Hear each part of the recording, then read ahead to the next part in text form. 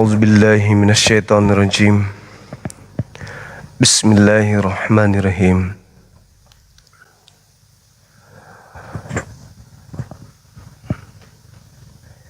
إن الذين يخشون ربهم بالغيب لهم مغفرة وأجر كبير. وقال الله تعالى في القرآن الكريم: Innama tunziru man ittaba dzikra wa khasyar rahmana bil ghaib fabashshirhu bimaghfiratin wa ajrin karim. Alhamdulillah, segala puji bagi Allah pencipta langit dan bumi. Salawat senantiasa teruntuk baginda Rasulullah Muhammad sallallahu alaihi wasallam.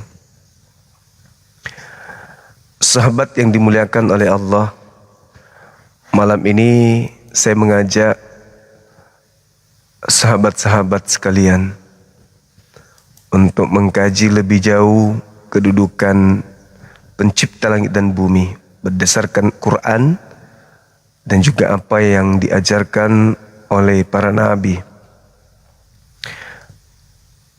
terkait dengan esensi atau hakikat pencipta langit dan bumi. Yang dimuliakan oleh Allah, teman-teman sekalian dimanapun berada. Malam ini saya mencoba untuk mengangkat sebuah tema di dalam sebuah data di Bible. Surat yang dituliskan Paulus yang dianggap sebagai pembawa keselamatan untuk saudara kita Kristen.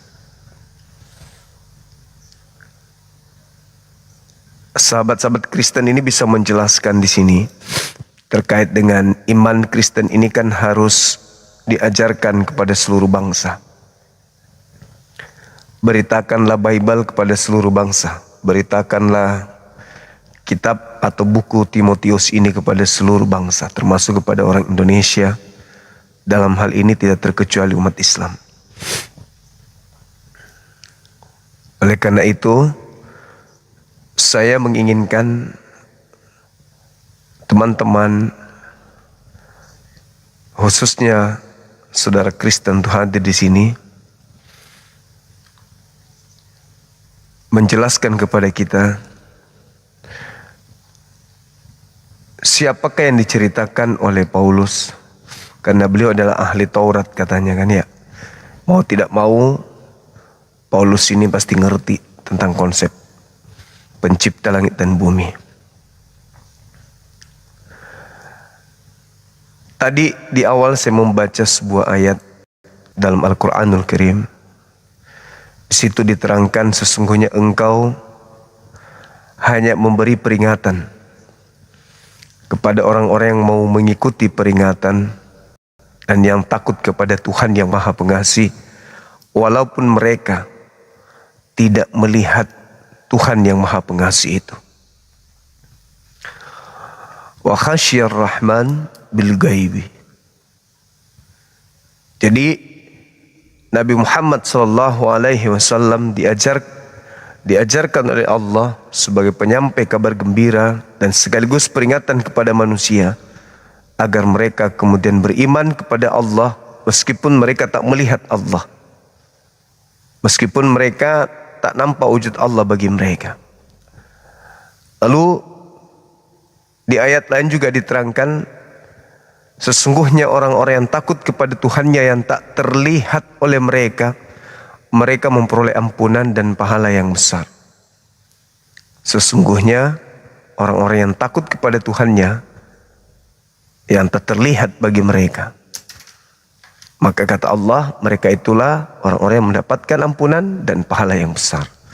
Nah, sekaitan dengan 1 Timotius, tema kita pada malam hari ini, rekan-rekan sekalian, sahabat-sahabat dimanapun berada, di situ juga diterangkan dialah satu-satunya yang tak tersentuh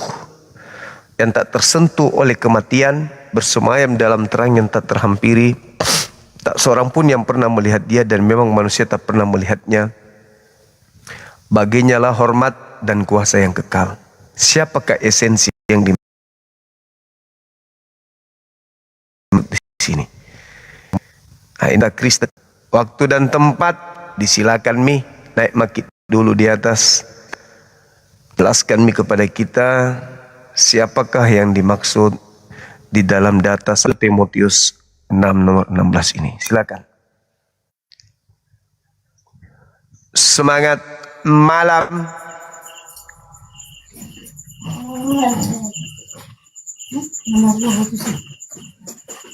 Halo.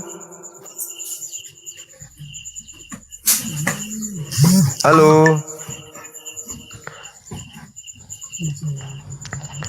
Halo.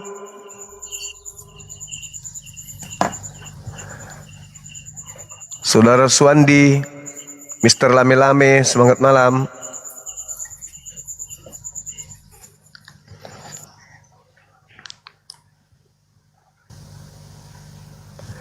Silakan rekan-rekan sekalian, teman-teman non-muslim, ajukan permintaan bahasan kita ini terkait dengan siapakah dia yang tak tersentuh oleh kematian.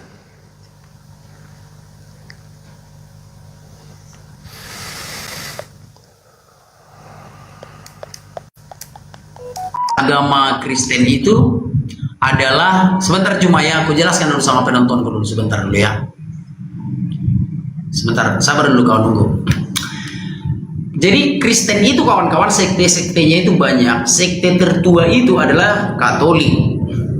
Lalu sekte kedua itu Ortodoks. Setelah Ortodoks ada Protestan, dan ada Zwingli, dan ada Calvinis, dan ada Anglikan. Banyak itu kawan-kawan, bukan sedikit. Ya salah satunya dari sekte ini Mesianik gitu. Oke. Halo bro, kayak mana? Udah ada nyali? Wah, macam hebat kali kau ini. Semangat malam. Semangat malam saudaraku. Udah penontonku ini Juma nggak percaya kita udah debat 6 tahun yang lewat. Nggak percaya penontonku ini. Iya biasalah itu, mereka bangun tidur. Makanya aku bilang, coba tegaskan dulu Juma. Kita udah debat loh, 6 tahun yang lalu kita udah debat kan? Iya, kayaknya iya. Makanya aku bilang, dipikir aku orang baru di sosial media ini. Oh, iya, Gitu. beliau udah lama, udah usang. Udah usang kali pun, kali pun anak bata kalau di sosial media ini. Bahkan sang debater udah pensiun. Sang debater itu udah pensiun. Udah capek dia. Udah jadi sarjana hukum. Ya aku memberikan edukasi kepada penontonku ini. Dipikir kita baru kenal, dipikir aku orang baru. Oke, apa yang mau kita bahas sekarang? Kayak mana? Saya tertarik membahas tentang 1 Timotius 6:16. Hai. Gini sajalah, semualah kitab suci itu dari Kejadian sampai Wahyu, nggak usah pilih-pilih. Kayak mana? Aku tertarik aja, kalau begitu banyak kali mau dibahas. Satu Lah, aja deh. kalau adanya waktumu 1 jam atau 2 jam, kenapa tidak? Karena kayak gini Juma, kalau kita memang saling menghargai ya. Kau kan hobi sekali menanyakan kepada Kristen awam. Kutontonnya, kau seringnya kau kutonton. Karena nggak ada yang mau naik, senior udah pada. Nah makanya aku bilang, kenapa nggak sama anak Batak aja kita berdebat? Ini aku datang. Oke lah, baiklah. Oke, tapi kita bahas agama Kristen saja ya. Aku nggak mau bahas agama Islam ya, nggak mau aku. Makanya aku mau bahas 1 Timotius 6:16 itu. Oke, baik. Ayo, kita panaskan dulu akun ini ya. Kita panaskan dulu akun. Macam perahu aja. Macam mobil mau dipanasin. Oke kawan-kawan, tap layar dulu kawan-kawan ya. Tap layar, posting ulang kawan-kawan. Tap layar, posting ulang sebanyak-banyaknya. Jadi anggaplah ini persaudaraan ya. Ayo kawan-kawan, tap layar, posting ulang. Kita panaskan dulu akun ini. semua kawan-kawannya biar tersebar live ini ya, biar tersebar kepada banyak orang, biar tersebar supaya banyak yang menonton. Kalau bisa seluruh Indonesia menonton dari Sabang sampai Merauke. Ayo tap layar posting ulang, tap layar posting ulang semua. Dan seperti biasa kawan-kawan, aku hanya membahas Alkitab saja, agama Kristen saja. Jadi mungkin selama ini kawan-kawan penasaran dengan Bang Juma ini dalam berdebat atau menaikkan orang Kristen di channelnya. Nah sekarang lah lihat saudaraku ya. Jadi ayo tap layar posting ulang semua. Baik, kita PK aja Bang ya, biar berbagi waktu. Boleh. Oke siap. Sebentar ya, siapkan dulu alat-alat.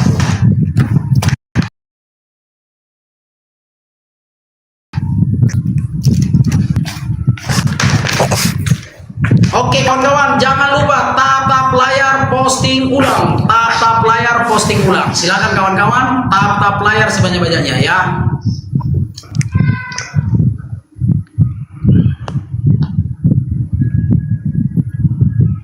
Kalau match kawan-kawan memang nggak terlawan kita di ini kurasa, nggak terlawan ya, karena penontonnya itu banyak dan rajin tap layar. Ngomonglah poinnya apa? Ya sebentar dulu, satu babak dulu pemanasan.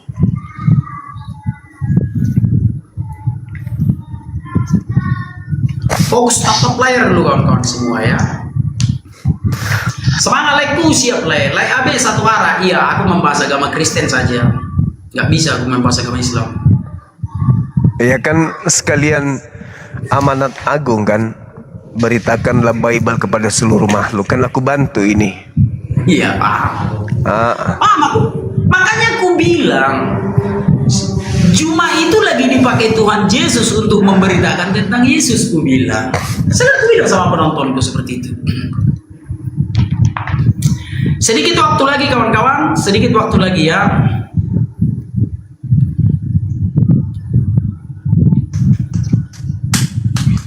Oke, jangan lupa kawan-kawan, tap layar posting ulang. Terima kasih TYM, memang si TYM inilah teman setia gua. Betul, walaupun dengan maksud palsu. Sedikit waktu lagi kawan-kawan. Jadi Bang Juma, full saja ya. Keluarkan aja argumen-argumen terbaikmu, nggak usah pada disimpan-simpan. Keluarkan aja semua argumen-argumen terbaik Bang Juma. Iya lanjut. Oke, baik. Baik. Sedikit waktu lagi kawan-kawan, sedikit waktu lagi ya. Apa ya lagi suruh? Nggak usah. Dia mau pakai masker, biarkan saja. Pol masih lain terpakai satu arah aja itu. Siap itu. Nunggu apa? Tunggu panas dulu akunnya. Tap layar dulu kawan-kawan ya. Tap layar biar panas dulu akunnya. Biar jangan terlalu gampang kena pelanggaran.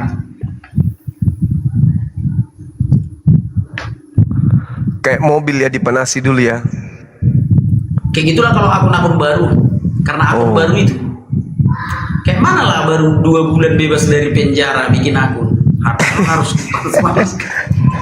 Iya. Kalau Bang Juma kan udah berapa tahun akunmu itu nggak mempan lagi, di report pun nggak mempan lagi.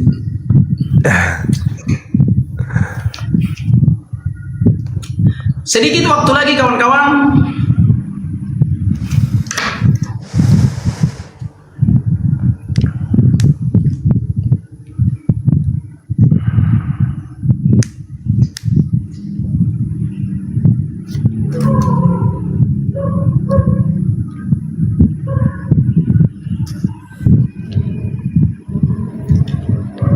Turun kawan apa tak lo kok turun, selalu dukunglah tap layar.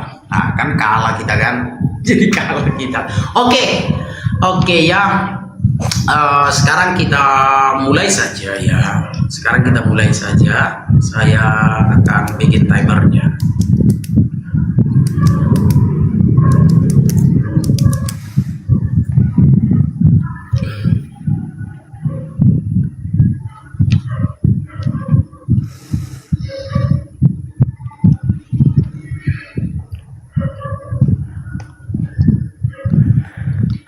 Oke, silakan. Langsung aja langsung. Baik, bismillahirrahmanirrahim. Assalamualaikum warahmatullahi wabarakatuh, rekan-rekan sekalian. Sahabat dimanapun berada, malam ini saya jumpa lagi dengan saudara anak Batak. Tema yang saya usung hari ini adalah terkait dengan kitab beliau, surat Paulus, yang mengusung nama anak angkatnya Timotius.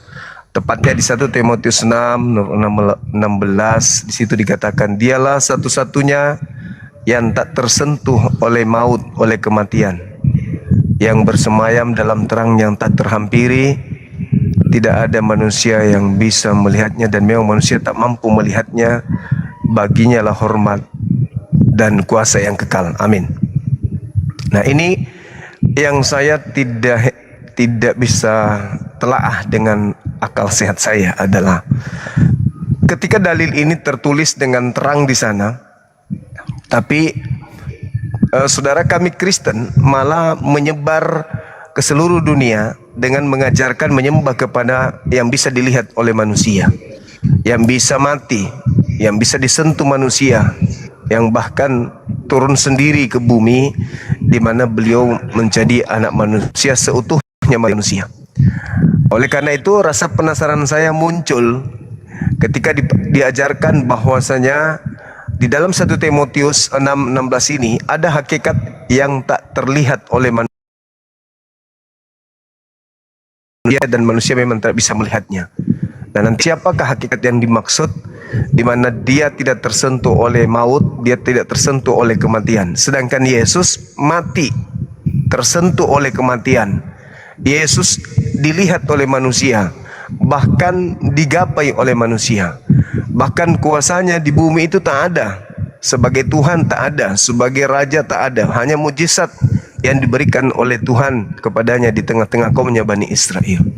Maka muncul pertanyaan, di mana tanggung jawab saudara kami Kristen harus menjelaskan ke kita siapakah esensi yang diceritakan di dalam 1 Timotius 6:16 ini, yang tidaklah mungkin itu adalah Yesus yang disembah oleh saudara-saudara kami Kristen hari ini. Untuk itu sekali lagi, ini adalah hal yang membuat kami umat Islam penasaran ketika membaca dalil ini, tapi ternyata orang Kristen justru menyembah anak manusia bernama Yesus, di mana sifat-sifat yang melekat pada Yesus itu adalah sifat kemanusiaan, sedangkan 1 Timotius ini menceritakan tentang satu esensi yang di luar daripada sifat makhluk. Yang pertama, tidak tersentuh oleh kematian, berarti bukan makhluk.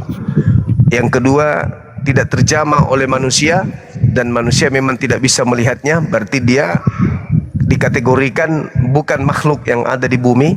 Lalu dikatakan di sana baginya lah hormat, artinya dia tidak pernah rendah, tidak pernah dihina, tidak pernah dinistakan, tidak pernah kemudian dikutuk, karena ketika dikatakan baginya lah hormat, berarti dia selalu berada pada posisi yang suci. Lalu dikatakan kuasa yang kekal, artinya dia tidak pernah ada padanya kondisi di mana dia tidak berkuasa apapun. Nah, sedangkan Yesus kebalikannya, mati, diketahui oleh manusia, bersemayam dalam terang, enggak pernah. Dia hanyalah seorang manusia yang diceritakan sebagai makhluk yang dikutuk, lalu kemudian ya tidak dihormati, ditempeleng, diludahin, ditonjok, bahkan pakaiannya dibagi-bagikan, dengan kata lain dia ditelanjangin, kemudian dia ditombak, dia digantung, dan seterusnya. Ini sesuatu yang sangat mustahil kalau orang yang masih sehat bisa mengatakan bahwa itu adalah Yesus, atau ada orang yang mengatakan ini adalah Tuhan, tapi ada masa di mana dia turun ke bumi menjadi manusia.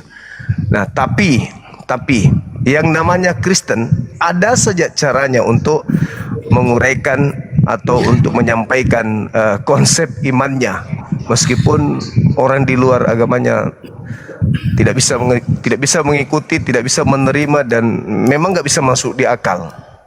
Artinya mungkin prinsipnya yang penting imani saja, yakini saja, percayai saja Tuhan turun di bumi ditempeleng manusia, meskipun itu tidak rasional dan bertentangan dengan dalil 1 Timotius 6:16 ini. Silakan. Baik. Ya, seperti itulah kawan-kawan ya. Sekarang saya akan menjawab siapakah dia di dalam 1 Timotius 16 1 Timotius 6 ayat 16. Siapakah dia itu? Lihat nih. Yang pertama kawan-kawan, kita berbicara tentang Allah. Bagi agama lain tidak masuk akal katanya kan. Bagi orang Kristen ada aja cara orang Kristen menjelaskan sekalipun tidak masuk akal. Nah lihat nih, damai sejahtera Allah yang melampaui segala akal akan memelihara hati dan pikiranmu dalam Kristus Yesus. Sekali lagi, damai sejahtera Allah yang melampaui segala akal. Jadi kalau akalmu nggak sanggup, jangan salahkan Tuhan. Karena Tuhan itu melampaui akalmu. Paham ya? Itu yang tertulis loh dalam kitab suci. Damai sejahtera Allah melampaui segala akal. Jadi kalau akalmu nggak nyampe, jangan salahkan Tuhan. Jangan katakan tidak masuk akal. Karena memang damai sejahtera Allah itu melampaui segala akal. Itu yang pertama. Yang kedua, siapakah dia di situ? Inilah itu. Coba lihat ke sini. Tidak seorang pun yang pernah melihat Allah. Tetapi anak tunggal Allah yang ada di pangkuan Bapa, dialah yang menyatakannya. Jadi Bapalah yang disebutkan dia di situ. Siapa Bapa itu? Roh keilahian Yesus. Ingat ya. Bapa tidak bisa dilihat, Bapa tidak tersentuh. Tidak seorang pun yang melihat Bapa, tetapi anak tunggal Allah yang ada di pangkuan Bapa, dialah yang menyatakannya. Apakah orang Kristen punya dua Tuhan? Tidak. Ya, bahwa Yesus adalah wujud Bapa itu.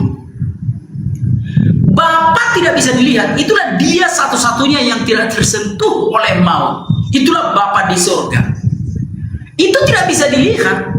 Di surga pun nanti kita tidak bisa melihatnya. Paham ya? Yang kita lihat adalah Yesus. Karena Yesuslah wujud dari Bapa. Nah, sekarang ya ini. Jadi bagi kawan-kawan yang tidak mengerti relasi antara Yesus dan Bapa akan bingung. Jadi, kata Yesus kepadanya, telah sekian lama aku bersama-sama kamu Filipus, namun engkau tidak mengenal aku. Barang siapa telah melihat aku, ia telah melihat Bapa. Bagaimana engkau berkata, tunjukkanlah Bapa itu kepada kami? Jadi Yesus itu adalah wujud dari Bapa itu sendiri.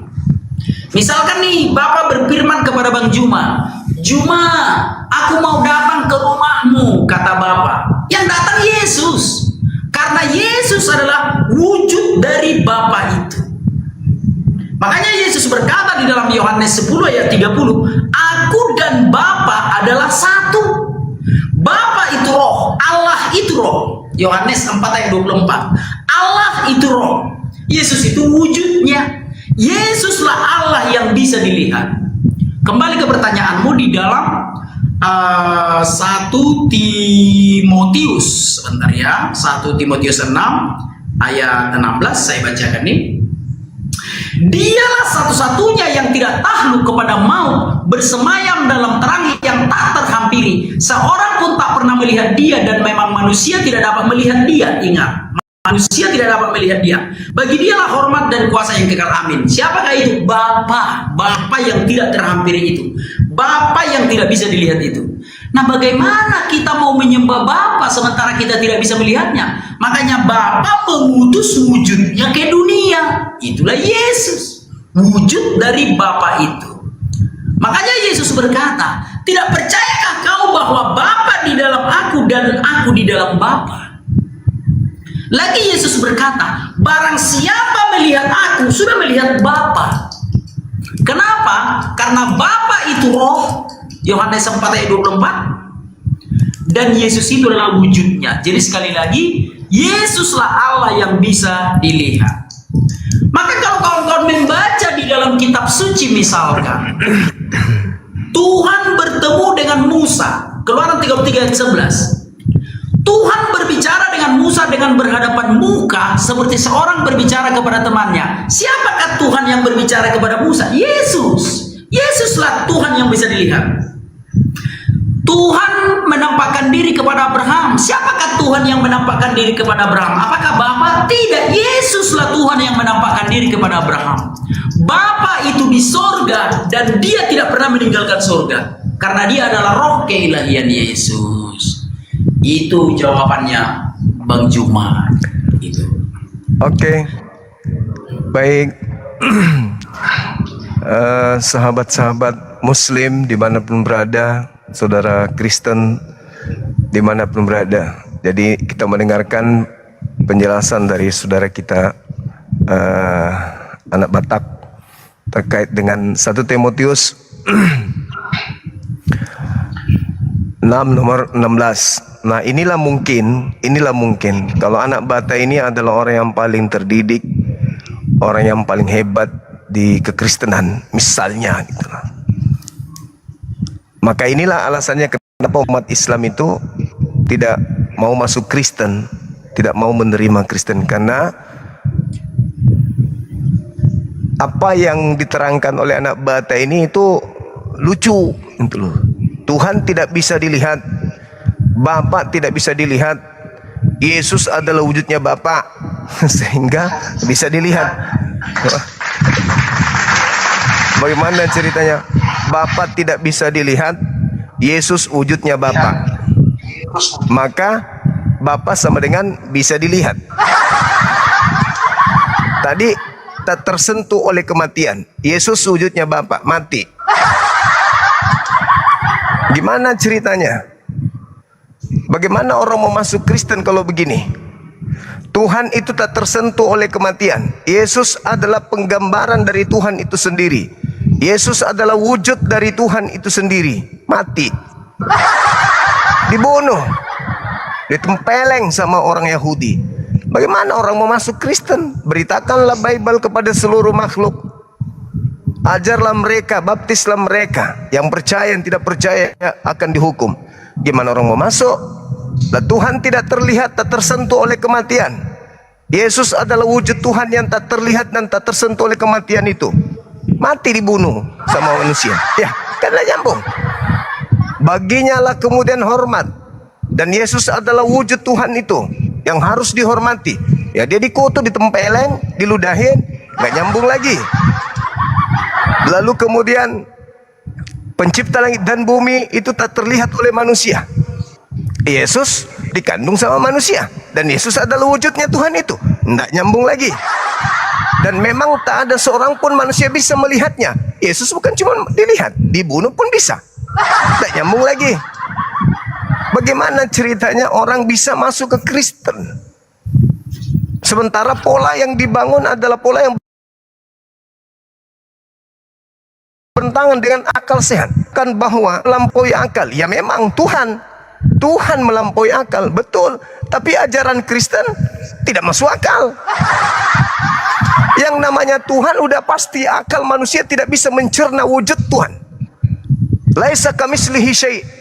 Tidak serupa. Bahkan Paulus pun mengajarkan dalam Roma 1 nomor 20. Apa yang dikatakan oleh Paulus di sana? Karena sejak penciptaan dunia, sifat-sifat ilahi tak terlihat.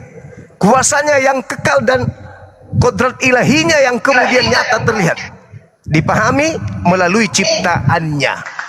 Al-Quran surah Fussilat ayat 53. Tuhan hanya bisa dipahami keberadaannya, kebesarannya melalui sifat-sifat yang melekat. Lalu kemudian dijelaskan melalui ciptaan. Sama di dalam Roma 1 nomor 20. Jadi bertentangan. Orang yang memahami Bible akan sampai kepada keadaan di mana mereka memustahilkan Yesus itu adalah Bapa. Tidak mungkin Yesus yang mati, ditempeleng, itu adalah Bapa, itu adalah wujud Tuhan. Tidak mungkin. Karena Yesus wujud manusia. Sementara Bapa itu tidak bisa diwujudkan dengan apapun. 2 Samuel 7:22. Tuhan langit dan bumi yang maha tinggi, maha adil, tidak serupa dengan apapun. Bilangan 23 nomor 19. Tuhan bukan manusia dan bukan anak manusia. Yesus manusia dan anak manusia. Nah inilah sebabnya berat orang-orang Kristen ini untuk menjadikan orang Indonesia mayoritas Islam menjadi pengikut agama mereka. Berat. Karena lain di data, lain di praktek, lain yang ada di dalam Bible, lain yang mereka imani. Satu contoh yang saya katakan tadi, bagaimana mungkin orang mau masuk ke dalam agama Kristen kalau bukan faktor keturunan, atau karena faktor X, dalam hal ini materi, lawan jenis. Tapi kalau berdasar terhadap proses akal, itu sulit. Itu sulit. Karena 1 Timotius 6 nomor 16 sangat bertentangan jikalau Yesuslah wujud Tuhan itu, wujud yang tak terlihat itu, wujud yang tak tersentuh, yang tak tergapai, yang maha kuasa, yang maha perkasa, yang tak tersentuh oleh kematian adalah Yesus. Ya, itu lawak-lawak. Sesuatu yang tidak bisa diterima oleh akal sehat. Demikian. Baik. Oke. Sebentar, saya bikin timernya dulu.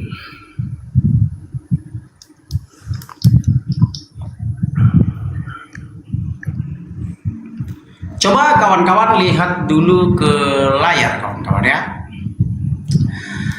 Bilangan 23:19. Allah bukan manusia sehingga ia berdusta, bukan anak manusia sehingga ia menyesal. Masakan ia berfirman dan tidak melakukannya, atau berbicara dan tidak menepatinya? Sekali lagi ya, Allah bukanlah manusia sehingga ia berdusta, bukan anak manusia. Ya benar. Yang bilang Allah itu manusia siapa? Orang Kristen tidak percaya Allah itu manusia. Tidak ada manusia satupun di muka bumi ini yang percaya kalau Allah itu manusia. Ya benar lah itu. Yang bilang Allah manusia siapa? Tetapi Allah bukan tidak bisa jadi manusia. Allah tetap Allah. Manusia tetap manusia.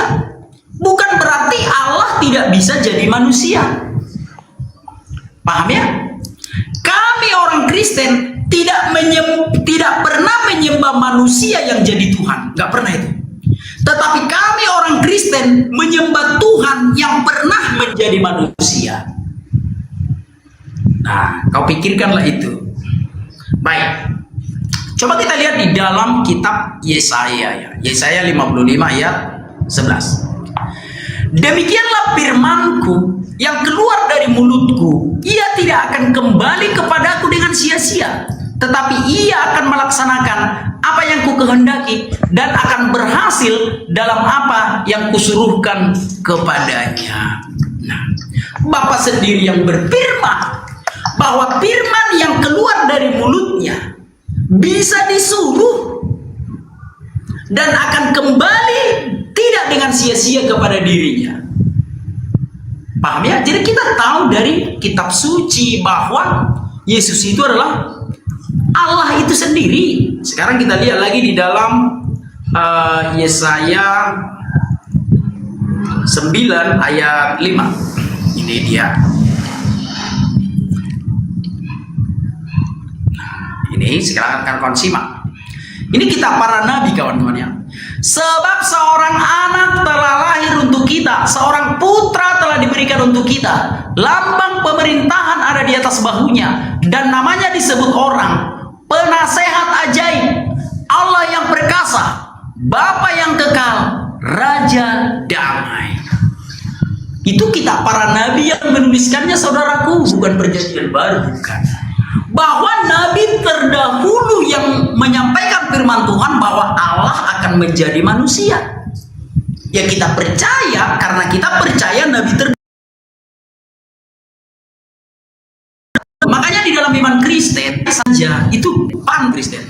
Seluruh nabi itu berkesinambungan. Nabi terdahulu yaitu Yesaya mengatakan bahwa Allah akan menjadi manusia. Ya kita imani, kita percaya. Seperti itu saudaraku. Baik. Tuhan ditempeleng, Tuhan ditampar, Tuhan diludahi. Saudara-saudaraku, orang yang tidak tahu apa tujuan Yesus datang ke dunia akan menghina Yesus sejadi-jadinya. Tapi andai saudara semua tahu apa tujuan Yesus datang ke dunia, kalian tidak akan menghina dia. Sekarang aku beritahukan, Yesus datang ke dunia sebagai manusia adalah untuk membebaskan arwah manusia dari alam kubur itu. Matius 27 ayat 52 sampai 53. Dan kuburan-kuburan terbuka, banyak orang kudus yang telah meninggal bangkit, dan sesudah kebangkitan Yesus mereka pun keluar dari kubur lalu masuk ke kota kudus. Yesus masuk ke alam kubur dengan kematiannya dengan tugas mulia itu untuk membebaskan arwah manusia dari alam kubur. Nah, makanya Yesus berkata di dalam Matius 16 ayat 18, di atas batu karang ini aku akan mendirikan jemaatku, alam kubur tidak akan menguasainya. Dan itulah yang berlaku sampai sekarang. Setiap orang yang percaya kepada Yesus kalau meninggoy, arwahnya itu tidak akan masuk ke alam kubur. Jangankan mengalami siksa kubur, masuk ke alam kubur pun tidak. Arwahnya itu akan ke surga. Harusnya kita bersyukur Yesus itu datang ke dunia. Tapi seperti yang saya katakan tadi, kalau saudara-saudara tidak mengetahui tujuan Yesus datang ke dunia, kalian akan menghinanya, kalian akan mengejeknya. Tapi kalau kalian tahu tugas mulia yang diemban oleh Yesus, maka kalian akan menyembah Dia sebagai Allah. Semoga kawan-kawan paham. Itu. Silakan. Oke, baik. Jadi ada beberapa hal, karena kita panjang ya 4 menit ya, maka saya harus mencatat biar aku ingat. Yang pertama, Tuhan bisa menjadi manusia. Tuhan bisa menjadi manusia berarti Dia bisa mati. Dia bisa dilihat manusia, Dia tidak punya kuasa, Dia tidak dihormati lagi. Nah, seperti yang terjadi pada diri Yesus. Maka sekali lagi saya katakan, Dia menjadi manusia, diludahin, ditempeleng, ditelanjangin, ditombak, dibunuh.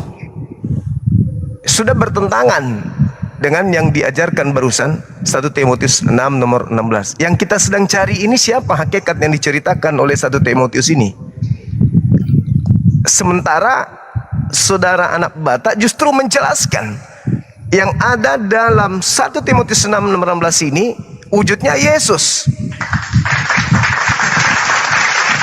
Jadi tidak nyambung. Diperparah lagi dengan Yesaya 9 nomor 5 atau nomor 6. Lahir untuk apa? Ya seperti itu, dibunuh, ditempeleng, diludahin, ditonjok, ditombak, digantung. Tidak sesuai dengan 1 Timotius 6 nomor 16. Lalu dikatakan lagi, itulah makanya orang Kristen kalau mati tidak ada dan seterusnya. Saya ingat di dalam Roma 8 nomor 10 diterangkan begini. Jika Kristus ada di dalam dirimu, tubuhmu memang mati karena dosa.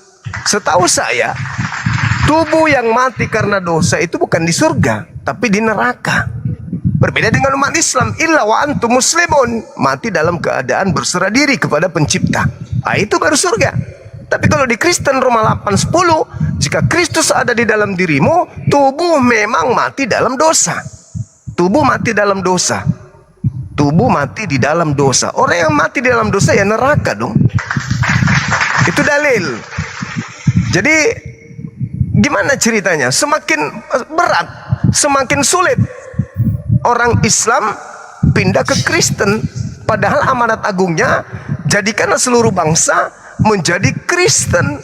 Ajarlah mereka, baptislah mereka dalam nama Bapa, Anak dan Roh. Ajarlah mereka melakukan segala sesuatu yang telah kuperintahkan kepadamu. Bagaimana orang Indonesia mau masuk Kristen kalau polanya begini? Dialah satu-satunya yang tak tersentuh oleh kematian. Dia bersemayam di atas terang yang tak terhampiri. Manusia tak dapat melihatnya, dan memang manusia tak bisa melihatnya. Tidak ada manusia yang dapat melihatnya. Bahkan Yesus sendiri dalam Yohanes 5 nomor 37, Bapa yang mengutus aku, kau tidak pernah melihat dan suaranya pun tidak pernah kau dengarkan. Loh, bagaimana ceritanya sementara Kristen mengajarkan Bapa itu Yesus itu sendiri? Artinya bahwa ketika Bapa adalah Yesus sendiri, Bapa bukan cuma hanya bisa dilihat, Bapa bukan cuma hanya tidak tersentuh kematian, bahkan bisa ditempeleng. Si Bapa ditempeleng, si Bapa diludahin. Ini kenapa? Kenapa Kristen menghina Tuhan? Itu sudah pada tempat yang benar, tak tersentuh oleh kematian, bersemayam dalam terang, tak ada manusia bisa melihatnya, dan memang manusia tak dapat melihatnya. Baginya lah kuasa dan yang kekal, dan juga hormat dan hidup yang kekal. Loh, itu sudah tempat yang mulia, tapi Kristen menghinakannya. Turunlah ke bumi, menjadi bayi lah dia, dewasa dia, kemudian diobok-obok sama musuhnya, ditempeleng, diludahin, ditonjok. Ini Kristen sangat menghina Tuhan. Padahal di sisi lain, Bible sendiri yang menceritakan hakikat pencipta langit dan bumi itu tak tersentuh oleh kematian. Ulangan 32:39, Tuhan maha menghidupkan, maha mematikan. Lah ini kok malah ditempeleng, malah dibunuh. Jadi dalam hal ini bukan kami yang menghina, orang Kristen yang menghinakan Tuhan. Tuhan pencipta langit dan bumi itu maha suci, maha tinggi. Dia baginya lah hormat, kuasa yang kekal. Kenapa dirubah menjadi anak orang? Nah, inilah sebabnya kenapa susah di Indonesia orang cerdas tidak bisa masuk ke dalam agama Kristen. Karena tidak masuk akal. Karena di Kristen menghina Tuhan, pencipta langit dan bumi yang maha suci, maha tinggi, dikatakan turun ke bumi, bla bla bla bla bla. Padahal dalilnya 1 Timotius 6:16 jelas. Itu adalah sifat, itu adalah esensi dari pencipta yang telah menciptakan. Silakan. Oke, baik. Sekarang langsung aku bukakan dulu dalilnya ya. Jadi kami orang Kristen tidak akan terkejut saudara-saudara ya kalau ada yang menghina Yesus, ditempeleng dan segala macam. Tidak akan. Apakah kami harus marah? Tidak. Karena Nabi terdahulu sudah mengatakan itu. Ini kita baca apa yang dituliskan Nabi terdahulu. Siapakah yang percaya kepada berita yang kami dengar? Dan kepada siapakah tangan kekuasaan Tuhan dinyatakan? Sebagai taruk ia tumbuh di hadapan Tuhan, dan sebagai tunas dari tanah kering. Ia tidak tampan dan semaraknya pun tidak ada sehingga kita memandang dia, dan rupa pun tidak sehingga kita menginginkannya. Ia dihina dan dihindari orang, termasuk si Juma yang menghina dia. Seorang yang penuh kesengsaraan dan yang biasa menderita kesakitan. Ia sangat dihina, yang ditempeleng tadi, sehingga orang menutup mukanya terhadap dia, dan bagi kita pun dia tidak masuk hitungan. Tetapi sesungguhnya penyakit kita lah yang ditanggungnya, dan kesengsaraan kita yang dipikulnya. Padahal kita mengira dia kena tulah, dipukul dan ditindas Allah. Tetapi dia tertikam oleh karena pemberontakan kita. Dia diremukkan oleh karena kejahatan kita. Ganjaran yang mendatangkan keselamatan bagi kita ditimpakan kepadanya, dan oleh bilur-bilurnya kita menjadi sembuh. Saudara-saudara, harusnya kita yang ditikam karena kesalahan kita. Harusnya kita yang disalib. Harusnya kita yang terkutuk akibat dosa yang kita lakukan. Tapi Yesus datang menggantikan kita, sehingga kita tidak ditempeleng lagi, sehingga kita tidak diludahi lagi. Yesus rela menggantikan kita di atas kayu salib itu. Harusnya kita bersyukur dong, bukan malah menghina dia. Kita yang melakukan dosa, harusnya kita yang ditempeleng dan disalib. Tetapi Yesus karena mengasihani kita, dia rela menggantikan kita. Kenapa kita harus menghinanya? Bagi kita dia adalah seorang pahlawan tentang keselamatan. Itu tentang ditempeleng. Yesus utusan. Allah mengutus wujudnya ke dunia menjadi manusia, makanya disebut utusan. Paham ya? Coba kau lihat aku. Yang kau lihat ini adalah wujudku. Kulit hitam, rambut pendek, mata melotot, hidung peset, bibir tebal. Itulah yang kau lihat ini dari anak bata. Kau tidak pernah bisa melihat rohku. Bukan berarti aku tidak memiliki roh. Di dalam tubuhku ini terdapat rohku. Tetapi kau tidak bisa bisa melihat rohku, tak bisa kau hampiri rohku. Yang bisa kau lihat adalah wujudku. Begitulah perbedaan Yesus dan Bapa. Yesus itu wujudnya, Bapa itu roh. Bisa dibedakan, tetapi tidak bisa dipisahkan. Ketika Bapa mengutus wujudnya ke dunia menjadi manusia, makanya disebut utusan. Tapi sekarang dia tidak utusan lagi. Dia telah kembali ke tempatnya semula sebagai wujud Allah. Itu tubuh mati dalam dosa. Tubuh memang tidak kita bawa ke surga, saudaraku. Coba kita lihat di dalam 1 Korintus 15 ayat 50. Darah dan daging tidak mendapat bagian dalam kerajaan Allah. Sesuatu yang binasa, tidak sesuatu yang kekal. Jadi tubuh kita ini memang akan mati, busuk di kuburan itu. Tidak akan kita bawa ke surga. Paham ya? Yang ke surga itu adalah roh kita. Sebab Tuhan Yesus berkata, kamu sesat sebab kamu tidak mengerti kitab suci maupun kuasa Allah. Sebab pada hari kebangkitan orang tidak kawin dan tidak dikawinkan, melainkan hidup seperti malaikat di surga. Itu kata Yesus. Paham ya? Matius 22. Jadi yang mati adalah tubuh kita. Roh anak Bapa tidak akan mati. Itu amanat agung. Bagaimana caranya Kristen bisa diwartakan di Indonesia? Lah, kita santai-santai aja. Indonesia merdeka tahun 1945. Jumlah orang Kristen cuma 1%. 81 tahun kemudian jumlah orang Kristen sudah 10%. Artinya perlahan tapi pasti bahwa agama Kristen adalah agama yang paling banyak diminati di negara ini. Berbicara tentang persentase, mulai dari merdeka sampai sekarang 9% naik. Bagaimana dengan 30 tahun lagi? Semoga kau paham, saudaraku, tentang persentase. Itu yang bisa kujawab. Silakan. Baik. Jadi tadi saudara mengutip Yesaya 53. Kalau Anda melihat di Yesaya 53 itu di data nomor 2, di situ jelas dikatakan sebagai taruk ia bertumbuh di hadapan Tuhan. Jadi memang Tuhan itu berada pada posisi yang sangat tinggi, maha suci, sehingga adalah suatu penghinaan ketika Tuhan itu dikatakan bertumbuh di hadapan Tuhan. Jadinya ada dua Tuhan. Satu Tuhan berproses bertumbuh, satu sudah Tuhan dari sejak semula. Makanya sekali lagi saya katakan agak berat orang Indonesia itu memeluk agama Kristen karena tidak masuk akal. Anda lagi-lagi mengutip kitabnya orang Yahudi untuk mengatakan bahwa Tuhan Anda bertumbuh di hadapan Tuhan. Bagaimana ceritanya? Tuhan Anda bertumbuh di hadapan Tuhannya orang Yahudi. Tuhannya orang Yahudi, tubuhnya adalah Yesus yang bertumbuh. Ini sesuatu yang tidak masuk akal. Tuhannya orang Yahudi yang tidak bertubuh, yang tidak berjasmani, tidak berbiologis, tiba-tiba bertumbuh secara biologis di hadapan Tuhannya itu sendiri. Lalu Anda yang mengatakan Bang Suma yang menghina. Saya tidak menghina.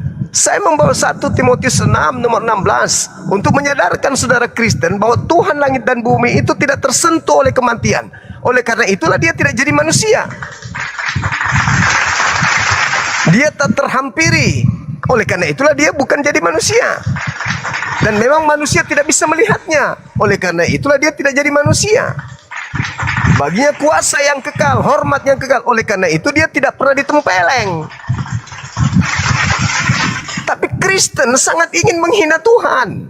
Oh tidak Bang Suma, Tuhan itu pernah dibunuh, ditempeleng, diludahin. Lalu kalau demikian adanya, jadi siapa yang dimaksud 1 Timotius 6 nomor 16 ini? Anda membawa Yesaya 53 itu sangat berat.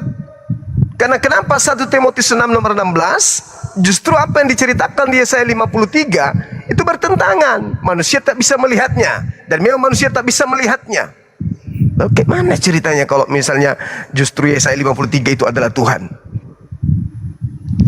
Lalu saudara mengatakan bahwasanya yang ada di dalam kitab 1 Korintus 15:50, daging dan darah tidak mendapatkan tempat di surga. Ini Kristen mengapain di surga? Kalau Kristen ke surga tidak ada dagingnya, tidak ada darahnya, lalu yang akan mendapatkan balasan di sana siapa? Berarti orang Kristen tidak saling kenal lagi dengan istrinya, dengan anak-anaknya tidak saling kenal. Ya karena bagaimana mungkin bisa mengenal? Tidak ada bibir, tidak ada mata, nggak ada pipi, nggak ada kepala. Lalu katanya di surga mereka memuji. Bagaimana caranya memuji tidak ada bibirnya? Bagaimana bisa memuji? Bagaimana dia bisa menghafal pujiannya sementara otak sudah nggak ada? Jadi inilah kenapa berat Kristen ini untuk bertumbuh di negara ini. Kalau dikatakan bertumbuh seperti itu klaim. Menyebabkan Kristen bertumbuh karena adanya orang-orang sipit masuk ke Indonesia ini. Bukan karena mereka terlahir di sini, enggak. Begitu juga dengan PKO yang tadinya pindah semua ke Kristen. Itu fakta, itu real. Tapi kalau dalam proses belajar itu tidak bisa. Kenapa? Itu tadi Tuhan tidak tersentuh oleh kematian. Tuhannya Kristen mati. Bagaimana orang mau masuk Kristen? Tuhan tidak tersentuh kematian. Tuhannya Kristen mati. Tidak tersentuh dan bersemayam dalam terang. Yesus mati terkutuk. Lalu kemudian tidak bisa dilihat oleh manusia. Dilahirkan manusia, dikandung oleh manusia. Baginya lah hormat, dihinakan, ditempeleng, diludahin. Mana mau hormat? Baginya kuasa yang kekal. Kuasa gimana orang dia dibunuh? Jadi hancur sehancur-hancurnya kalau apa yang diimani oleh orang Kristen itu ditelaah dengan akal. Nah, seperti yang dikatakan tadi, bahwasanya Tuhan tidak bisa kemudian ditelaah dengan akal. Ya memang kalau Tuhan, tapi agama Kristen yang tidak masuk akal. Tuhan tidak bisa terlihat. Orang Kristen Tuhannya bisa terlihat, dia bobo. Jadi apa yang tertuang di dalam 1 Timotius 6 nomor 16 malam ini justru dibantah habis-habisan oleh saudara kita anak Batak. Justru dia mengatakan Tuhan bisa dibunuh, Tuhan bisa ditampar, Tuhan bisa diiniin dan seterusnya. Nah ini maksudnya apa? Kok malah bertentangan dengan dalil? Silakan. Oke, baik. Sebenarnya tidak ada yang bertentangan bagi yang mengerti. Tapi kalau tidak mengerti ya maaf saja saudaraku ya. Maka kawan-kawan akan menganggapnya bertentangan. Baik. Darah dan daging tidak mendapat bagian di surga. Itu Yesus yang ngomong loh. Yesus menjawab mereka, kamu sesat sebab kamu tidak mengerti kitab suci maupun kuasa Allah. Karena pada waktu kebangkitan orang tidak kawin dan tidak dikawinkan, melainkan hidup seperti malaikat di surga. Jadi kita di surga itu adalah makhluk roh. Tubuh kita itu busuk di kuburan, tidak akan kita bawa ke surga. Arwah kita lah yang ke surga, makhluk roh. Itu Yesus yang ngomong.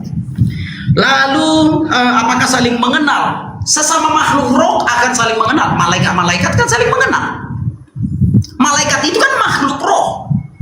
Apakah malaikat Gabriel tidak mengenal malaikat Mikael? Mereka saling mengenal. Sesama makhluk roh akan saling mengenal. Demikian juga dengan kita manusia ini. Kalau arwah kita sudah disebut, arwah itu saling mengenal sesama arwah. Manusia dengan tubuh yang fana saling mengenal sesama manusia tubuh yang fana. Jadi kita udah hidup di beda alam, saudara. Bukan di dunia ini lagi, tetapi di surga dengan makhluk roh. Ada dua Tuhan berarti ada Bapa dan Yesus, tidak saudaraku? Kami menyembah satu Tuhan saja, yaitu Bapa. Yesus itu wujudnya. Sudah kukatakan tadi, yang kau lihat ini adalah tubuhku. Di dalam tubuhku ini ada roh. Bukan berarti aku ada dua orang.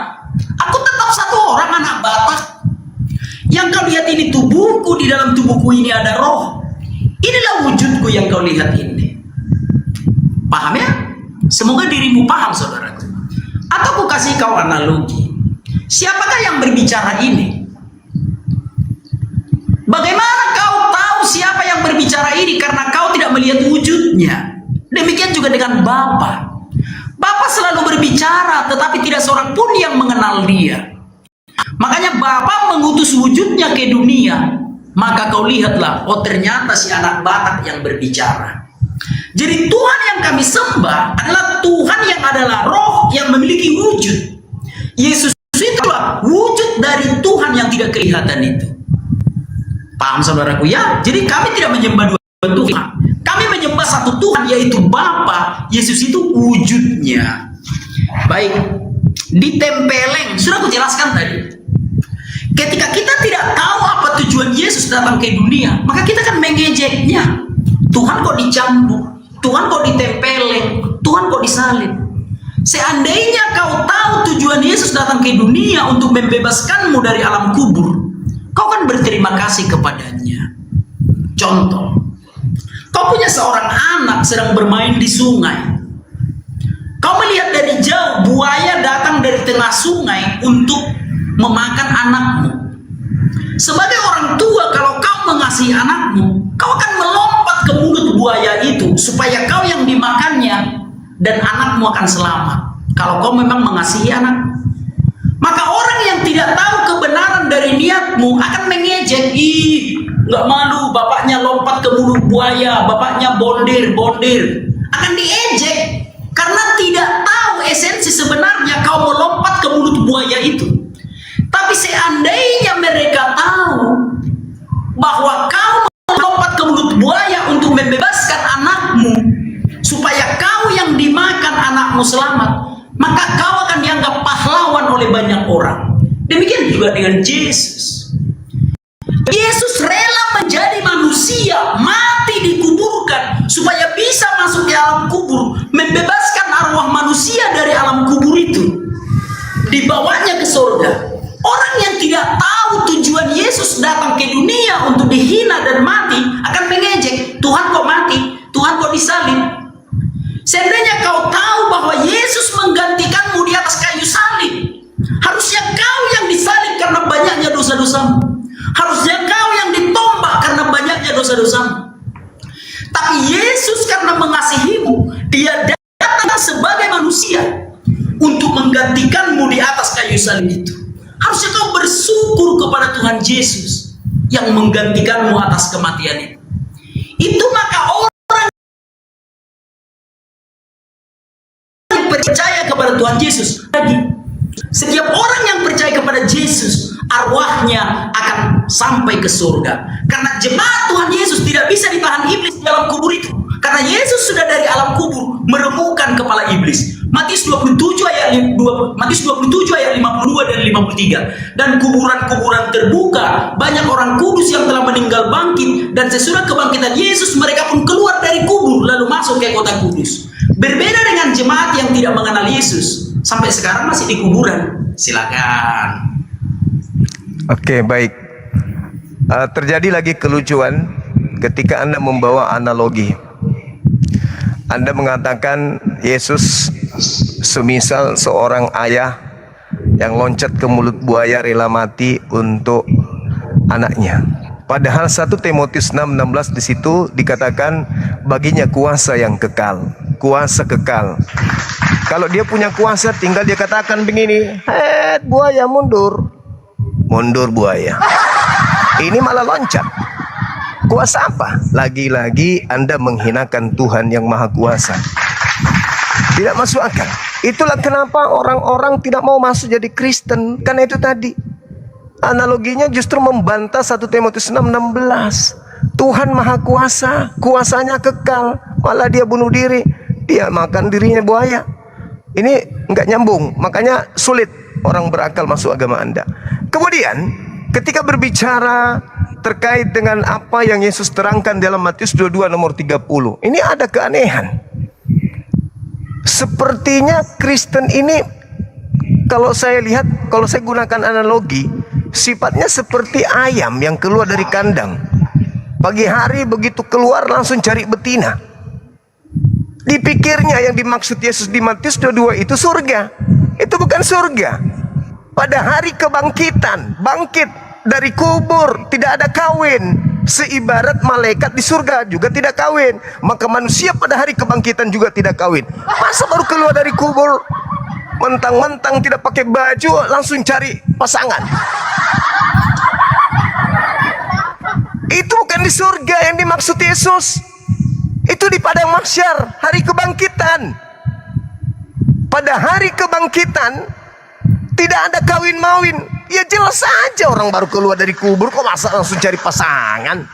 Keluar dari kubur itu mah disidang dulu, dihakimi dulu. Makanya baca Yohanes 5 nomor 29. Orang yang benar akan dibangkitkan dari kubur untuk apa? Untuk memperoleh hidup yang kekal. Orang jahat dibangkitkan dari kubur untuk dihukum.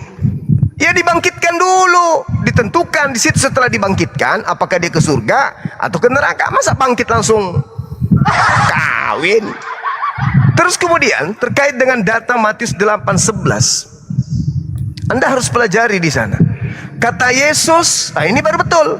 Kata Yesus, nanti di surga banyak orang yang datang dari timur dan barat, duduk bersama dengan Abraham, makan dan minum dengan dia di surga.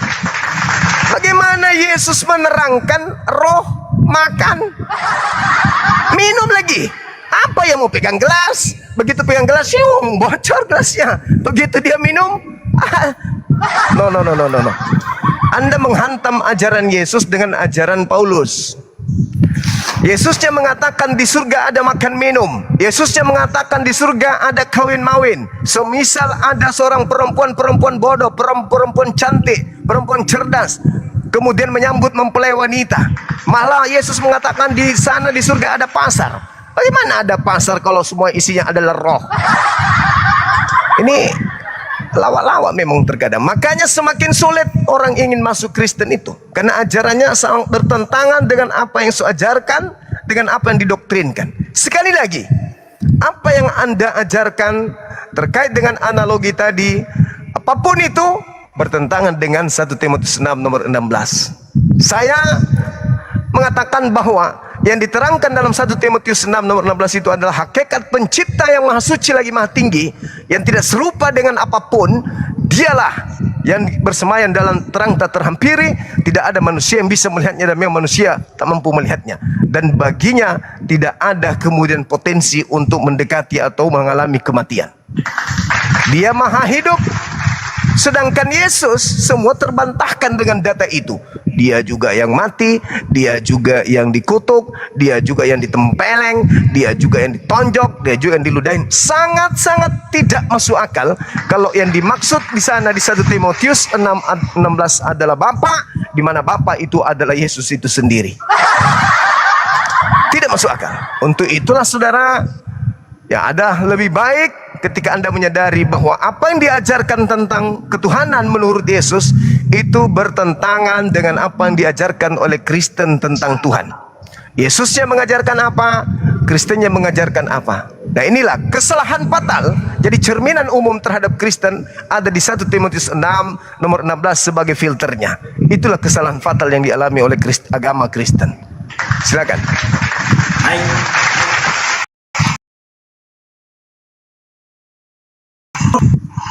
Ini Yesus menjawab mereka, kamu sesat sebab kamu tidak mengerti kitab suci maupun kuasa Allah. Karena pada waktu kebangkitan orang tidak kawin dan tidak dikawinkan, melainkan hidup seperti malaikat di surga. Nih aku blok nih. Paham ya kawan-kawannya? Ini dia. Jadi orang Kristen itu hidup seperti malaikat di surga. Enggak ada darah dan daging di surga, saudaraku. Anak bata tidak ada darah dan daging di surga. Kenapa Yesus mengatakan di surga makan? Makanan kami makanan rohani, saudaraku. Kita tubuh jasmani, makanan kita. Jangan bikin emotikannya seperti itu cuma. Jangan, nggak boleh pantang kayak gitu. Kita hidup di dunia dengan jasmani, makanan kita bakso. Makanan rohani kita ada, saudaraku. Kita lihat ya. Ini dia kata Yesus. Sebentar. Nah, Matius 4 ayat 4. Saya bukakan saudaraku ya. Ini dia. Tetapi Yesus menjawab, ada tertulis, manusia hidup bukan dari roti saja, tetapi dari setiap firman yang keluar dari mulut Allah. Jadi saudaraku, di surga itu kami makan, tapi bukan makan bakso, bukan makan pecel lele, tetapi yang menjadi makanan kami di surga itu adalah firman Allah. Wahyu 2 ayat 7. Barang siapa menang, ia akan kuberi makan dari pohon kehidupan yang ada di taman Firdaus Allah. Bukan ayam geprek itu gitu ya. Jadi sekali lagi 1 Korintus 15 ayat 50, darah dan daging tidak mendapat bagian dalam kerajaan surga. Sesuatu yang binasa tidak akan masuk ke dalam sesuatu yang tidak binasa. Semoga kau paham. Di surga makan dan minum. Yang kedua, ditempeleng. Udah bolak-balik ku jawab saudaraku. Harusnya kita yang ditempeleng karena dosa-dosa kita. Tetapi Yesus datang menggantikan kita. Kan bisa Yesus dari surga saja, ngapain harus datang? Ya karena Tuhan yang kami sembah dari dulu menjadi manusia, saudaraku. Kita tidak boleh mengatur cara Tuhan untuk melindungi manusia. Tuhan yang kami sembah bertemu dengan Musa, Keluaran 33 ayat 11. Dan Tuhan berbicara kepada Musa dengan berhadapan muka, seperti seorang berbicara kepada temannya. Tuhan yang kami sembah bertemu Abraham, Kejadian 18 ayat 1. Kemudian Tuhan menampakkan diri kepada Abraham. Jadi Tuhan kami itu memang terbiasa datang ke dunia sejak zaman dahulu. Pun demikian Tuhan yang kami sembah juga mengutus malaikat. Tuhan yang kami sembah juga mengutus para nabi. Tetapi itu tidak cukup bagi Tuhan yang kami sembah. Karena manusia banyak yang menolak malaikat. Manusia banyak yang menolak para nabi. Maka Tuhan kami karena kasih-Nya yang besar, Dia sendiri yang datang ke dunia untuk mengajarkan teladan hidup yang baik bagi kami. Itu cara Tuhan merawat kami. It's okay, karena memang Tuhan kita berbeda, saudaraku. Bapa yang kami sembah bukan Allah Subhanahu wa Ta'ala. Karena Bapa yang kami sembah adalah Roh. Sementara Allah Subhanahu wa Ta'ala adalah Tuhannya orang Islam. Kami hormati itu. Kami orang Kristen sangat menghormati Tuhannya orang Islam. Tapi kami tidak pernah menyembah Tuhannya orang Islam yang tidak pernah dilihat siapapun. Cuma nggak bisa, aku nanti ditangkap polisi, nggak bisa masuk aku ke situ. Artinya adalah Tuhan kita berbeda, saudaraku. Kita saling menghormati saja. Tuhan yang kami sembah memang terbiasa datang ke dunia sejak zaman para nabi. Tuhan kami makan dengan Abraham. Tuhan kami berbicara secara langsung kepada Musa. Tuhan kami berbicara kepada nabi-nabi terdahulu. Dan Tuhan kamilah yang menjadi manusia. Itulah Yesus Kristus, Juru Selamat dunia. Kiranya Tuhan mencurahkan Roh-Nya yang kudus kepada saudara-saudara semua, supaya mengerti kebenaran firman Tuhan. Kiranya Tuhan memberikan hikmat kepada saudara-saudara semua. Mana Tuhan yang benar, mana Tuhan yang kurang benar sedikit. Seperti itu. Nah, menurut saya Tuhan Yesus Kristuslah satu-satunya Tuhan yang benar. Menurut saya.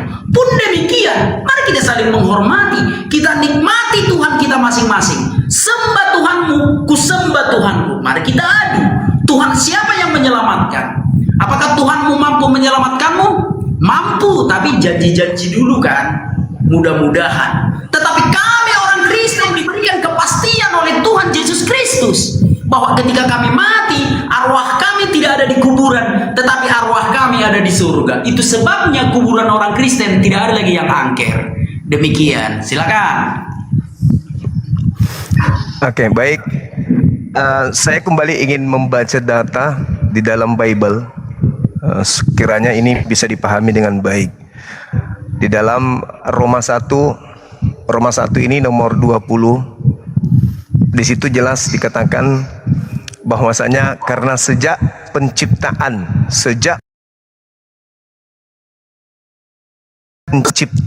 itu tak terlihat, sifat-sifat Tuhan itu tak terlihat, kuasanya yang kekal dan kudrat ilahinya telah nyata terlihat melalui ciptaannya. Tolong dipahami itu. Karena sejak dunia diciptakan, sifat-sifat ilahi dan kemudian kuasanya yang kekal, kodrat ilahinya telah nyata terlihat melalui apa yang telah diciptakannya.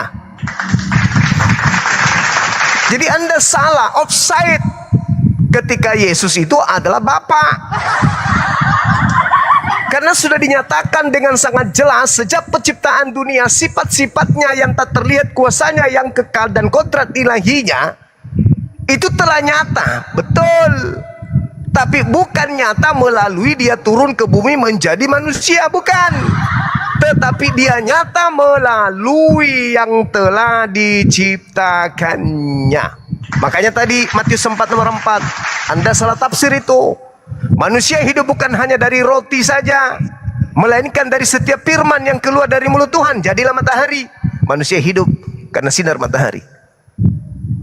Jadilah tumbuhan, manusia hidup dan juga dari tumbuhan. Air, manusia hidup dari air. Jadi setiap makhluk yang keluar melalui firman dari mulut Tuhan, maka dari situlah manusia itu hidup, bukan dari roti saja. Itu tafsir yang betul. Bukan nanti di surga Anda makan firman, makan sesuatu yang berasal dari firman, bukan. Manusia hidup bukan hanya dari roti saja, melainkan dari setiap firman yang keluar dari mulut Tuhan. Apa itu? Matahari, kemudian air, tanah, tumbuhan. Itu dari situ manusia itu hidup, bukan hanya dari roti saja. Nah, lalu kemudian saudara, ketika kita berbicara mengenai 1 Timotius 6 nomor 16, Anda mau menggiring kemanapun, seperti data yang Anda bawa Matius 22, itu bukan masalah surga, itu masalah kebangkitan. Manusia ketika bangkit bukan langsung ke surga. Begitu dia keluar dari kubur, sudah di surga. Bukan. Ada hari kebangkitan. Hari kebangkitan itu bukan di surga.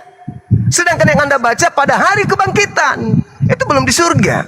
Masa ada orang bangkit dari kubur langsung surga? Enggak. Dihakimi dulu. Dihakimi dulu. Yohanes 12 nomor 44 sampai nomor 50, manusia dihakimi dulu. Setelah dihakimi, jadi pasnya begini. Bangkit. Setelah bangkit, fase berikutnya dihakimi. Setelah dihakimi, barulah dia ke surga atau dia ke neraka. Jadi jangan bermimpi Anda mati langsung ke surga. Enggak ada itu cerita. Cuman mimpi orang Kristen langsung masuk ke surga. Tak ada satu dalil pun di Bible jaminan Yesus kepada orang Kristen. Tidak ada itu. Kalau Paulus yang menjamin, yes. Makanya pernah saya katakan kepada pendeta, 10 juta rupiah kalau ada ayat di dalam Bible, Yesus menjamin surga untuk penyembahnya, yaitu Kristen. 10 juta. Kalau ada yang makan babi dijamin masuk surga, 10 juta satu ayat. Dikalikan menjadi 100 ayat berarti berapa itu? 100 juta. 1 miliar kalau ada. Nah, silakan Anda tunjukkan dari itu. Itu nggak ada. Mustahil. Kristen ini adalah orang asing yang tidak dikenali oleh Yesus itu sendiri. Kembali kepada pernyataan saya di awal, bahwasanya 1 Timotius 6 nomor 16 itu bukan Yesus. Sehingga ketika Anda mengatakan Yesus itu adalah Tuhan itu sendiri, terbantahkan kemudian oleh 1 Timotius 6 nomor 16 ini. Yesus ditempeleng, bukti bahwa dia tidak kekal, dia tidak kuasa. Yesus dibunuh, bukti dia tersentuh oleh kematian. Dia dilahirkan manusia, bukti bahwa dia itu dijamah oleh manusia. Yesus dikutuk, bukti dia tidak bersemayam dalam terang.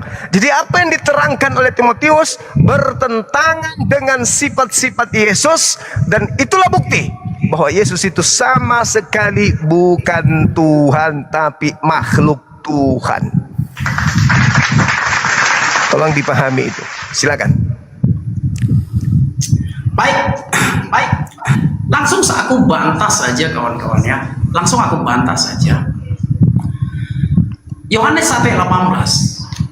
Tidak seorang pun yang pernah melihat Allah, tetapi anak tunggal Allah yang ada di pangkuan Bapa, dialah yang menyatakannya. Saudaraku yang terkasih, Juma, Allah itu tidak bisa dilihat. Bagaimana supaya kita mengenal Allah? Makanya Allah mengutus wujudnya ke dunia menjadi manusia supaya kita kenal. Itulah Tuhannya orang Kristen. Karena Allah tidak bisa dilihat, bagaimana umat manusia bisa bisa melihat Allah karena Allah tidak bisa dilihat, sehingga kita nggak kenal dong sama Allah. Maka Allah wujudnya ke dunia menjadi wujudnya. Yesus berkata, barang siapa melihat aku telah melihat Bapa. Itu Yesus yang ngomong, saudara. Jadi itulah perbedaan antara Bapa dan Yesus. Aku tidak mengatakan Bapa itu Yesus. Bapa itu roh, Yesus itu wujudnya. Paham ya? Seperti apa ini? Yang kau lihat adalah wujudku, di dalam diriku ada roh. Wujudku inilah analogi Yesus, rohku inilah analogi Bapa. Bisa dibedakan, tetapi tidak bisa dipisahkan. Itu saudaraku. 10 juta kalau kamu ada jaminan dari Yesus masuk surga. Waduh, betulnya ini aku perlu kali aku uang sekarang. Biar ku jawab ini ya. Adakah jaminan dari Yesus bahwa kita akan ke surga? Ada dong, banyak sekali puluhan ayat Alkitab, saudara. Ini dia. Coba lihat ke layar. Dan apabila aku telah pergi ke situ dan menyediakan tempat bagimu, aku akan datang kembali dan membawa kamu ke tempatku, supaya di mana tempat aku berada, kamu pun berada. Ingat Juma, apa kata Yesus? Supaya di tempat di mana aku berada, kamu pun berada.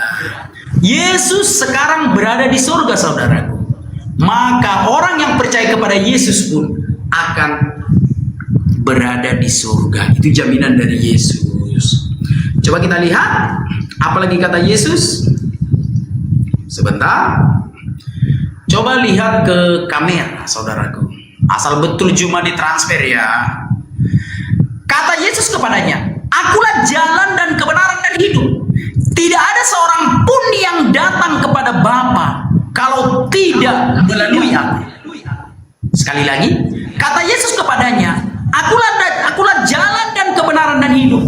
Tidak ada seorang pun yang datang kepada Bapa kalau tidak melalui aku. Ini lagi saya tunjukkan. Sebentar saudaraku ya, tapi jangan nanti nggak ditransfer ya. Ini dia kawan-kawan ya. Dan keselamatan tidak ada di dalam siapapun juga selain di dalam Dia, sebab di bawah kolong langit ini tidak ada nama lain yang diberikan kepada manusia yang olehnya kita dapat diselamatkan. Hanya Yesuslah yang mampu untuk menyelamatkan. Jadi itu saudaraku, ada jaminan dari Yesus. Kita lihat prakteknya, jangan hanya janji-janji.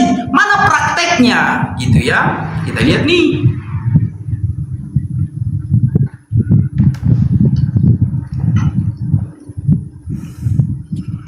Coba lihat ke layar. Ini prakteknya, bukan hanya omon-omon. Dan kuburan-kuburan terbuka, dan banyak orang kudus yang telah meninggal bangkit. Dan sesudah kebangkitan Yesus, mereka pun keluar dari kubur, lalu masuk ke kota kudus dan menampakkan diri kepada banyak orang. Lagi.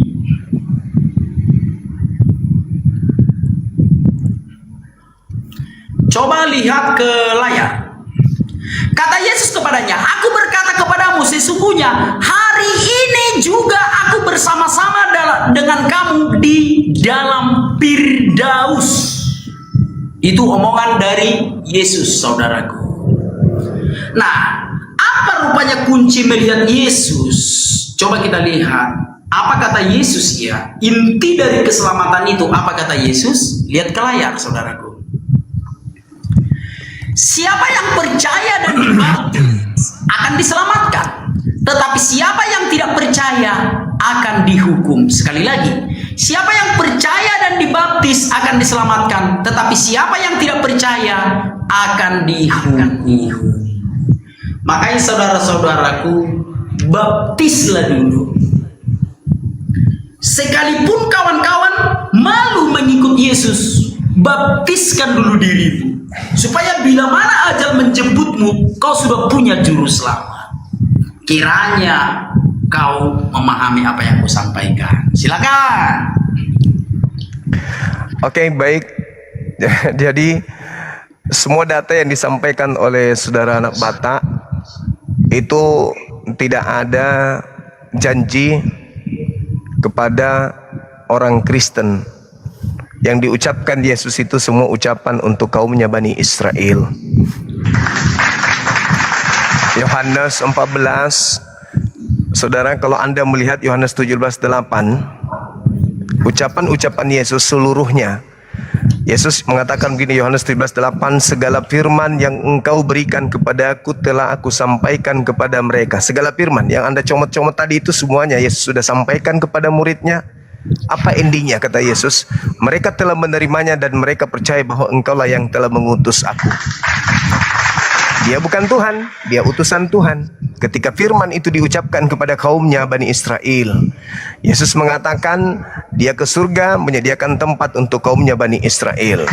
Orang yang keluar dari kubur itu adalah orang kudus, orang bersunat, dan itu bukan Kristen. Belum ada Kristen di situ. Lalu kemudian orang yang disalib bersama dengan Yesus itu orang yang kena kemudian prank. Hari ini juga engkau akan bersama dengan aku Firdaus. Faktanya tidak. Bohong, bullshit, dia tidak ke surga. Dan lagi-lagi orang yang di atas salib pun juga bukan orang Kristen. Yang saya tantang tadi, kalau ada jaminan Yesus untuk orang-orang Kristen, penyembahnya yang masuk ke gereja, yang mengaku anak-anak Tuhan di Indonesia ini, yang ibadah minggu, makan babi, tidak bersunat, menyembah Yesus, kitabnya Bible, rasulnya Paulus. Kalau ada jaminan dari Yesus, ku bilang, ku naikkan angkanya menjadi 20 juta satu ayat, satu dalih kalau ada. Tak akan pernah Anda temukan itu sampai kiamat, selain Anda kemudian merevisi kitab saudara. Lalu, kembali kepada tema. Anda dengan lantang mengatakan Tuhan mengutus wujudnya. Bagaimana Tuhan mengutus wujudnya? Sementara kitab Anda sendiri Roma 1 nomor 20, Tuhan tidak mengutus wujud. Yang ada, wujud-wujud yang ada itu termasuk Yesus itu semuanya adalah ciptaan. Coba Anda baca, dibaca lagi. Roma 1 nomor 20. Sejak dunia diciptakan, Tuhan menyatakan dirinya, sifat-sifatnya yang tak terlihat, sifat-sifatnya yang terlihat, sifat-sifatnya yang tak terlihat, kuasanya kemudian sifat keilahiannya, kodrat ilahinya, semuanya itu telah nyata melalui ciptaannya, sehingga mereka tidak bisa lagi mempunyai alasan untuk membela diri. Itu kata Paulus. Paulus sendiri mengatakan, kenapa saya mengutip pernyataan Paulus? Karena Paulus sendiri menyatakan sikap di dalam Roma 7, bahwasanya dalam diriku itu ada hukum Tuhan yang bekerja dan juga ada hukum dosa yang bekerja. Nah, Roma 1 nomor 20 itu hukum Tuhan tuh yang disampaikan oleh Paulus. Tapi kalau dikatakan barang siapa yang menyunatkan dirinya, hukum Taurat itu tidak lagi berlaku, itu adalah hukum dosa yang bicara. Paulus sendiri mengatakan, dalam tubuhku ada dua hukum, hukum Tuhan dan hukum dosa. Dan hukum dosa lebih berkuasa terhadap diriku. Nah, kembali lagi kepada 1 Timotius 6 nomor 16 tadi, bahwasanya saudara Kristen tidak akan pernah bisa menemukan data di mana Yesus itu Tuhan itu sendiri. Kenapa? Yesus mengalami kematian, Yesus tidak bersemayam dalam terang, Yesus kemudian disentuh manusia, Yesus dibunuh manusia, Yesus tidak berkuasa, Yesus kemudian tidak dihormati. Semuanya gugur. Semuanya gugur. Lantas Anda mengatakan memang itu hanya wujudnya.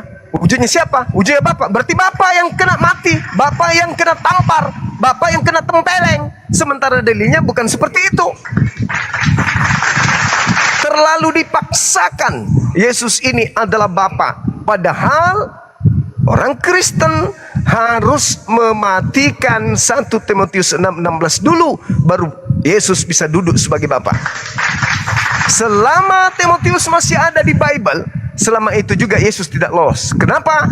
Tuhan katanya tidak tersentuh oleh kematian. Nah, Yesus mati. Tuhan tak terlihat manusia, Yesus terlihat. Dan memang manusia tidak dapat melihatnya, Yesus dapat melihat. Kuasanya kekal, Yesus tidak kuasa. Baginya hormat kekal, Yesus tidak dihormati, malah ditempeleng. Jadi hapuskan dulu Timotius ini, 1 Timotius 6:16 ini, kalau kalian masih mau mempromosikan Yesus itu sebagai Tuhan. Selama 1 Timotius 6 masih ada, selama itu juga sulit orang waras masuk Kristen. Demikian. Baik, baik. Langsung aku bantah saja kawan-kawan ya. Silakan kawan-kawan menyimak, tapi kau naikkan lagi jadi 50 juta, artinya nggak aku percayai lagi kau. Hanya omong-omong saja, padahal aku sudah menjawab, kau anggap tidak menjawab. Bagus tadi nggak usah janjikan duit-duit itu kan kayak gitu. Nih dia. Jawab Yesus. Aku diutus hanya kepada domba yang hilang dari umat Israel. Inilah alasanmu untuk mengatakan bahwa semua perkataan Tuhan Yesus itu adalah untuk orang Israel, bukan orang Kristen. Tapi coba kau lihat apa yang dikatakan Tuhan Yesus di dalam Yohanes 10 ayat 16. Ini aku tunjukkan di sini ya. Nih.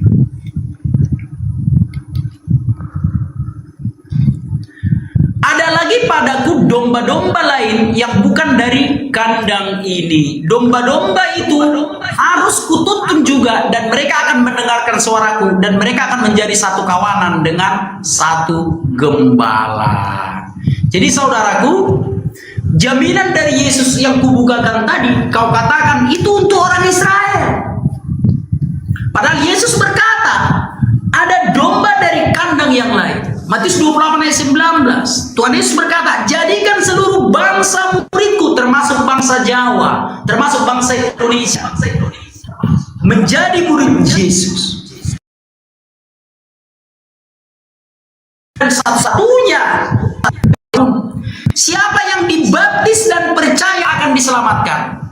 Adakah orang yang dibaptis selain umat Kristen? Bagaimana cara berpikirmu, saudaraku? Tapi kalau kau bilang sebenarnya anak Batak, aku nggak punya uang untuk memberi janji itu, cuma omong-omongkunya itu, aku bisa terima. Bagaimana kau memahami ini ya? Ini perkataan Yesus loh. Siapa yang percaya dan dibaptis akan diselamatkan, tetapi siapa yang tidak percaya akan dihukum. Adakah umat beragama yang dibaptis selain orang Kristen? Katakan saja kau tidak punya uang, jangan asal menjanjikan, apalagi sama orang Medan kau janji palsu, repot. Ayo, kau mau bantah apa lagi? Oh, itu anak Batak untuk orang Yahudi. Apakah kau melihat orang Yahudi dibaptis? Oh, itu anak Batak untuk orang Islam. Apa kau melihat orang Islam dibaptis? Oh, itu untuk orang Hindu. Apakah kau lihat orang Hindu dibaptis? Hanya orang Kristen yang dibaptis, saudaraku. Dan Yesus berkata, aku tunjukkan di sekali lagi nih, jadi jangan kau bikin alasan. Siapa yang percaya dan dibaptis akan diselamatkan, tetapi siapa yang tidak percaya akan dihukum. Itu dia. Lalu berikutnya, mana di situ dikatakan orang Kristen yang katanya anak-anak Tuhan? Lah, kami memang di dalam Alkitab dikatakan anak-anak Allah. Coba kita lihat. Ini dia. Saya tunjukkan datanya, saudaraku ya. Tetapi semua orang yang menerimanya diberinya kuasa supaya menjadi anak-anak Allah, yaitu mereka yang percaya dalam namanya. Jadi pengertian anak-anak Allah bukan berarti Allah berhubungan sama mamaku, bukan. Kenapa aku dikatakan anak Allah? Karena aku telah menjadi milik kepunyaan Allah. Paham ya? Artinya jangan berpikiran tentang selangkangan. Kalau dikatakan anak Allah, bukan berarti Allah itu. Paham ya? Aku anak Allah karena aku sudah dianggap sebagai milik Allah. Gitu saudara ya. Yesus tidak bersemayam dalam terang. Aduh, apa yang kau baca selama ini, saudaraku? Apa yang kau baca juga? Justru Yesus adalah terang dunia. Kau tidak mendapatkan di Alkitab kalau Yesus itu adalah terang dunia cuma. Kau tidak tahu kalau Yesus itu terang.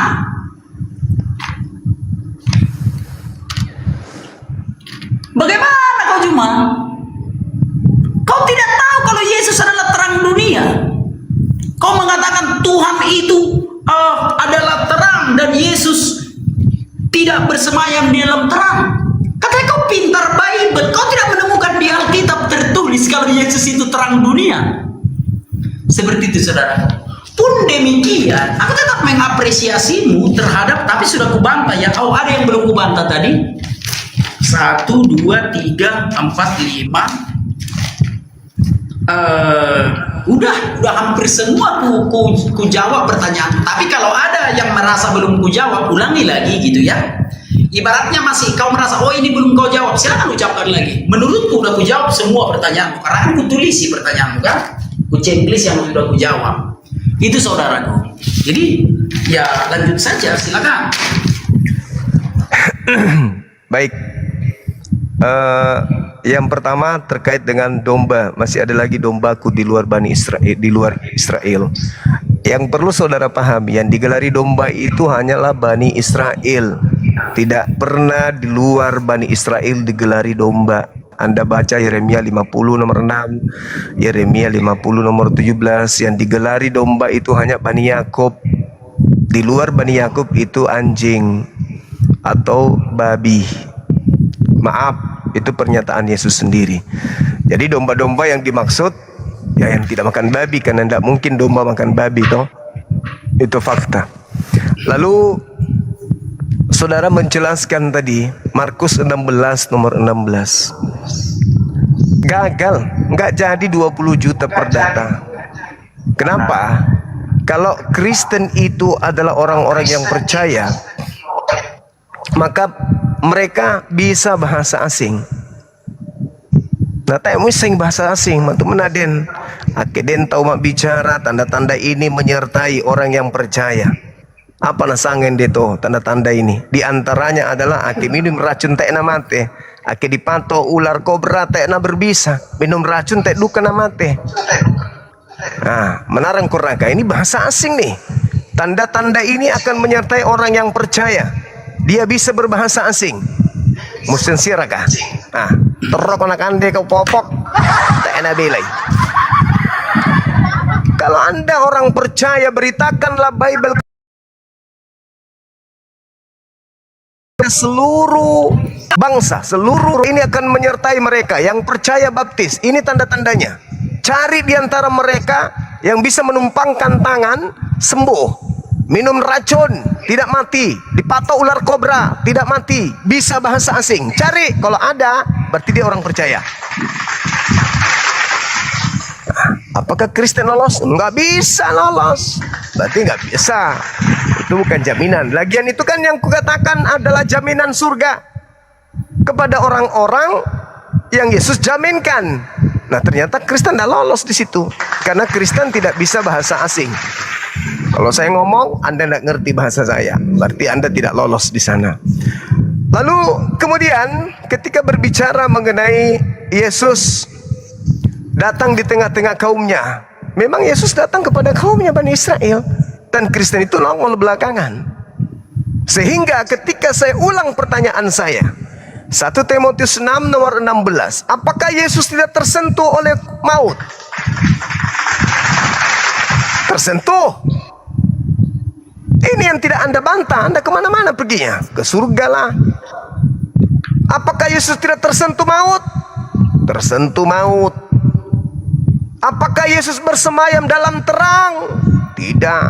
Di mana Yesus bersemayam dalam terang? Apakah kemudian Yesus tidak bisa dilihat manusia? Dan manusia memang tidak bisa melihatnya? Bisa dilihat oleh manusia.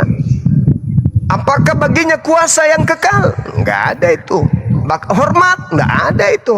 Siapa yang ditempeleng? Siapa yang diludahin? Siapa yang dibunuh? Siapa yang ditonjok? Mana kuasanya? Jadi gugur. Harusnya Anda konsentrasi di situ. Karena kenapa? Untuk mendudukkan Yesus sebagai hakikat pencipta langit dan bumi, wajib hukumnya dia tidak tersentuh oleh kematian. Faktanya dia tersentuh oleh kematian.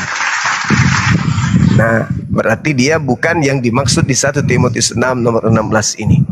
Faktanya dia dibunuh manusia, dilihat oleh manusia, dikandung oleh manusia, dibesarkan oleh manusia, ditonjok oleh manusia, ditempeleng oleh manusia, ditompak oleh manusia, dibunuh dan seterusnya oleh manusia. Lalu Yesus mau lolos di mana? Merangkak dari mimbar gereja untuk dituhankan oleh orang-orang Kristen. Tapi sayangnya Yesus tidak bisa lolos sebagai hakikat pencipta karena dia tersentuh kematian, dibunuh dia. 2 Tesalonika 15, 2 Tesalonika 2, 15 dan seterusnya. Dia mati, dibunuh. Bagaimana ceritanya? Orang-orang Yahudi membunuh Yesus. Wah, tidak lolos dong dia di situ.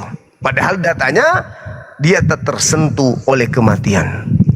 Nah, ini yang saudara harus pikirkan, bahwa sehebat apapun Anda memaksakan sembahan Anda yang bernama Yesus itu adalah sehakikat dengan Tuhan langit dan bumi, itu hanya bullshit bagi orang-orang yang berakal sehat. Bagi Anda Tuhan, bagi kami no. Dia makhluk biasa. Demikian. Baik. Sekarang aku jawab. Sebentar ya, 1, 2, 3, 4, 5, 6. Lumayan ya, lumayan banyak. Yang pertama, domba hanya orang Israel. Domba itu bukan berbicara hewan, tetapi analogi terhadap umat yang penurut. Sebab domba itu penurut. Yang tidak penurut itu kambing. Makanya Yesus berkata, kambing dan domba harus dipisahkan. Jadi bukan berbicara bangsa Israel, tetapi setiap umat manusia yang penurut itu dipanggil domba. Itulah orang-orang Kristen yang adalah umat-umat penurut. Tetapi kambing akan selalu memberontak. Itu tanda-tanda berbahasa asing. Orang Kristen mah pintar-pintar, saudaraku. Penerjemah negara kita ini rata-rata orang Kristen. Diplomat dari negara kita ini di Perserikatan Bangsa-Bangsa itu rata-rata orang Kristen. Masalah bahasa asingnya kau bilang sama orang Kristen, apalagi orang Batak. Bahasa apa mau kau minta dari orang Kristen? Bahasa Inggris. You understand about English? Jangan kau cuma bisa bahasa daerahmu, kau sudah menantang untuk berbahasa bahasa asing. Ya. Nah, yang kedua, menumpangkan tangan. What are you thinking about? Mana matamu hingga kau lihat orang-orang Kristen menumpangkan tangan bersembuhan orang sakit? Pastor Andi Simon di Kalimantan, entah berapa ratus orang lagi orang Islam yang sembuh ketika Pastor Andi Simon meletakkan tangannya di atas kepalanya. How do you feel? Bahwa orang-orang Kristen menggenapi semua ini. Sekarang lagi viral pendeta Rizul Lubis. Baik polisi, tentara, semua orang-orang Islam ditumpangkan tangannya sembuh. Gunakan matamu untuk melihat, saudaraku. Tidak mempan diracun, benar. Tapi saya tidak ingin mencobai Tuhan. Ya, orang-orang yang percaya kepada Tuhan memberitakan Injil itu tidak mempan diracun. Sejak misionaris memberitakan Injil, kalau yang dipenggal ada, yang dipenjara ada, yang ditombak ada, tetapi tidak dengan yang diracun. Misionaris tidak mempan diracun. Kenapa? Karena Tuhan itu kekal. Tuhan ketika berfirman hanya nabi palsu yang diracun, maka orang Kristen tidak mempan diracun. Kenapa? Karena Tuhan sudah berfirman hanya nabi palsu lah yang boleh diracun. Maka orang misionaris itu tidak mempan diracun karena Tuhan itu kekal. Apa yang difirmankan Tuhan harus terjadi. Hanya nabi palsu yang akan diracun. Yeremia 23 ayat 15. Sebab beginilah firman Tuhan mengenai para nabi itu. Sesungguhnya aku akan memberi mereka makan ibu dan minum racun. Kau racun pun nabi orang Kristen, misionaris, pendeta tidak akan mempan. Karena Tuhan sudah terlanjur berfirman hanya nabi palsu yang diracun. Yeremia 23 ayat 15. Terakhir, Yesus tersentuh maut. Jangan berhenti di kematian Yesus. Di dalam satu hari kau 100 kali mengatakan bahwa Yesus mati. Tidak pernah ku dengar kau mengatakan Yesus bangkit. Saudaraku Juma, bagaimana kalau kita jujur berbicara kitab suci? Bicarakanlah Yesus ketika dia mati, dan bicarakan Yesus ketika dia bangkit. Jangan hanya berkutat di kematian di sorga. Kenapa kau menyembunyikan tentang kebenaran firman Tuhan? Jujurlah sekali-sekali. Itu dia. Baik. Sekarang coba dulu aku bertanya, tapi yang kutanya ini tentang agama Kristen ya. Aku nggak mau menanyakan tentang agama Islam. Aku takut ditangkap polisi. Aku menanyakan dulu kepadamu Juma tentang agama Kristen. Menurutmu siapakah yang bisa mengutus malaikat? Apakah manusia bisa mengutus malaikat? Apakah nabi bisa mengutus malaikat? Siapakah yang bisa mengutus malaikat kecuali Tuhan? Simak ya pertanyaanku ya, baru satu pertanyaanku loh. Kalau pertanyaanmu 4, 6, 10 tambah 4 dosa mereka 14. Mungkin udah 20 pertanyaanmu tentang Kristen ya, tentang Kristen yang aku tanyakan udah 20 dan sudah aku jawab 20. Nah sekarang satu pertanyaan. Adakah manusia yang bisa mengutus malaikat? Bisakah para nabi mengutus malaikat? Kalau bisa, jelaskan dan uraikan. Menurut hemat saya, hanya Tuhanlah yang boleh mengutus malaikat. Nabi tidak boleh karena kodratnya berbeda. Pencipta, malaikat, dan manusia. Paham ya? Berbicara tentang kodrat. Pencipta di kodrat teratas, ilahi. Malaikat di bawah pencipta. Dan manusia di bawah kodrat malaikat. Terima kasih Pak Tobias. Bisakah manusia mengutus malaikat? Karena di dalam kitab suci dituliskan Yesus mengutus malaikat. Kitab suci yang menuliskan bahwa Yesus mengutus malaikat. Kalau Yesus hanya manusia seperti nabi biasa, tidak mungkin manusia bisa mengutus malaikat. Paham ya saudaraku ya? Jadi tolong dijawab dulu tentang malaikat ini. Ingat, pertanyaanku cuma satu. Bisakah manusia mengutus malaikat? Setauku, hanya Tuhanlah yang bisa mengutus malaikat. Jangan diputar-putar Juma. Paham ya? Jangan diputar-putar. Hanya Tuhanlah yang bisa mengutus malaikat. Manusia tidak bisa mengutus malaikat. Dan di dalam kitab suci kutemukan Yesus mengutus malaikat. Itu yang bisa kujelaskan dan kutanyakan. Silahkan jawab pertanyaan itu. Baik, sedikit kita agak bergeser ya dari tema awal, tapi nggak apa-apa, saya ikuti narasi Anda. Inilah bukti bahwa yang kalian sembah itu bukan Yesus anak Maria. Karena Yesus anak Maria itu jelas-jelas adalah manusia. Anak trinya Yusuf itu manusia. Sedangkan ungkapan Yesus mengutus malaikat itu nanti muncul di Wahyu 22 nomor 16. Di situ dia mengaku sebagai bintang timur. Sedangkan bintang timur itu adalah Lucifer, itu adalah iblis di dalam Yesaya 14 nomor 12 sampai nomor 15. Dan memang Lucifer itu dilemparkan ke alam dunia orang mati atau di alam kubur. Dan yang Anda sembah di Wahyu 22 16 itu jelas itu bukan manusia, tetapi sosok makhluk yang mengaku Lucifer, memakai nama Yesus. Memang Yesus anak Maria mengatakan, waspadalah kepada penyesat yang datang kepadamu memakai namaku. Terima kasih Anda sudah mengakui bahwa sembahan Anda itu adalah iblis. Lagian juga di dalam kitab Anda sendiri memang diterangkan di dalam pernyataan kitab Wahyu itu sendiri bahwa di surga nanti iblis bersama dengan malaikat-malaikatnya berperan dengan malaikat Mikail. Itu di dalam kitab Wahyu juga 7 dan seterusnya. Jadi ketika Anda mengatakan Anda bangga bintang timur mengutus malaikatnya, ya memang musuh Mikail itu memiliki malaikat-malaikat. Jadi kalau iblis mengutus malaikat wajar toh. Sedangkan Yesus yang manusia tidak pernah mengutus malaikat, justru malaikat diutus untuk dia. Di mana buktinya? Baca Yohanes 1 nomor 51. Malaikat naik turun diutus kepada Yesus. Baca Lukas 22 nomor 43-44. Malaikat diutus untuk memberi kekuatan kepada Yesus. Jadi yang Anda banggakan itu adalah iblis dalam nama Yesus. Nah, kembali pertanyaan saya. Saya cuma bertanya satu, Anda aja yang mengatakannya banyak. Ketika Anda mengatakan bisa bahasa asing, tanda-tanda orang percaya. Coba Anda jelaskan apa yang sedang saya katakan.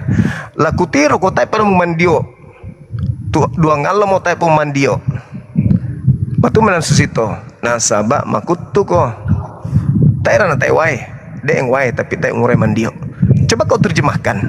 Aku mau lihat apakah tanda-tanda orang percaya ada sama kamu. Waktu saya kasih, silakan. Terjemahkan. Baik, habiskan aja waktumu. Nanti aku jawab. Itu mengenai karunia. Ini waktu saya, nggak apa-apa. Berbeda-beda. Silakan Karunia Anda terjemahkan bahasa Kita saya. tidak bisa memaksa karunia itu harus datang sekarang. Bisa atau Tapi tidak kita bisa? bisa paksa Tuhan loh. Gimana Bisa atau tidak bisa? Kita Kenapa paksa Tuhan? Kalau Bukan karunia Tuhan. itu tidak diberikan Tuhan sekarang, masa kita mau tuntut? Tanda-tanda ini. Karunia itu cuma. Habiskan aja waktumu. Tanda-tanda ini akan menyertai orang yang percaya. Bukan Tuhan, tapi orang. Saya kasih waktuku. Pura mau rekaman dia semune. Tak apa. Karunia itu terserah Tuhan mau kapan diberikannya cuma. Tanda-tanda ini, tanda-tanda ini akan menyertai orang yang percaya. Benar. Oke. Nah, makanya coba terjemahkan. Pura mau rekaman dia. Nanti aku jawab. Habiskan aja waktumu. Nanti aku jawab. Berarti tidak bisa. Berarti pada diri Anda tidak ada tanda-tanda orang percaya. Tapi kalau menumpangkan tangan, Rusuli Lubis, Simon Andi Simon, kenapa tidak menunggu dulu? Tunggu dulu, kita tunggu dulu dari Tuhan. Kenapa nggak nunggu dulu? Giliran bahasa asing, tunggu dulu. Ya belum ada dari Tuhan. Apa itu? Itulah bukti bahwa ketika Anda tidak menyadari, justru Yesus akan mengusir orang-orang seperti Rasul Lubis dan Andi Simon ini dalam Matius 7:22 dan 23. Pada hari terakhir banyak orang akan memanggil aku Tuhan. Bukankah kami mengusir setan pakai namamu, bermujizat pakai namamu? Pada saat itulah aku Yesus akan berterus terang, aku tidak mengenal kalian. Kalian semua adalah pembuat kejahatan. Enyahlah daripadaku. Kenapa bisa? Karena yang Anda sembah ternyata bintang timur. Bintang timur itu Halal bin Zakar itu adalah Lucifer. Lucifer itu Sibilisisis. Nah, ini pertanyaan saya yang terakhir. Dengarkan, ini pertanyaan saya dari tadi. Dengarkan saya. Karena Anda tidak memiliki tanda-tanda orang percaya, saya hanya ingin kejujuran saudara. Ketika dikatakan 1 Timotius 6, dia tak tersentuh. Bukan bangkit, tapi dia tak tersentuh. Bukan mati lalu bangkit. Dia tak tersentuh oleh kematian. Pertanyaan saya, apakah Yesus tersentuh kematian atau tidak tersentuh oleh kematian? Jawab, silakan. Baik. Kalau aku berdasarkan data ya kawan-kawan ya, nih, biar kutunjukkan kepadamu saudaraku, mau kau mengejek mau apa, karena aku tidak mengerti bahasamu tadi, tetapi sedikit aku analisa dari logatmu, pasti itu ejekan terhadap aku. Kalau apa ya analisa, matikan mic-mu cuma. Enggak, soalnya terlalu lama kau kirim. Kalau giliran saya lama kau kirim temernya. Enggak. Kau bicara 2 menit dulu baru. Kau bisa mengirimnya sendiri. Ini dia. Aku Yesus telah mengutus malaikatku untuk memberi kesaksian tentang semuanya ini kepadamu bagi jemaat-jemaat. Aku adalah tunas Daud, yaitu keturunan Daud, bintang timur yang gilang gemilang. Paham ya? Jadi di sini tertulis adalah Yesus, lalu kau tadi plesetkan dosa mulai itu. Itu ya. Terkadang kau bilang Yesus itu nabi, terkadang kau bilang Yesus itu utusan. Begitu Yesus mengutus malaikatnya, kau tuduh Yesus itu Lucifer. Suka-sukamu lah. Gitu ya. Baik. Coba terjemahkan bahasaku. Aku tidak mengerti bahasamu itu. Kenapa kawan-kawan? Karena itu karunia dari Tuhan, menyembuhkan orang, menumpangkan tangan, artinya benar orang-orang percaya akan bisa melakukannya. Tetapi karena berbicara karunia dari Tuhan, kita nggak bisa paksa Tuhan berikan karunia itu sesuka hati kita. Nggak boleh.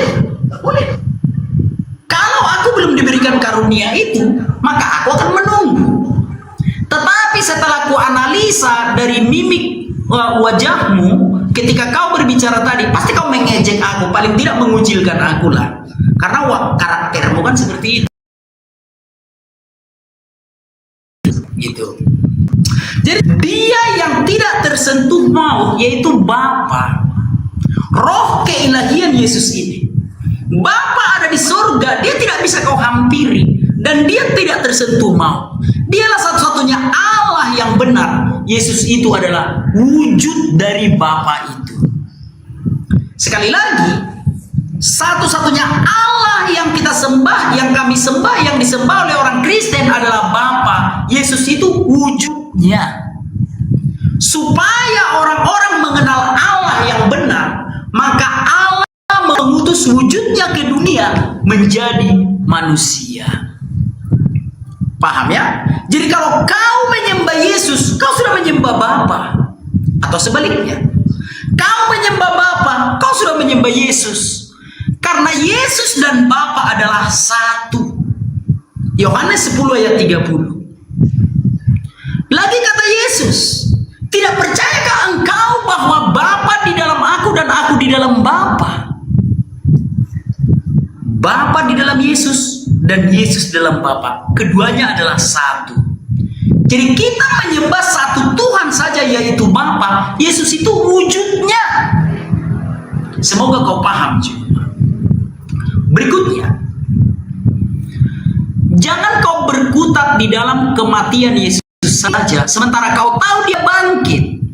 Aku tidak pernah melihat dari bibirmu keluar kata-kata bahwa Yesus bangkit dan terangkat ke surga ataupun ke langit.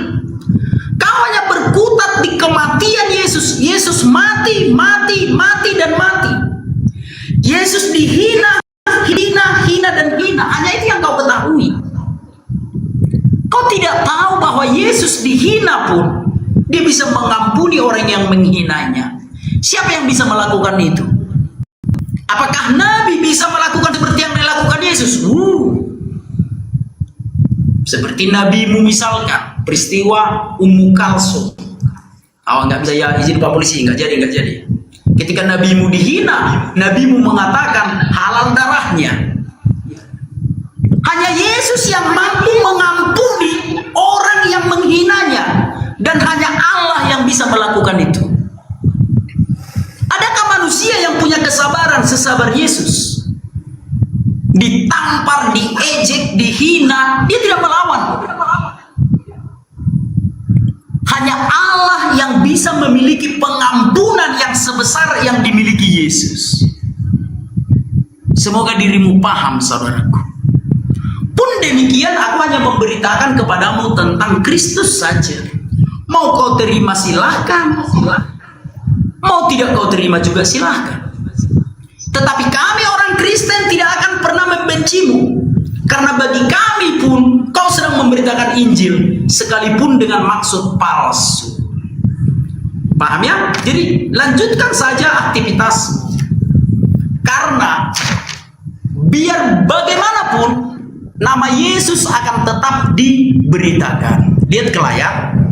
Tapi sayang ya, tidak bisa kelihatan. Saya bacakan sajalah. Tetapi tidak mengapa.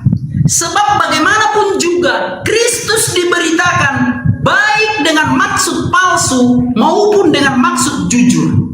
Tentang hal itu aku bersuka cita. Aku anak Batak memberitakan Kristus dengan maksud jujur. Juma memberitakan Kristus dengan maksud palsu. Aku bersuka cita. Yang penting nama Yesus tetap diberitakan, saudara. Semoga kau paham. Silakan. Oke, baik. Jadi sebenarnya Filipi 1:18 itu adalah aib untuk Kristen. Tapi lagi-lagi karena kelincahan kamu mengolah kata-kata, aku menyampaikan Yesus dengan waktu palsu. Padahal sebenarnya bukan begitu. Pasukan Paulus memberitakan tentang Yesus kepada di luar Yesus dengan cara mengelabui, dengan cara berpura-pura atau palsu. Itu Paulus tetap bersuka cita, itu maksudnya. Lagian juga sekarang kan Anda berpalsu ria. Oke. Bahasa asing tadi itu cerminan Anda itu orang percaya. Kalau Anda bisa bahasa asing, Anda adalah orang yang percaya. Sedangkan mujizat-mujizat mengobatin orang, usir setan itu adalah ciri-ciri orang yang akan diusir Yesus. Matius 7, 22, 23. Lalu kemudian Anda mengatakan, kenapa kamu tidak pernah menceritakan tentang kebangkitan? Bung, Yohanes 12, ketika Anda membaca nomor 31-nya, Yesus mengatakan iblislah yang akan dibangkitkan, dilemparkan keluar. Dari mana? Dari liang kubur.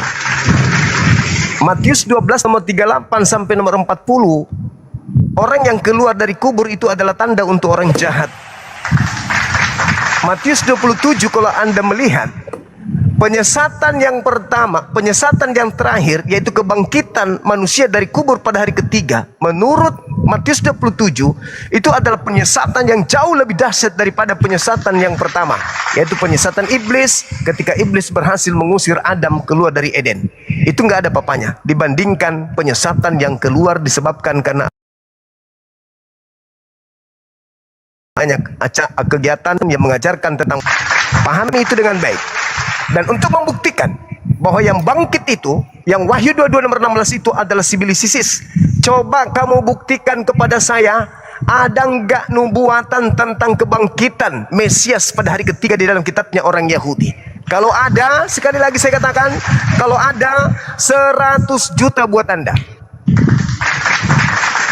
Saya jual mobil saya, ini puluhan ribu orang menjadi saksi. Kalau ada di kitabnya orang Yahudi tentang nubuatan akan bangkitnya Mesias dari kubur pada hari ketiga, boleh.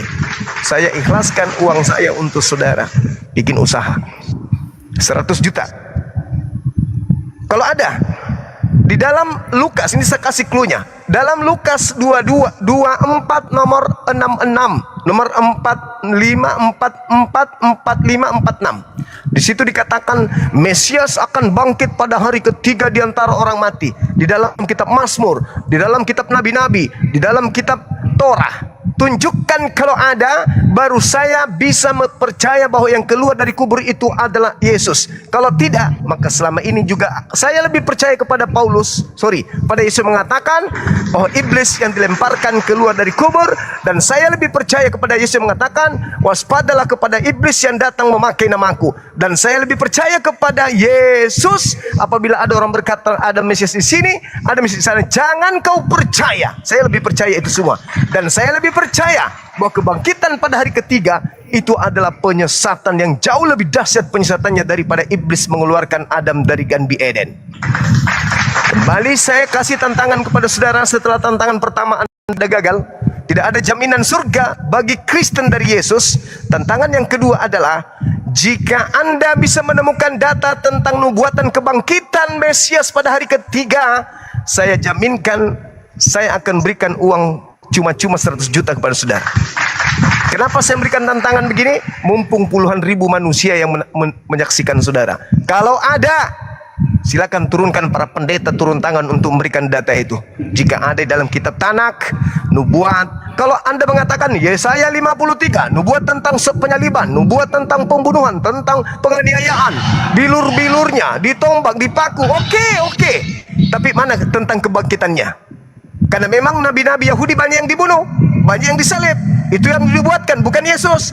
Tetapi ketika Anda berbicara mengenai kebangkitan hari ketiga, tolong tunjukkan tertulis di mana di kitabnya Yahudi tentang Mesias mati dan bangkit pada hari ketiga.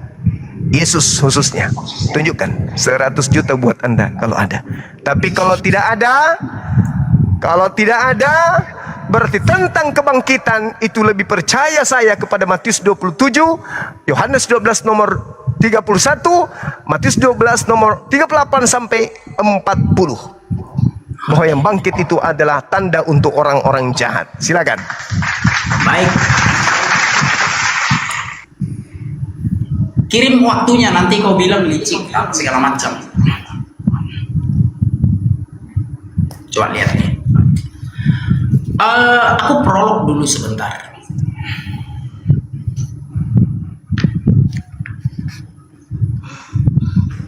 Baik. Sebagaimana Tuhan menyelamatkan bangsa Israel dari perbudakan di Mesir, Ini adalah simbol daripada Tuhan menyelamatkan seluruh umat manusia dari alam kubur. Ingat ya, tipe dan anti-tipe, nubuat dan penggenapan. Penyelamatan yang dilakukan Allah terhadap bangsa Israel dari perbudakan di Mesir dan membawa mereka dari tanah itu ke tanah perjanjian sebagai tempat yang nyaman bagi mereka. Itu adalah tipologi dari pembebasan arwah seluruh umat manusia dari kegelapan kepada terang yang ada di surga. Kita lihat apa yang dilakukannya ketika dia membebaskan bangsa Israel. Lalu Musa mengulurkan tangannya ke langit dan datanglah gelap gulita di seluruh tanah Mesir selama 3 hari. Tidak ada orang yang dapat melihat temannya, juga tidak ada orang yang dapat bangun dari tempatnya selama 3 hari. Tetapi semua orang Israel ada terang di tempat kediamannya. Jadi saudaraku, gelap gulita yang dibuat oleh Tuhan selama 3 hari 3 malam di Mesir adalah tipologi dari Yesus yang masuk ke dalam kegelapan itu selama 3 hari. Jangan bikin emosi kayak gitu, cuma matikan mic-mu. Kalau soal janji-janji uangmu itu nggak percaya lagi aku. Sekarang kita lihat lagi ya. Ini dia, kitab para nabi.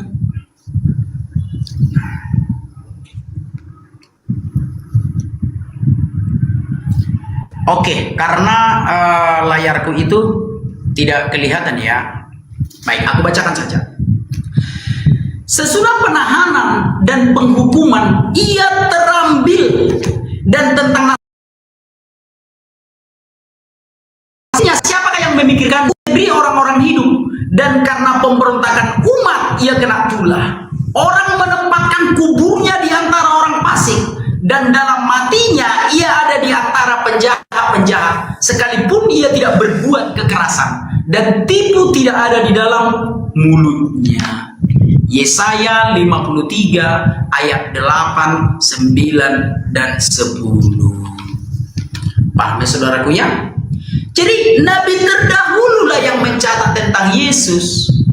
Makanya aku bilang dari awal, kita orang Kristen, kita tidak boleh percaya satu nabi saja. Bahwa seluruh nabi terdahulu harus kita percayai saudara. Nabi terdahulu yang menuliskan Yesus akan mati, ia terambil, ia ditombak katanya, makanya Yesus ditombak. Demikian ya. Lalu kau mengatakan iblis mengusir Adam. Saudaraku, nikmati aja agamamu. Jangan kau samakan agamamu dengan agama Kristen. Kalau di dalam agamamu iblis mengusir Adam, ya selamat menikmati. Kalau di dalam agama Kristen, iblis itu tidak bisa mengusir Adam. Tetapi yang mengusir Adam dari Taman Eden adalah Tuhan. Baca Kejadian 3. Jangan kau bilang pula iblis mengusir Adam. Agama kita berbeda, Tuhan kita pun berbeda.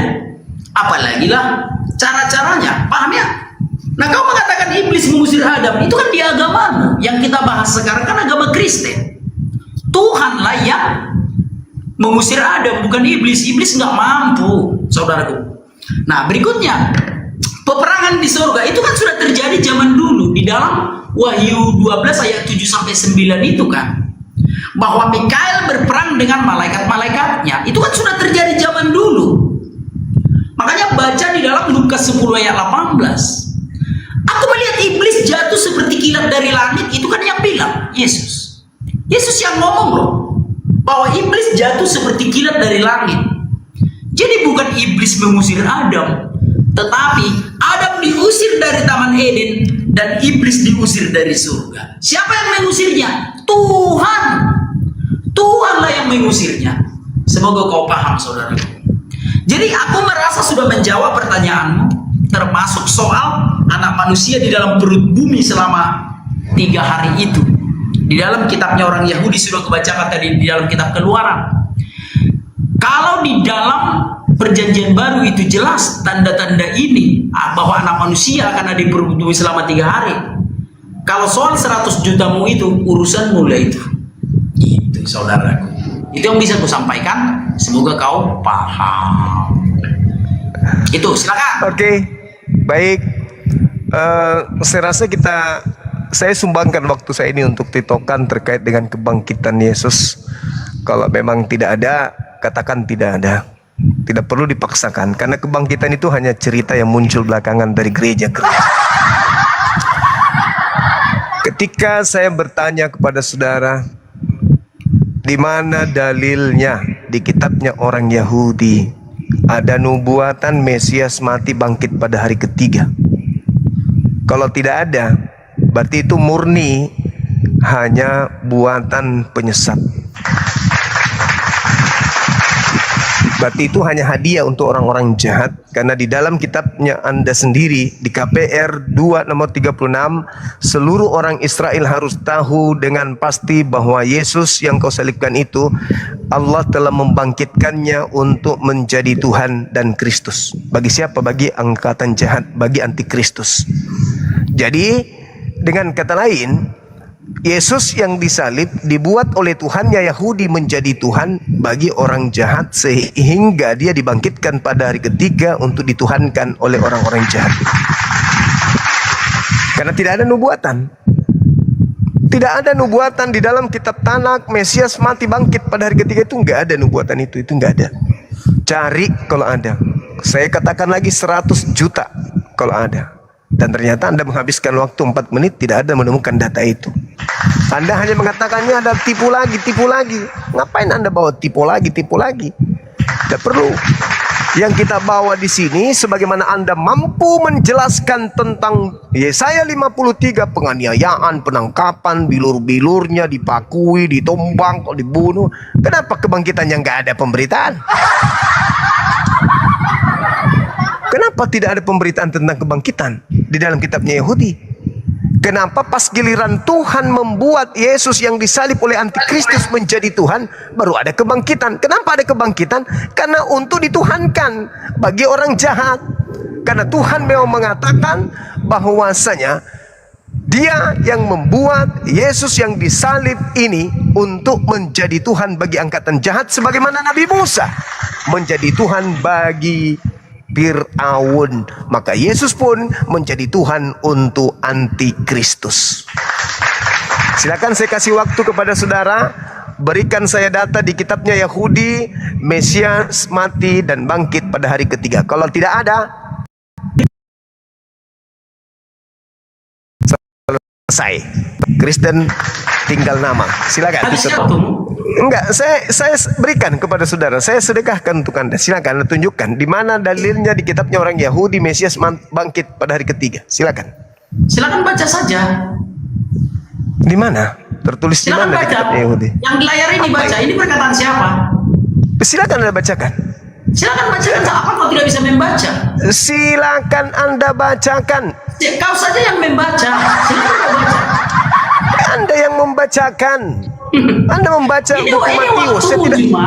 Saya tidak tanya buku Matius. Yang saya tanyakan kitabnya. Ini perkataan siapa? Yunus ini siapa Yunus? Kitabnya Yahudi. Yunus ini tanda untuk angkatan jahat. Yunus siapa Yunus? Ini angkatan jahat. Di situ kalau Anda membawa Yunus. Siapa Yunus? Kalau Anda membawa Yunus, Yunus tidak siapa mati. Yunus? Yunus tidak mati di dalam Yunus perut itu ikan. Siapa Juma? Siapa Yunus itu Juma? Yunus tidak mati di dalam perut ikan. Yunus siapa Juma? Mulai. Mana dalilnya Mesias mati dan bangkit pada hari ketiga? Dalil di Kau kitabnya baca di Yahudi. layar. Kau baca di layar. Di kitabnya Yahudi. Di kitabnya Yunus Yahudi siapa, mana? Juma? Yunus Ini siapa? dengar. Udah nggak ada ya? Yunus Kalau siapa nggak ada, Juma? nggak usah. Yunus itu siapa? Apakah Yunus itu nabinya orang Kristen atau Tidak nabinya orang ada Yahudi? di kitabnya orang Yahudi Mesias Yunus siapa Yesus. Juma Yunus itu siapa Juma? Yesus mati dan bangkit pada hari ketiga. Yunus di kitabnya itu Yahudi siapa mana? Juma? Apakah tidak bisa lihat ke layar Juma? Ini tanda untuk angkatan Apakah tidak jahat. bisa lihat? Angkatan jahat ini minta satu tanda dan tidak akan Kan kau yang diberikan minta satu tanda tanda, Juma. kepada angkatan jahat ini. Ini tanda untuk siapa? Untukmu. Kan kau yang minta tanda. Iya, ini tanda untuk angkatan jahat atau angkatan benar? Kau kan yang meminta tanda, angkatan jahat dong yang minta tanda. Saya tidak minta tanda, saya minta Kau minta tanda nubuatan dari di dalam tadi, kan kitabnya kau orang minta dari Yahudi. tadi. Lah kau kan Saya minta dari tadi. Saya minta Mana nubuat. ceritanya? Saya minta nubuat Oke, di udahlah. kitabnya Sekarang orang waktuku, Yahudi. Sekarang Oke, waktuku sudah. kamu nggak sanggup, Bukan tidak memberikan sanggup, data. aku sudah buktikan loh. Coba Mana? dengarkan biar. Pernyataan biar saya jawab. apa? Dengarkan Pertanyaan biar saya jawab. apa? Berikan, dengar dulu. Berikan saya data di kitabnya orang Yahudi, di kitab Tanakh ada nubuat Mesias mati dan bangkit pada hari ketiga. Kau tunjukkan Matius. Sehatnya kau kawan? Sehat.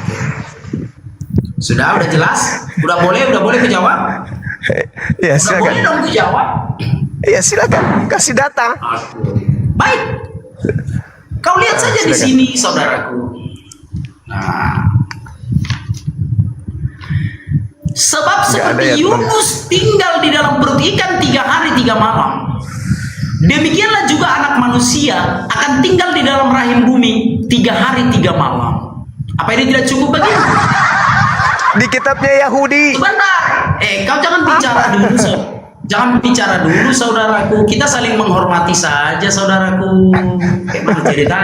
Gimana ceritanya cuma? Bikin aja waktunya. Saya Bisa minta jawab. apa kau kasih apa, Bang? Ya, Yunus Bang itu Batak. siapa? Saya Yunus minta itu apa? siapa?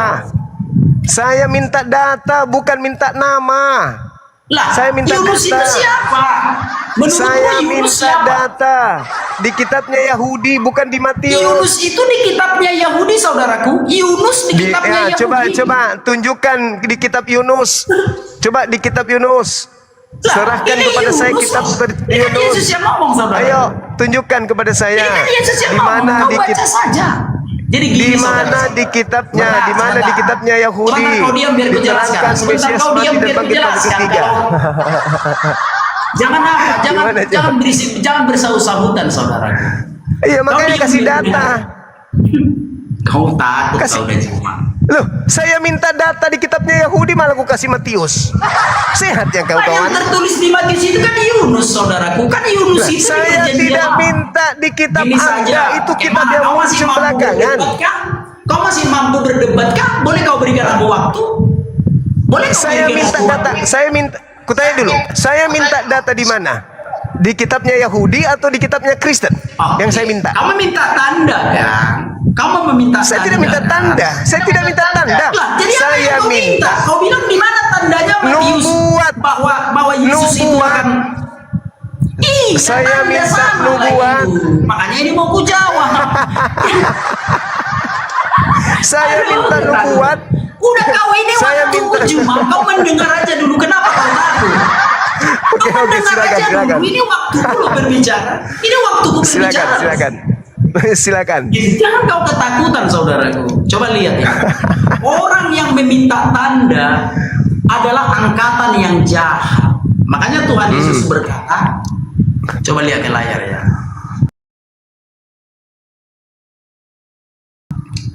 Angkatan yang jahat ini meminta dan kepadanya tidak akan berikan tanda selain tanda Yunus. Bahwa Yunus diperut ikan 3 hari 3 malam.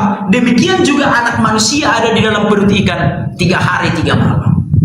Paham ya? Jadi yang meminta tanda itu adalah angkatan yang jahat. Dan menurut Yesus, ketika angkatan yang jahat meminta tanda, tanda yang boleh kita berikan adalah tanda Yunus. Paham ya? Semoga kau paham, saudara. Nah, jadi itu dia. Sekarang aku sudah menjawabnya, cuma persoalan kau terima atau tidak itu urusanmu. Artinya ketika kau menuntut satu tanda berapa hari Yesus ada di alam maut itu, Yesus menyuruh kami untuk memberikan kepadamu tanda Yunus karena kau adalah angkatan yang jahat. Sebab hanya angkatan yang jahatlah yang memberikan tanda itu. Itu saudaraku, paham ya? Udah aku jawab, tetap itu jawabanku. Tanda Yunus untuk angkatan yang jahat. Kau kan angkatan yang jahat. Apa kata Yesus? Apakah boleh memberikan tanda yang lain kepada angkatan yang jahat? Enggak boleh, hanya tanda Yunus saja. Dan itu yang tertulis di dalam kitab suci. Kau ketawa menutupi kebodohanmu. Betul ku bilang. Kau ketawa menutupi kebodohanmu. Ini bacakanlah sama kamu. Kau ketawa kan sedang menutupi kebodohanmu, saudaraku. Coba ya. Allahu Akbar. Nah, ini dia. Dibacakan dulu sama kamu, saudaraku ya. Nah, coba lihat ke layar. Kau kan ketawa menutupi kebodohanmu. Kau meminta tanda. Di dalam Alkitab yang meminta tanda itu adalah angkatan yang jahat. Ini dia, tanda Yunus. Pada waktu itu berkatalah beberapa ahli Taurat dan orang Farisi kepada Yesus, "Guru, kami ingin melihat suatu tanda daripadamu." Tetapi jawabnya kepada mereka, "Angkatan yang jahat dan tidak setia ini menuntut suatu tanda, tetapi kepada mereka tidak akan diberikan tanda selain tanda Nabi Yunus.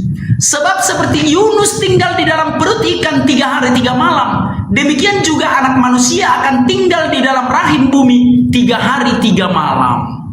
Jadi yang meminta tanda adalah angkatan yang jahat, termasuk dirimu. Hanya angkatan yang jahatlah yang meminta tanda, dan tanda yang disuruh Yesus kami berikan kepada angkatan yang jahat adalah tanda Yunus." Saya kira cukup.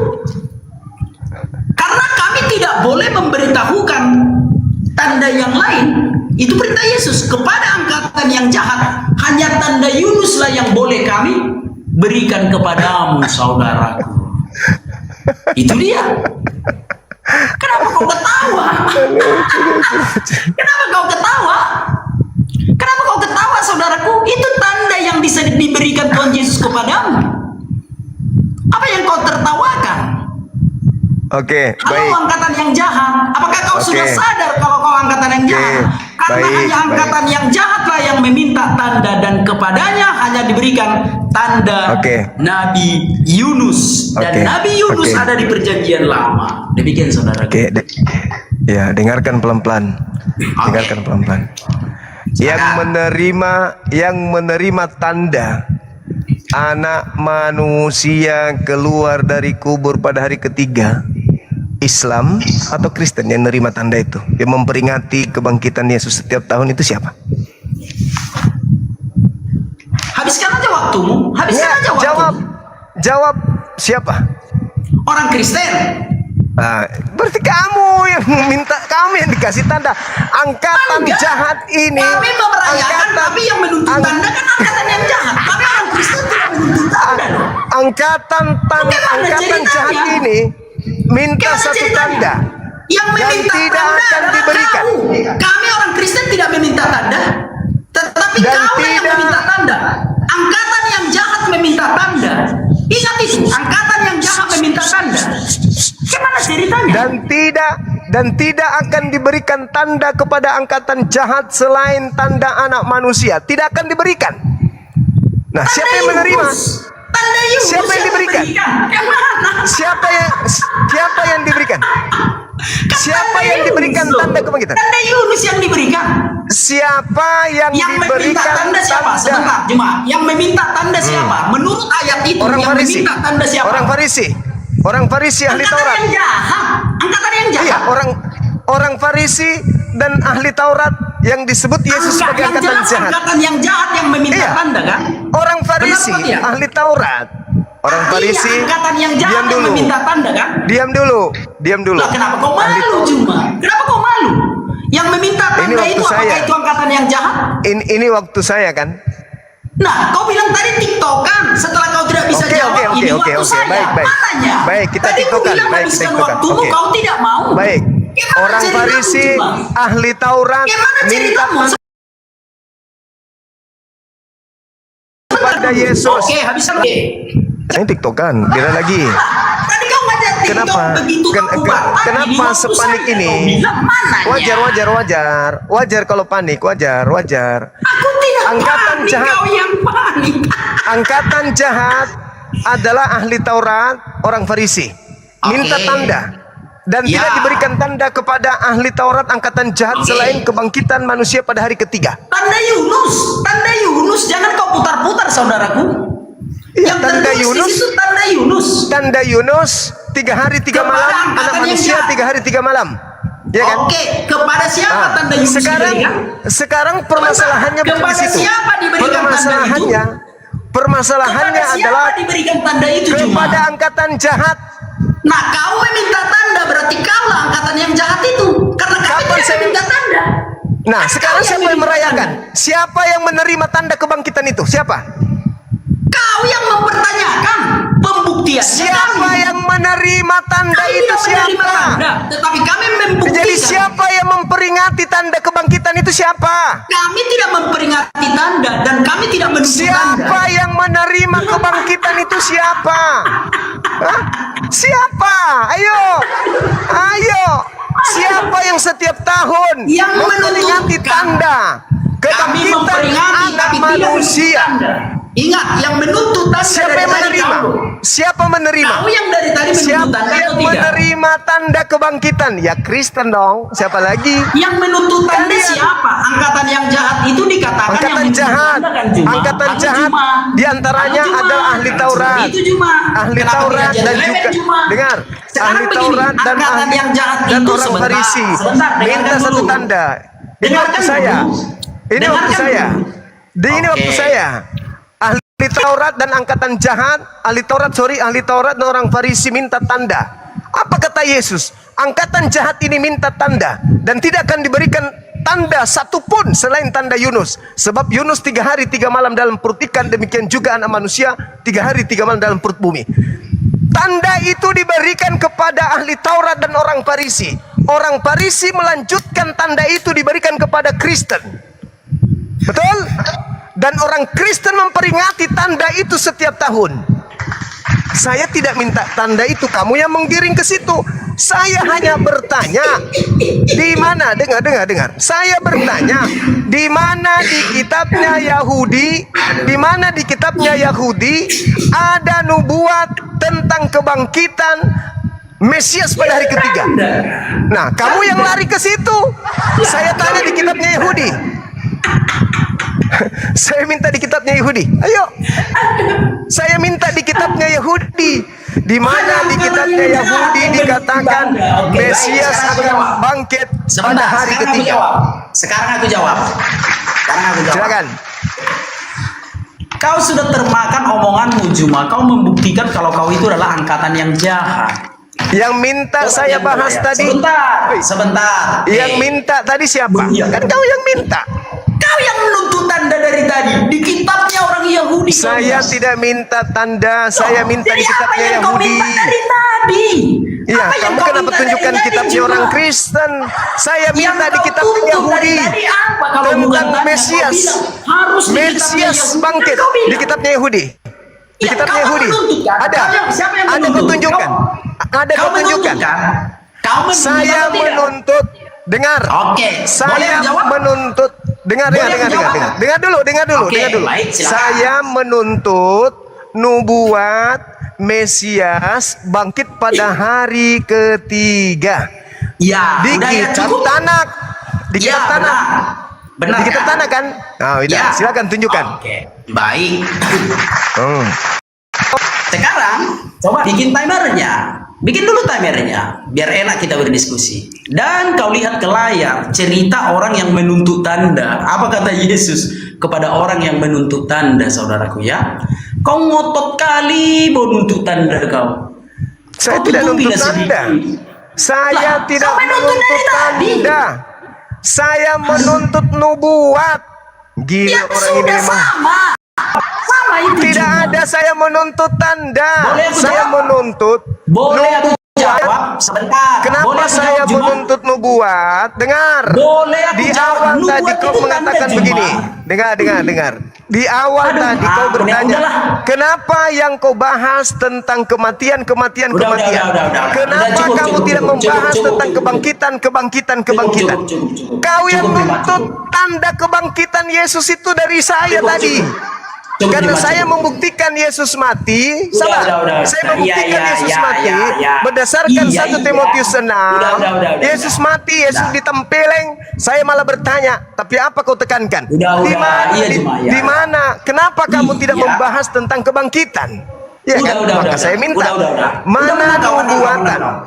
Mana nubuatan di dalam kitabnya Yahudi tentang kebangkitan? Justru kau buka aib agamamu. Kau menang Juma. Kau bawa Matius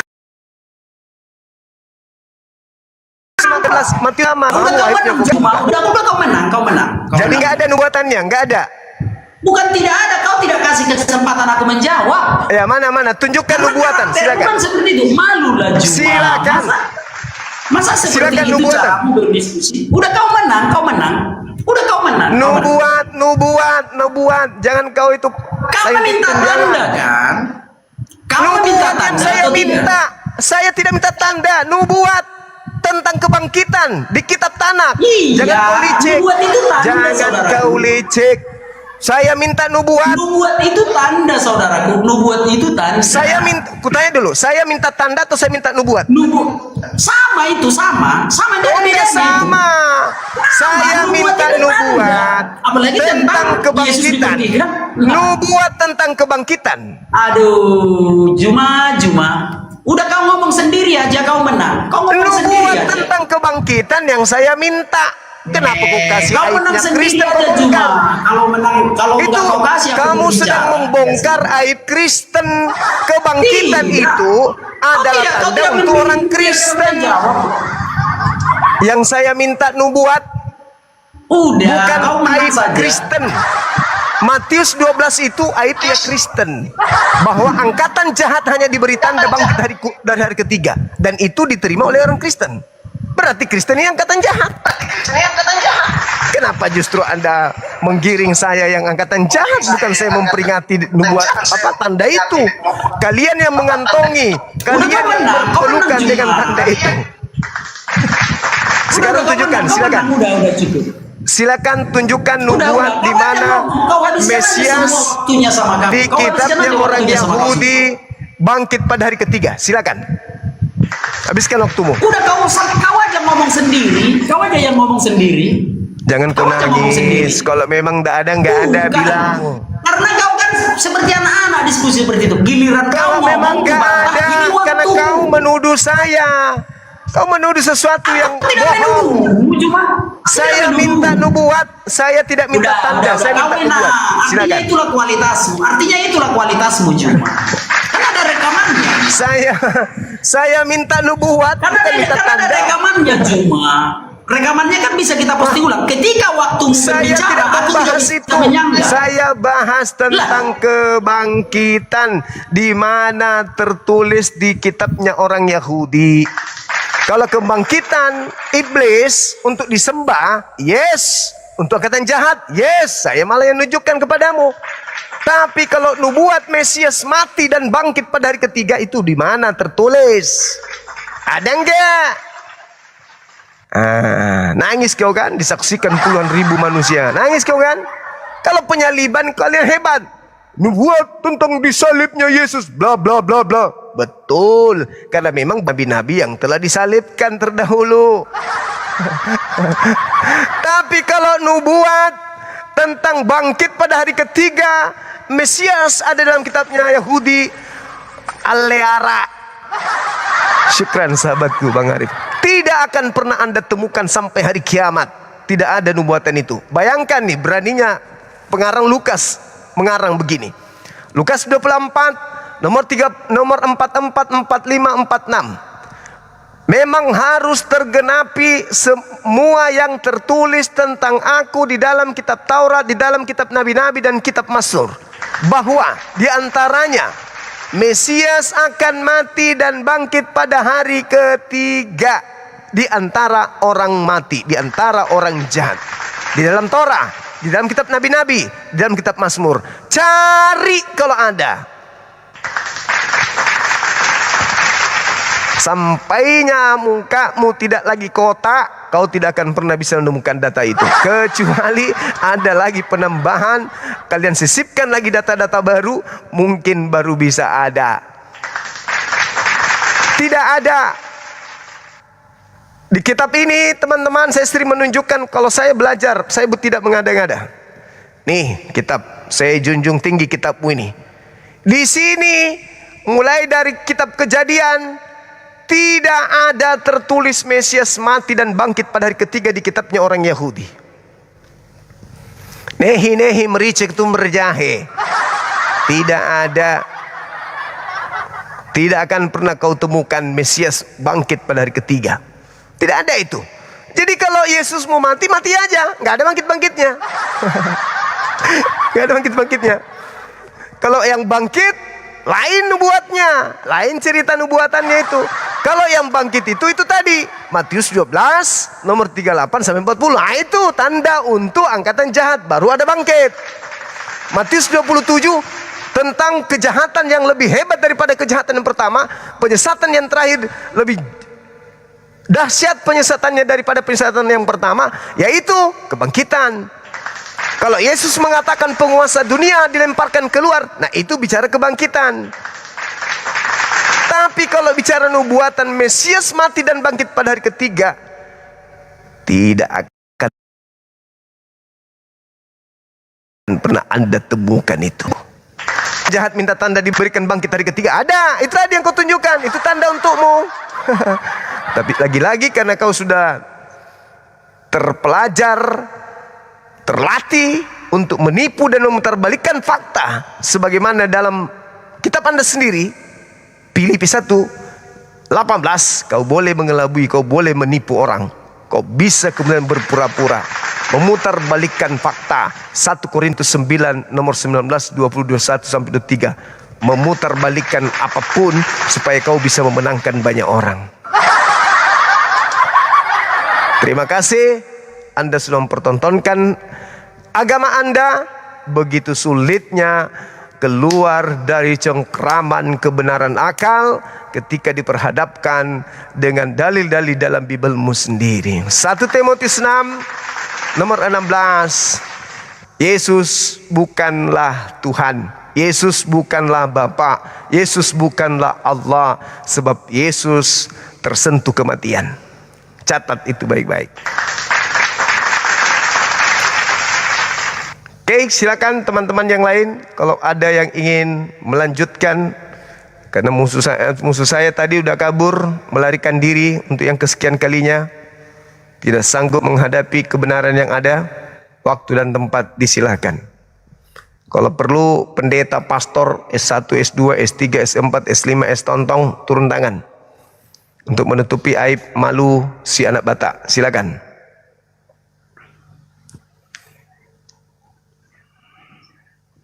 Halo, semangat malam. Wah, ini pintar ini. Abang ini pintar pasti. Semangat malam. Halo. Katolik Protestan, Bang, atau gurunya anak Batak? Halo. Halo. Halo, Abang. Oi. Oh, Abang ini pintar, pakai jas, kacamata, licin lagi. Abang ini pasti pintar. Katolik Protestan, Bang. Jasnya licin kali. Halo. Oi. Jijik aja dengar suaramu itu. Ya, buka kameramu. Jijik dia. Takut dia ngomong. Sakit hati memang, pasti sakit hati. Teman-teman yang sulit hidayah masuk ke dalam dirinya pasti sakit hati. Kenapa? Dengan kebenaran yang saya uraikan mereka pasti sakit. Sakit sekali. Pasti sakit. Kebenaran yang begitu menghantam, kemudian jantungnya, empeduhnya, limpah, hatinya. Pasti sakit dengan dialog tadi, debat tadi. Halo, selamat malam. Halo. Yang dapat melembutkan hatinya dapat hidayah, bisa dapat hidayah. Tapi yang keras hatinya pasti makin benci sama Bang Suma. Sampai tanya, jijik sekali aku mendengarkan suara. Ya karena pasti daya nggak ada, maka yang ada kebencian. Ada. Allahu Akbar. Maafkan saya kawan, kebenaran memang harus saya sampaikan. Saya Muslim. Sebagai Muslim, memang saya diseru untuk menyampaikan kebenaran kepada semua manusia. Maafkan jika salah, cara saya, metode saya, itulah saya. Saya orang Sulawesi, saya Bugis Makassar. Metode yang saya gunakan tidak bisa dirubah. Silakan buka kameranya, Ibu Rana Rini Runu Rana Rano Rano. Buka kamera silakan.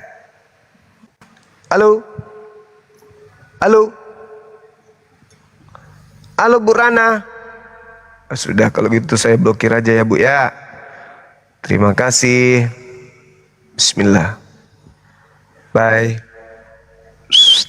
Dadah. Shoo.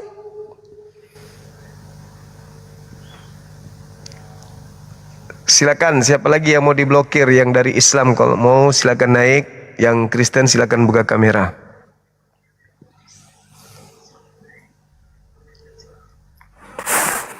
Semangat malam. Halo. Malam. Kristen, Halo. Islam, Katolik, Protestan, Mesianik, Mekanik. Waduh.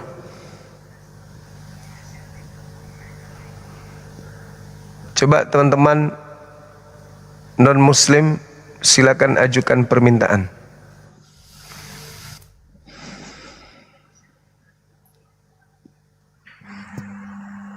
Halo. Semangat malam. Halo. Malam. Katolik, Protestan. Protes 2 kali. Ini lawanmu itu menghantam kau sendiri dengan jawabanmu. Kemarin pastor, sekarang anak Batak. Tapi kau kan pintar mengobrak-abrik pertanyaanmu itu dijawab. Tapi ketika dijawab, kau balik lagi. Kamera. Memang kau iblis kau juga. Iblis kau. Iblis. Pasti sakit. Iya. Dari Kembang. Iya. Waalaikumsalam warahmatullahi wabarakatuh.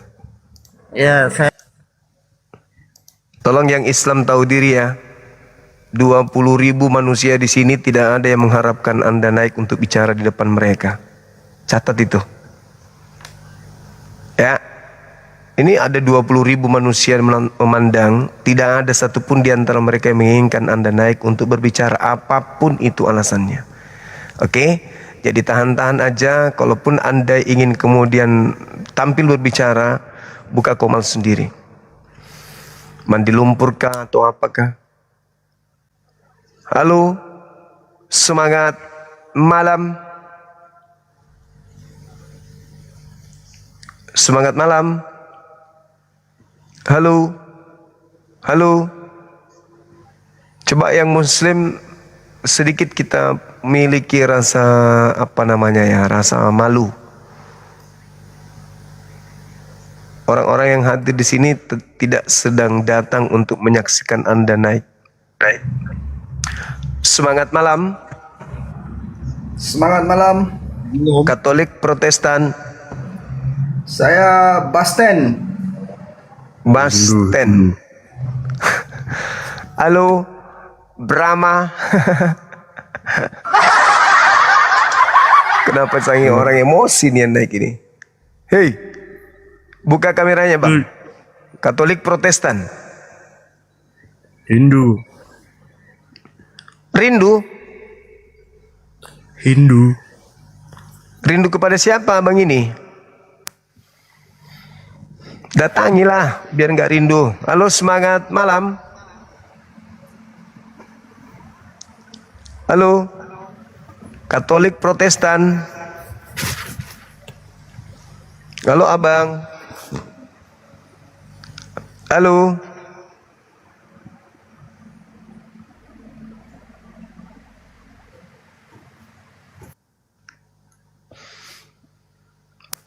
Semangat malam teman-teman sekalian. Saya tahu kalian tersakiti dengan kejadian barusan. Ya mau kayak mana lagi, kebenaran harus saya jelaskan, saya ungkapkan kawan. Meskipun berat, Itu demi keselamatan kalian juga. Halo, semangat malam Polo. Polo. Bagus sekali namanya bang kita tadi.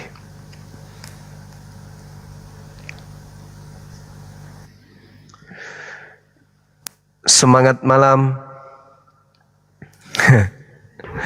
Semangat malam. Halo. Halo. Semangat malam. Halo. Halo. Ya, Katolik Protestan. Islam. Oke, silakan. Ada yang ingin disampaikan? Mudah-mudahan 20 orang di bawah ini bisa mau mendengarkan. Silakan.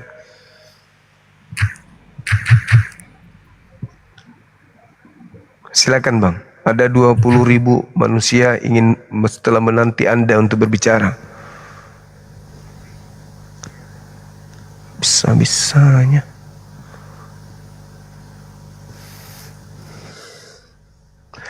Semangat malam.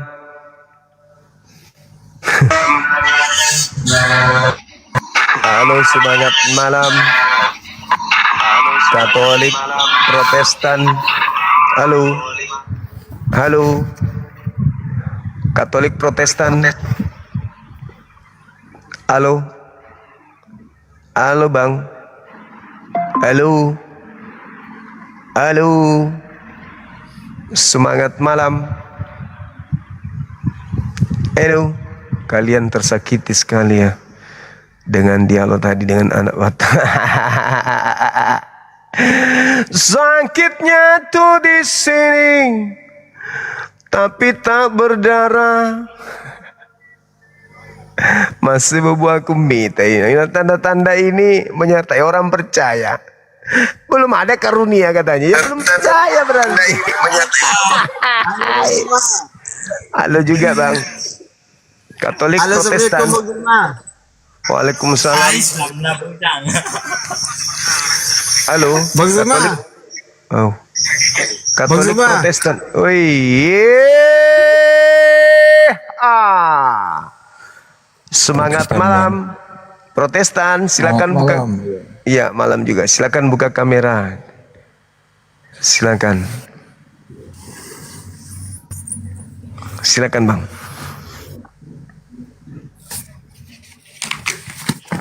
Mari kita diskusi terkait tema ini. Silakan. Anggap saja yang tadi itu enggak ada. Nih, Bang? 1 Timotius 6:16. Oh, udah ada temanya ya. Iya.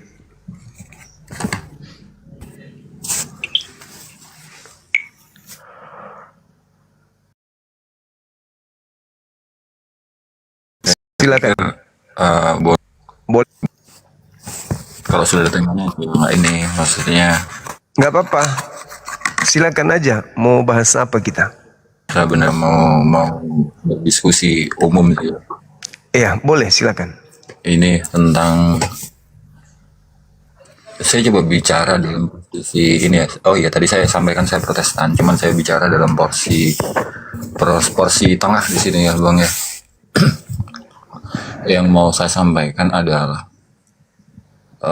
jika orang-orang itu berlogika dalam maksud saya jika orang-orang berlogika untuk menentukan si A lebih benar daripada si B dalam hal ini tuh agama ya, agama A lebih benar daripada agama B, seharusnya kalau memang logika yang dipakai maka seharusnya yang paling benar adalah orang tidak beragama kan di sana. Menurut abang gimana tuh? Iya. Jadi gini, Bung.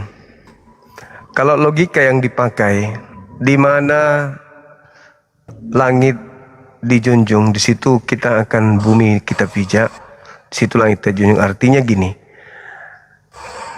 Ketika kita berbicara terkait dengan manusia, hubungannya dengan akal, kaitannya dengan agama. Suara saya kedengaran? Halo? Halo? Halo? Halo Bang? Halo? Halo. Halo.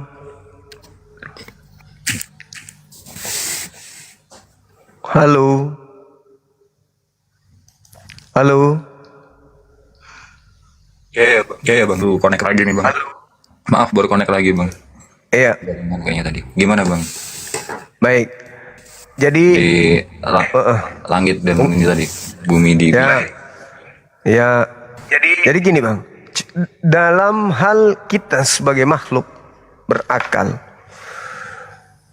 coba Anda lihat orang yang tidak terpimpin dalam hidupnya di sekeliling Anda. Orang yang tidak mau diatur oleh lingkungan. Jangan lingkungan luas, lingkungan rumah tangga aja dulu. Anak yang tidak mau diatur di dalam rumah tangganya oleh penguasa di rumah, yaitu orang tua. Bagaimana keadaan anak tersebut? Nah, keadaan ini disebabkan karena mungkin di agama Anda tidak bisa mendamaikan antara akal Anda dengan kondisi kitab saudara atau agama saudara. Sedangkan di Islam berbeda. Umat Islam akan selalu menjunjung tinggi akal itu sekaitan dengan pewahyuan. Al-Quran menjelaskan, Bismillahirrahmanirrahim, Kitabun anzalnahu ilaika mubarakul yadabbaru ayatihi wal yatazakkara ulul albab. Tuh, mudah-mudahan Anda masih mendengarkan. Kami umat Islam punya akal. Istimewanya punya kitab bernama Al-Quranul Karim, di mana kitab suci kami itu diturunkan kepada Nabi kami, dan kitab kami itu penuh dengan berkah. Dan bagi mereka, orang-orang yang menghayati ayat-ayat suci Al-Quran itu mendapatkan berkah dari Allah, dan hanya orang-orang yang berakal sehatlah yang bisa mendapatkan pelajaran. Nah gitu, Bang.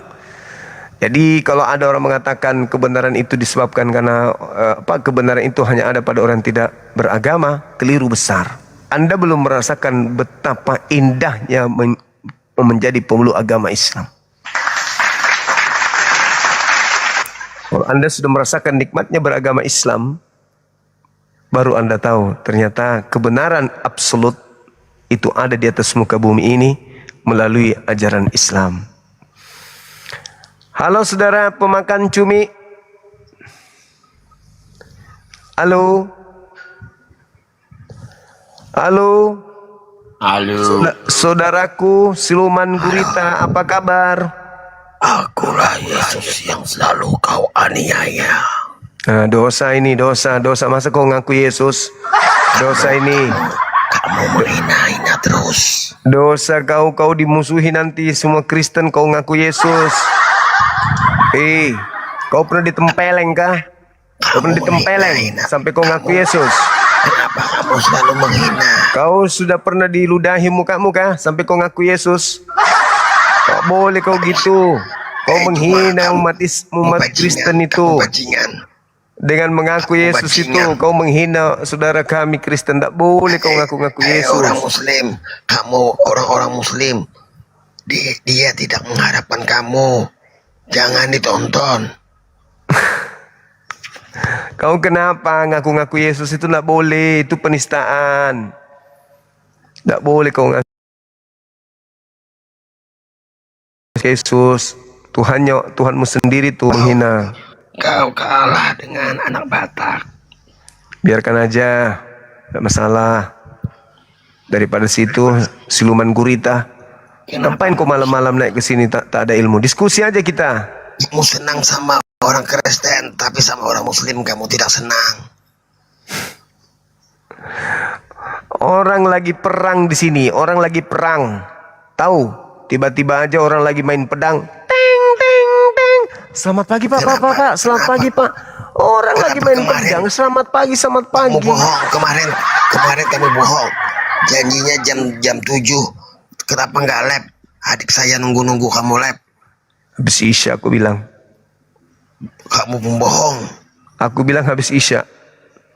Jam 7 kan kamu iya kan kemarin. Habis Isya. Nggak tahu di Isa saya. Ya makanya, mari kita diskusi, itu temanya itu. Adik saya sudah tidur. Waduh, alasan aja. Dia lulusan STT, tahu nggak? Ya bagus itu, pintar nipu berarti. Besok jam berapa? Kalau bisa besok jam berapa? Malam. Malam. Ya malam aja. Iya Siang malam. dia kerja. Ya habis Jam isya. berapa? Habis isya. Habis Isa itu jam berapa? Bisa jam 8, bisa jam Yesus 9. kok ngerokok. Tuh kau dihinakan tuh, kau dibilang Yesus merokok. Masa Yesus Besok ya? ngerokok? Aduh. Sudah. Besok ya. Turun aja bang, turun bang. Iya besok. Jam berapa? Habis isya, Iya nggak tahu di Isa saya jam berapa. di atas jam 8. Oke, jam setengah 9, jam 9 ya. Tapi adikmu itu pintar emang, cerdas. Dia baru lulus dari STT. Waduh. Masih cucu saya kalau begitu. Dia Pengetahuan pendeta dan muda. Dia pendeta Pengetahuannya muda masih- sudah. masih minim berarti ilmunya. Kenapa takut? Enggak, aku bilang masih minim. Silakan aja. Malah aku senang. Suruh follow akun saya. Oke? Halo, selamat malam saudara yang lain. Halo. Selamat malam bang. Ya, Katolik malam. Protestan. Protestan Katolik. bang yang tadi. Silakan buka Protestan. kameranya, Bang. Silakan. Yang tadi saya tanya itu Bang Suma. Iya. Ya, pola yang Anda bangun itu, pola di agama Anda itu cocok. Karena memang kitab Anda tidak masuk akal. Tapi kalau di Islam kami enggak. Kitab suci kami itu selaras dengan akal.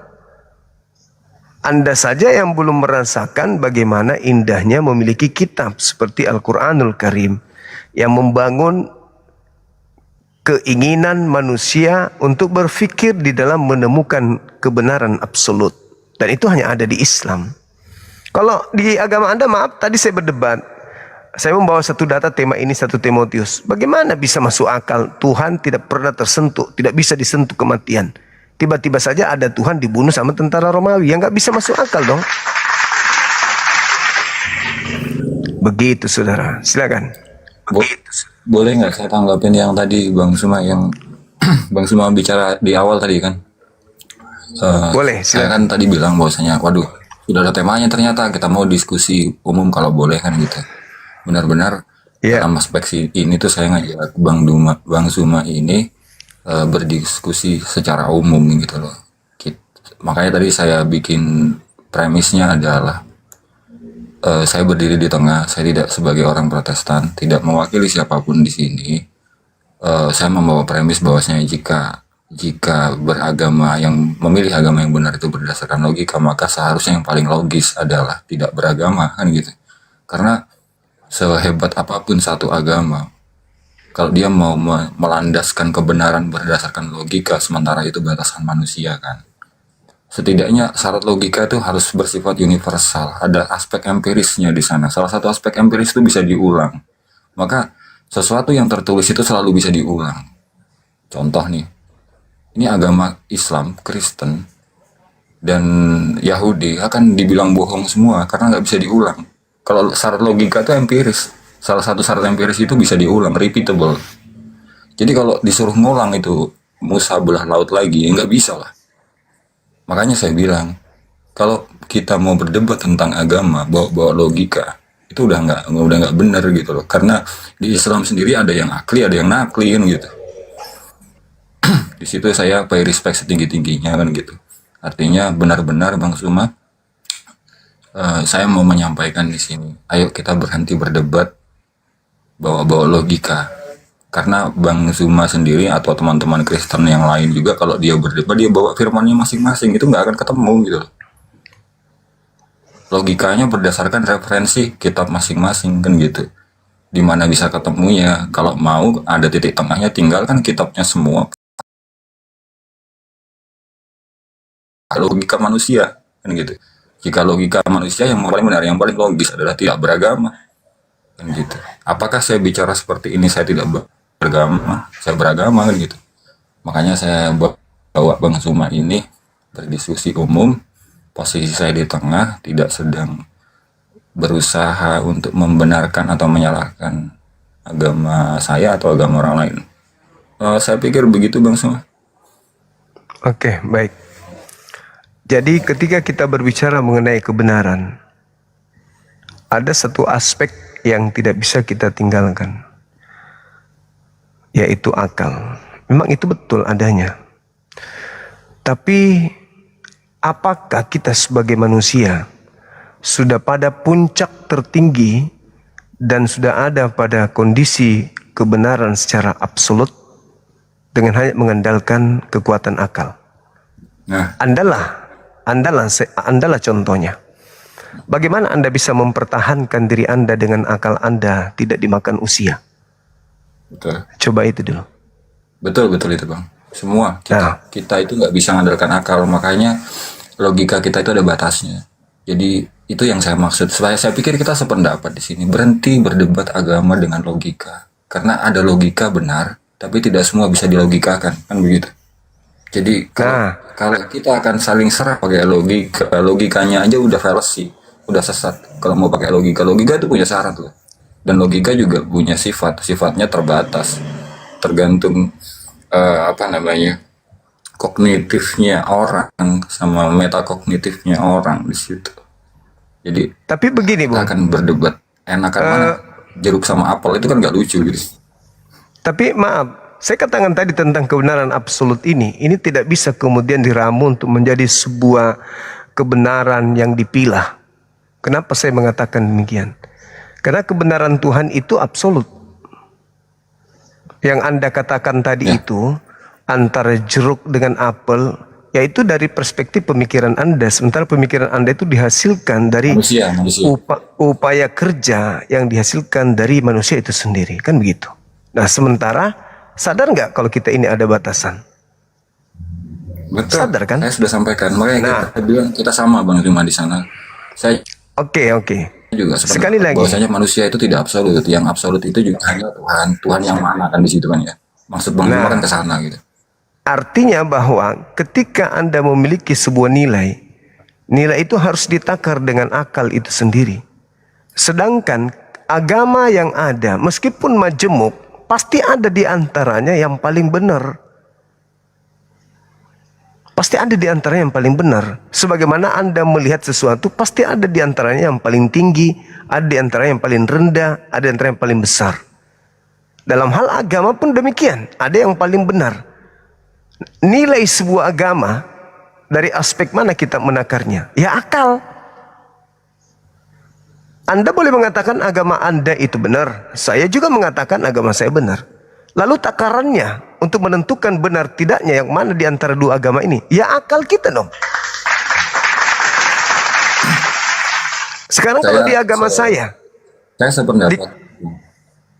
dikatakan Tuhan itu satu. Saya sependapat. Di agama saudara dikatakan Tuhan itu tiga pribadi. Iya, silakan. Ya, saya sepakat, saya nggak akan mendebat itu karena Bang Zuma kan membawa referensinya Bang itu bahwasanya memahami agama itu ya pakai akal untuk dapatkan kebenaran yang kita bisa memfilter itu tadi. Saya sepakat dengan itu karena Bang Zuma sedang mengatakan tentang Islam. Islam itu adalah agama bagi kaum yang berpikir gitu. Itu kan spesifik. Kalau kita bicara apa sih istimewanya Islam itu, akhlakul karimah sama agama bagi orang yang berpikir. Jadi dia berakhlak yang karim di situ, tidak menghina, tidak ini dan itu, itulah istimewanya Islam gitu. Dan saya angkat topi setinggi-tingginya untuk itu. Kalaupun ada orang-orang yang kasar, bermaksud yang enggak itu kan oknum Bang ya, seperti itu. Sama Islam punya fundamentalnya di sana, yaitu kaum yang berpikir dan akhlakul karimah, akhlak yang karim di sana. Di Kristen punya, Protestan itu kita mengenal tentang kasih dan karunia. Jadi itu fundamental yang berbeda. Jadi kita tidak memang yang utama itu implementasi pragmatisnya. Kamu berdampak nggak bagi lingkunganmu? Kamu jadi orang baik nggak? Kalau enggak, bullshit kamu baca Alkitab, bullshit kamu ibadah, kan seperti itu. Kalau kamu masih menyakiti orang lain, kamu tidak berdampak bagi lingkunganmu. Nah itu kan fahamnya si Kristen ini tadi begitu. Begitupun kalau orang Islam tidak berpikir di sini dan dia menjadi dangkal, nggak cocok deh kayaknya itu buat orang-orang Islam kan gitu. Orangnya nggak cocok pakai agama ini gitu. Dia tidak merepresentasikan agamanya soalnya. Kalau dia jadi sumbu pendek, meledak-ledak dan lain-lain, berarti dia sedang tidak menggunakan akalnya, kan seperti itu. Oknum saya bilang. Sementara dia menjauhi ajaran agamanya, disuruh berpikir dan berakhlak yang baik gitu. Iya. Lalu apa arti sebuah Protestan buat Saya sesederhana, saya rindu dengan apa namanya? Saya itu merasa disertai. Ini pengalaman pribadi yang belum tentu akan, ya, namanya juga subjektif Bang Juma ya. Pasti nggak akan terjadi di semua orang gitu. Mungkin ada yang merasa tapi tidak semua orang akan seperti itu. Jangankan sama teman-teman di sebelah ya. Sama-sama di Kristen saja, di Protestan saja, belum tentu merasakan yang sama. Kalau saya pribadi, saya merasa disertai hari-hari saya seperti itu oleh guide dari Tuhan ini tadi lewat renungan-renungan, mungkin dari buku renungan, mungkin dari Alkitab, mungkin dari aplikasi yang di handphone saya gitu, dan saya merasa disertai setiap pergumulan saya, masalah saya, dan itu sangat menenangkan. Kalau nggak impactful di hidup saya ngapain di sini kan begitu. Itu pertama. Yang kedua, saya bahkan tidak mau bicara Protestan, Katolik atau denom-denom yang lain. Saya bicara, kalau ditanya saya Katolik atau Protestan, saya Protestan, karena hanya karena sejarah saja itu. Tapi seandainya tidak pernah ada terjadi kejadian yang memilukan di masa lalu, ya orang tidak akan bilang ada Katolik dan Protestan dan sebagainya. Saya kembalikan aja. Sebenarnya kita tidak perlu subkontraktor untuk bicara sama kontraktornya, kan begitu. Sedikit Semoga saya ingin menjawab. menyampaikan kepada saudara. Jadi ketika saya tanya, apa nilai sebuah Protestan untuk logika Anda? Anda merasakan Anda merasa nyaman, Anda merasa disertai, dan seterusnya. Kalau Anda termasuk orang yang dikategorikan pemikir, harusnya Anda sampai kepada poin di mana setiap umat beragama itu merasakan hal itu. Nah, sekarang permasalahannya adalah kemana logika Anda ketika Anda mengatakan Anda disertai oleh makhluk yang tak berdaya apa-apa? Itu kan cuma perasaan saja.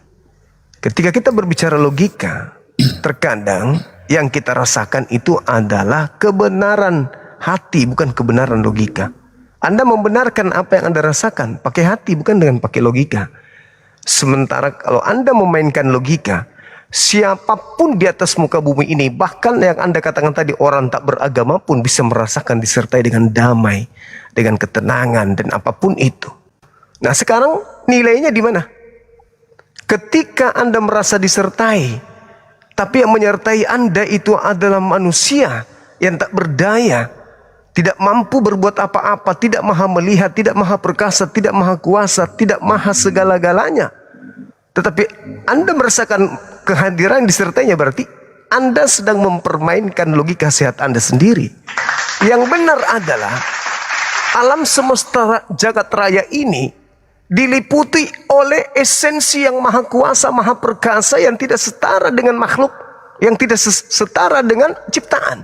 Yang bukan ciptaan, bukan makhluk, yang padanya tidak ada kelemahan. Itu baru logika sehat. Tapi kalau Anda berlogika katanya, tapi Anda merasa nyaman dengan menjadi Protestan, Anda mengaku disertai oleh sosok manusia yang bernama Yesus, itu saya rasa Anda bukan pemain logika yang benar, yang baik. Anda bukan pemain yang baik. Tapi Anda adalah seorang, maaf saya harus pinjam kata pepatah, Anda adalah seorang pecundang yang mencoba untuk menggunakan logika Anda untuk mempermainkan kebenaran itu secara nyata. Jadi saudara, saya katakan kepada Anda, sekali lagi, semua orang beragama merasakan apa yang Anda katakan. Tetapi ada satu nilai yang ada di Islam. Apa yang kami rasakan itu bisa dijelaskan melalui data, melalui akal sehat, sebagai materi tertinggi yang dimiliki oleh manusia, yaitu akal sehat kita sendiri. Nah, ini semoga Anda menyadari bahwa nilai sebuah Protestan ketika diperhadapkan dengan logika Anda, saya katakan Anda tidak sedang main logika, tapi Anda sedang menjadi pecundang terhadap logika sehat Anda sendiri. Silakan.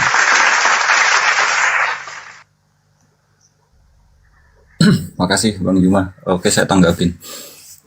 Bicara logika saya bisa bawa dua hal. Yang pertama, logika Bang Juma dilandaskan dengan fundamental yang berbeda. Itu tadi pertama. Yang kedua, kalau kita mau bahas tentang logika yang coba Bang Zuma usung, kita akan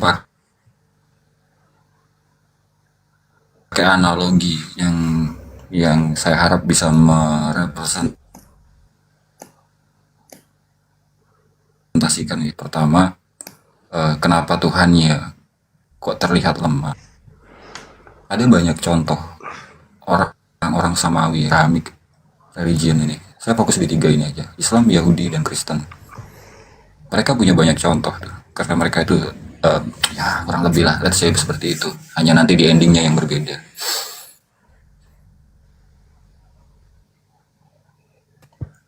Relevansi yang terjadi di setiap zamannya gitu loh.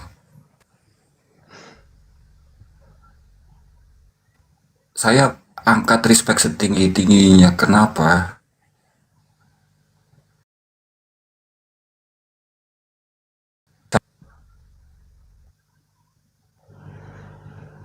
Halo? Halo? Halo? Untuk Nabi Halo? Muhammad, zamannya Nabi Muhammad tidak harus laut tawa sebagai kita membawa. Nah, di zaman dia diturunkan, yang dianggap akan mendapat validasi oleh sosial itu adalah sastra, Bang. Seperti itu. Di zaman Musa, kalau dibawain sastra itu orang kepala batu gitu. Kalau itu laut nggak dibelah, orang nggak akan dapat validasi. Jadi manifestasi contoh itu adalah fisik. Di zaman Nabi Muhammad, manifestasi contoh itu adalah berpikir. Sastra itu nggak mudah loh. Saat kita bertutur kata yang benar, kalau penyampaiannya nyakitin orang, maka orang tidak akan bisa dapat ilmunya. Meskipun itu benar, hatinya akan tersakiti. Kan seperti itu. Bahkan Nabi Muhammad tidak tiba-tiba mengeluarkan hadis tanpa sebab musabab. Jadi itu tuh bagaimana sesuatu tersusun sesuai dengan relevansinya. Zaman apa, butuh apa, circumstancesnya apa. Kembali ke Yesus.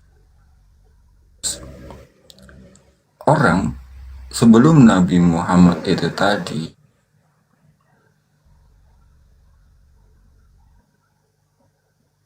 let's say saya kan kembalikan, saya itu bukan orang Kristen di saat saya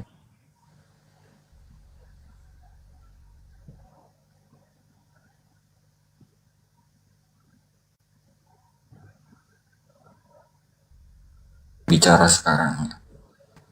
Kita orang yang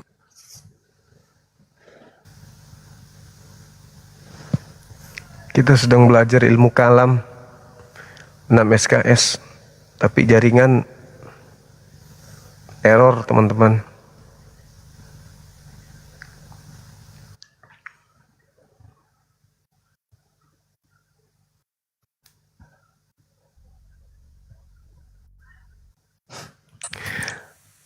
Halo, semangat malam menjelang besok. Halo.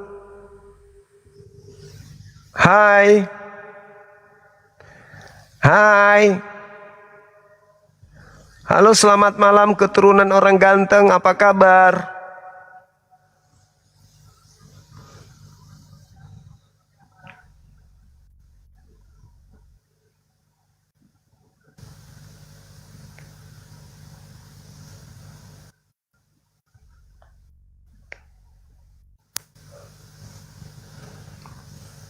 Nama akun tadi teman kita itu apa, teman-teman? Jangan sampai salah tekan saya. Capek aku udah mana ini? Ini dulu. Udah capek aku mendengarkan kata kuliah seperti itu. Udah pernah aku dengar orang cerita seperti itu bicara. Bahasan-bahasan di HM. Halo. Ya, semangat malam. Selamat malam bang. Ya, Katolik Protestan. Hindu bang, Hindu. Ya, kenapa Anda bisa ngomong sambil ngorok? Tekniknya gimana itu? Bukan aku Pak Regar itu bang. Waduh. Ini suaranya dari akun Anda. Nah, Bukan bang. Tak ada Gimana ini yang ceritanya? bawa. Anda punya kelebihan ternyata ya. ngomong sambil ngorok itu gimana?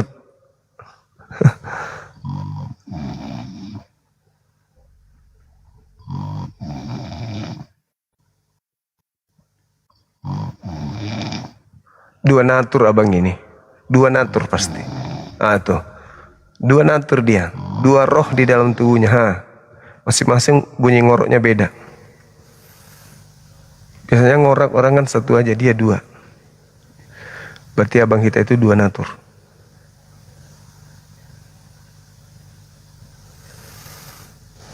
Silakan teman-teman non muslim ajukan permintaan. Ayo.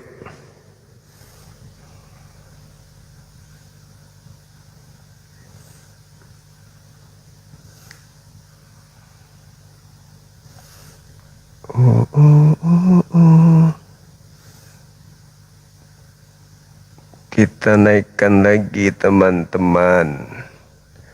Sabar.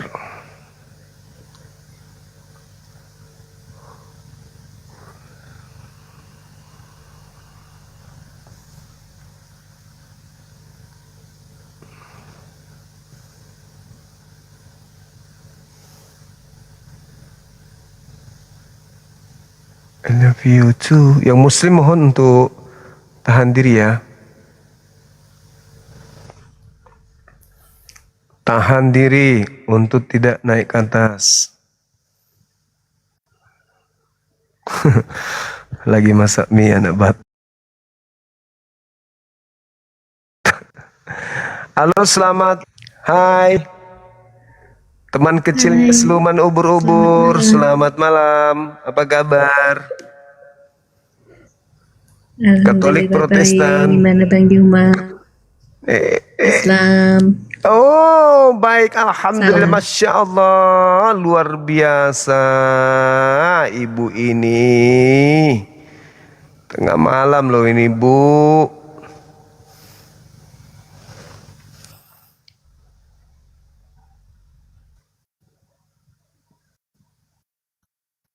Halo.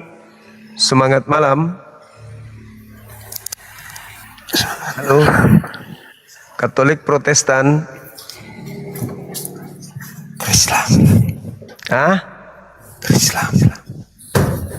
Islam? Islam. Apa itu? Agama apa itu lagi? Model baru ku tengok. Islam. Hah? Islam. Alamak.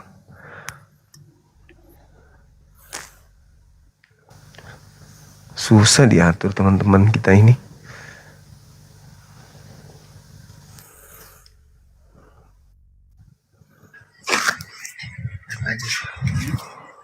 Selamat malam. Malam juga.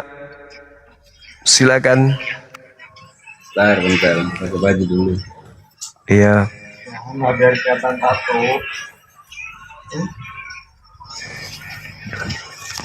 Bentar.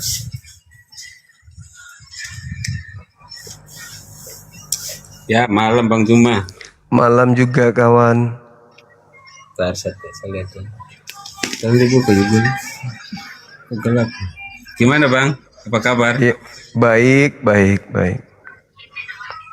Apa yang mau dibahas Bang Juma? Itu ada tema.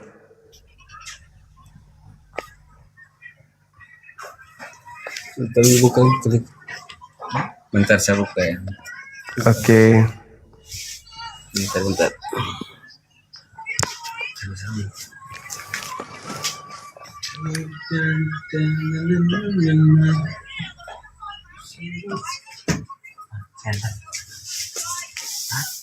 1 Timotius 6 ayat 16. Iya.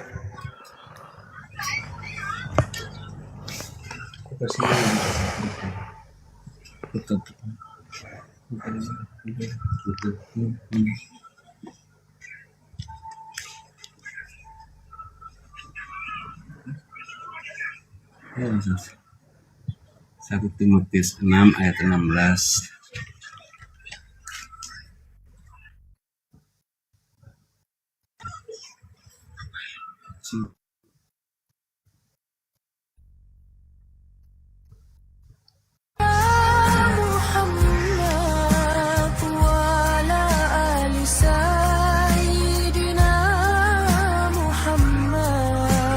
Apa itu?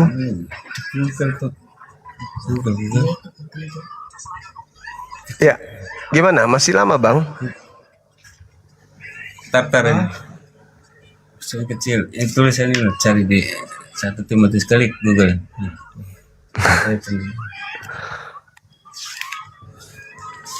Kau tempatku meminta. Ntar Bang Juma ya, sabar ya. Iya. Sarin ini. Oh Muhammad, Muhammad. Bagus juga itunya. Apa namanya itu? Giftnya ya. Lagu selawat. 1 Timotius 6 ayat 16. Aku dong. Ada gempa lagi ya teman-teman ya di bawah.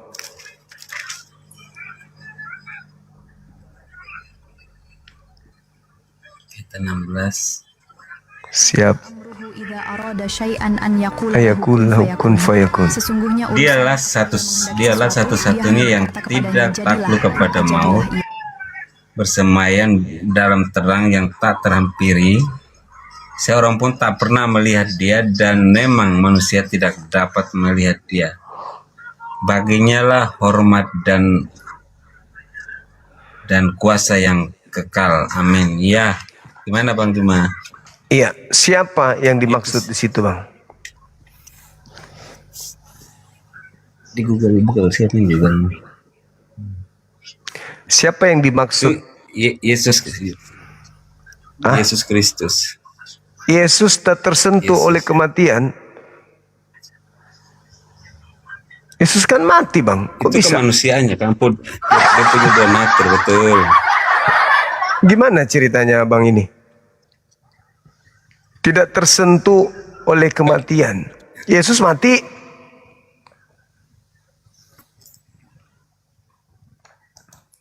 Yesus mati, Bang. Dialah satu-satunya. Tapi kemuliaan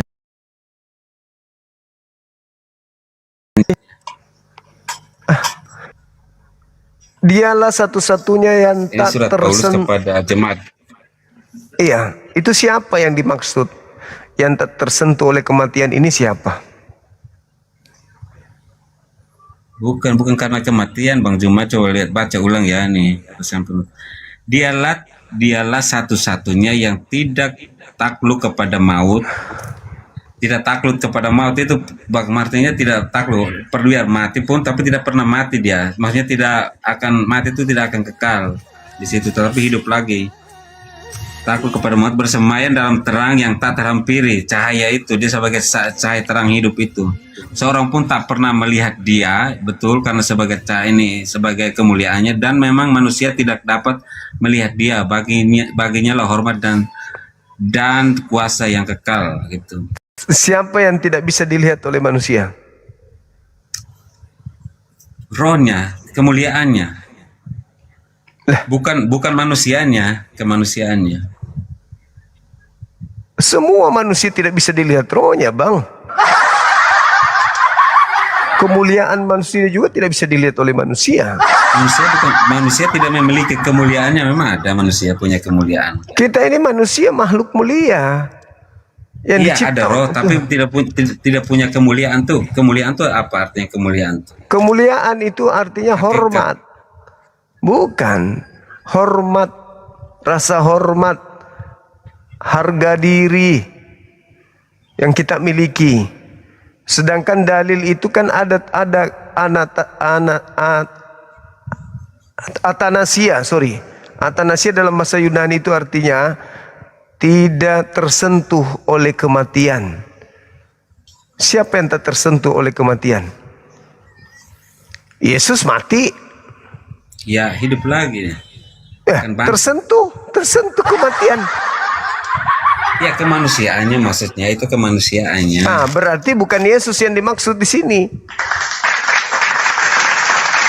Siapa di situ?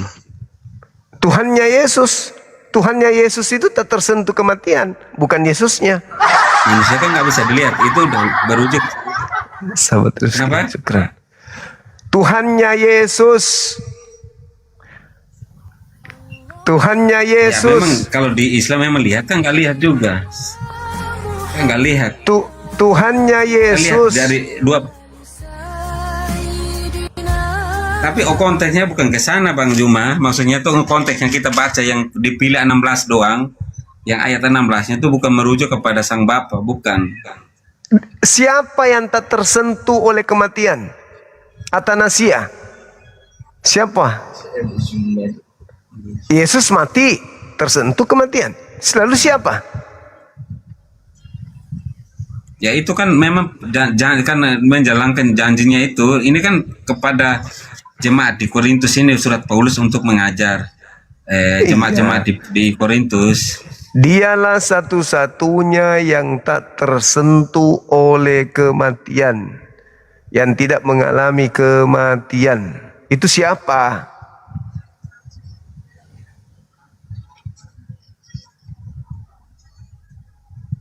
Itu siapa, Bang? Bentar dulu.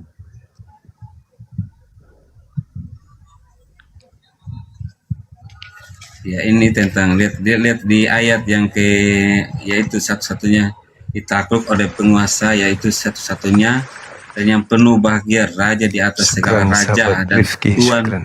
di atas segala Tuhan. Kasih Bang Itu kepada Rifki, Yesus. sehat selalu. Apa? Bagaimana bisa itu Yesus sementara Yesus mati? Menurut Dalilnya Bang Juma, betul. Oke, sekarang kita biar dua arah ya, Bang Juma. Menurut Bang Juma sampai siapa di situ? Tuhannya Yesus yang disembah oleh Yesus. Yohanes 4:22, aku menyembah apa yang kalian tidak kenal, yang aku kenal. Nah, Tuhannya Yesus apakah mengalami kematian? Ya tidak. Ya memang Yesus- tidak. Yesus bukan Yesus berarti. Sedangkan kalian Kristen menyembah Yesus. Ternyata yang tidak tersentuh kematian bukan Yesusnya, karena Yesus mati. Yang tidak tersentuh oleh kematian adalah Tuhannya Yesus, pencipta langit dan Bang bumi. Juma, betul.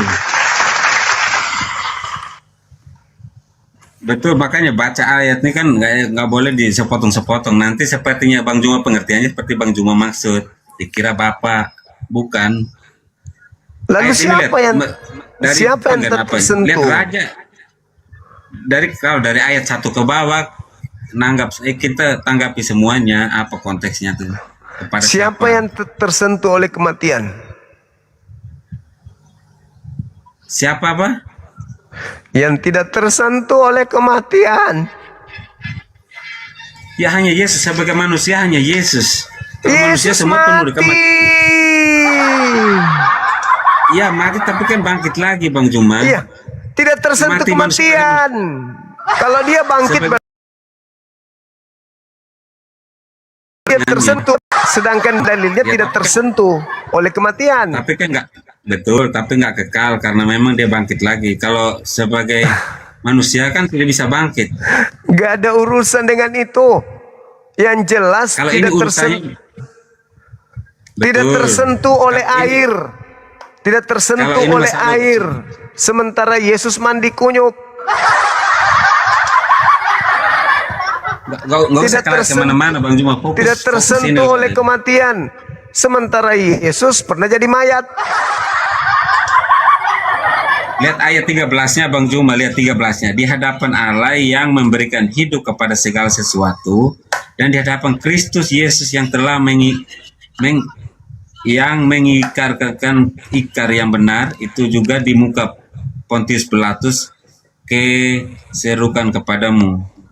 Terus ayat 14-nya, turutilah perintah ini dengan tidak bercacat dan tidak bercela, sehingga pada saat Tuhan kita Yesus Kristus menyatakan dirinya. Betul, ini kan untuk ayat ini kan menceritakan agar Lanjut. orang tuh.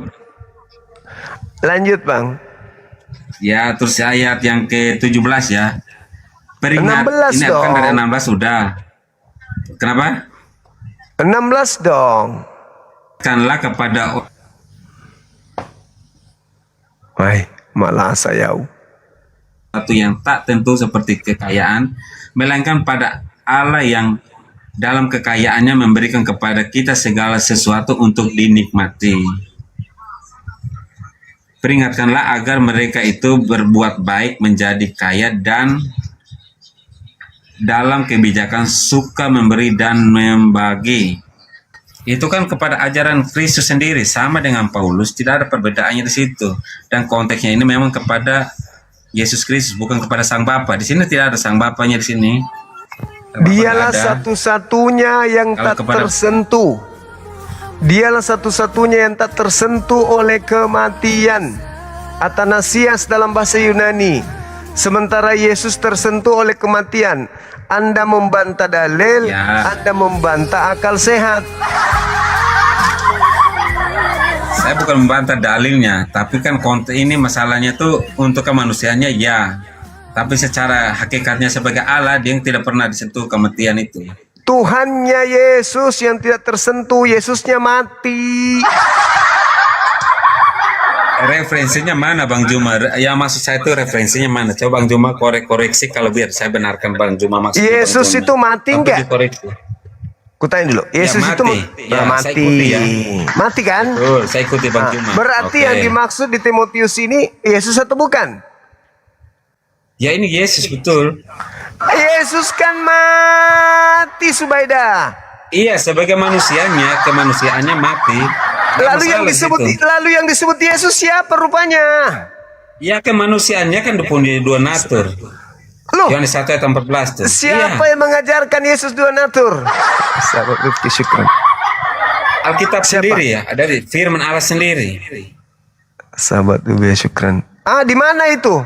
Di Yohanes mana 1 Yesus? ayat 1, Yohanes 1 ayat 1, Yohanes 1 ayat 14. Itu bukan Yesus. Yohanes Loh, 1 itu bukan kembali. Yesus. Oke, sekarang makanya saya minta referensinya. Di counter dengan ayat dalil mana yang bisa mengcounter dengan 1 Timotius sama menutupi Yohanes 1. Itu Yohanes 1 ayat 14. Bagaimana Gimana ceritanya ini? Yesus itu mati nggak? biar nggak putus? Yesus itu mati nggak? Apa? Yesus itu mati nggak? Ya mati, maksud aku dalilnya mana kalau berujuk kepada sini? Saya minta referensinya. Representasi apa? Yang bisa mengkanter kata-katanya Bang Juma, coba. tunjukin Yesus saya. Matius mati. Yes, mati. Mati. Sedangkan dalilnya dialah satu-satunya. Ya, mati. Satu. Dialah satu-satunya yang tak Ya. tersentuh oleh kematian. Itu siapa? Betul. Kalau Bang Juma kalau dari 1 ke ayat sampai penutupnya ayat berapa sampai ayat yang ke-18 itu ada dia sebagai tuan di situ, ada sebagai raja, ada di situ sebagai Allah, Siapa? ada sebagai manusia, sebagai mati. Siapa yang tak Yesus. tersentuh oleh kematian? Yesus Bang Juma. Yesus mati, Biar Bang. dibawa untuk edukasi. Yesus Ya mati betul. Dalilnya tidak masalahnya tersentuh. Ya tapi dalil kealahannya tidak mati. Kealahannya tidak mati di situ. Kalau begitu Allah, bukan Yesus. Astagfirullahaladzim. Emang Allah di situ karena Bang Tidak Juma lupa bisa, Allahnya. tidak bisa Allah di situ karena Allah tidak mati. Yesus mati. Ya Allah itu makanya bedanya. Allah itu apa? Kalau kami tuh bukan manusia, bukan nama loh, seorang nama. Astagfirullahaladzim, ya Allah ya Karim. Iya makanya saya baca dari ayat Yesus mati 1 ya. tidak? Saya baca dari 1 betul mau sampai tangga. Yesus mati enggak? Yesus mati enggak, Bang? Ya mati. Dalilnya Saddam Ya. dialah satu-satunya yang tidak mati. Siapa itu? Ya, ya Yesus lah, Yesus sendiri. Masolang generasi. Iya memang Yesus mati nggak? mati. Dialah satu-satunya yang tidak mati. Itu siapa? Ya hakikatnya sebagai Allah di situ. Lu, mama. Iya. Gimana ceritanya punya hakikat mati sementara dia tidak mati? Namanya sang Bapa. Berarti maksud Anda Yesus itu mati dan sekaligus tidak mati gitu? Kalau putus di situ. Yesus Tuhan Anda berapa rupanya? Tuhan Anda berapa? Satu, tergantung konteks dan tempat. Tuhan Anda satu. Ada yang mati, Iya, betul. ada yang hidup. Satu. Ada mati, ada hidup. Ya sekarang satu aja, mana ada yang hidup, mana Tuhan tuh selalu kekal, dia nggak pernah mati, nggak pernah Yang hidup. mana bilang. Tuhan Anda? Selalu Yang ada. mati atau yang hidup? Yesus Kristus biarpun dia mati tetap hidup. Maksudnya mati tapi hidup apa? Kena stroke? Justru dia tetap hidup. Karena saya Bagaimana percaya. ceritanya Anda mengatakan dia mati tapi hidup? Itu nggak dapet ini. Bentar ya Bang Joma, bentar saya cari. Saya hidupnya. Coba cerita di mana ilmunya mati tapi hidup mana itu? Heran juga saya ini sama abang ini ya. Bentar Bang Joma, bentar. Saya berterima kasih Bang Juma. Maksudnya tuh yang penting Bang Juma kalau bilang bukan, Bang Juma kan menyangkal kan, bilang oh itu Tuhannya Yesus. Ya tunjukin saya dalil yang bisa merujuk kepada ini. Maksudnya begitu biar benar gitu. Jadi di bawah tuh mengerti. Ulangan 32:39. Tuhan tidak Ulangan, mati ya. tidak. Ya, dialah yang menghidupkan dan dia yang mematikan. Betul. Masa Ulangan kan Anda- kita para nabi itu belum kejadian. Ini kan bicara masalah Injil. Aduh, parahnya. Tuhan Anda mati atau hidup?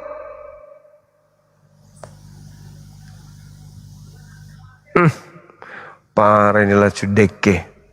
Entahlah bang, aku pusing menghadapimu bang. Heran juga saya samamu iki. Dibilang juga Tuhannya mati, dibilang juga itunya hidup. Mana yang betul? Makanya aku bilang dari kalian tidak ada ilmu bisa diterima dari mulut kalian. Dialah satu-satunya yang tidak tersentuh oleh kematian. Ya, siapa itu? Yesus. Apakah Yesus mati? Mati. Apakah dia tidak tersentuh oleh kematian? Tidak.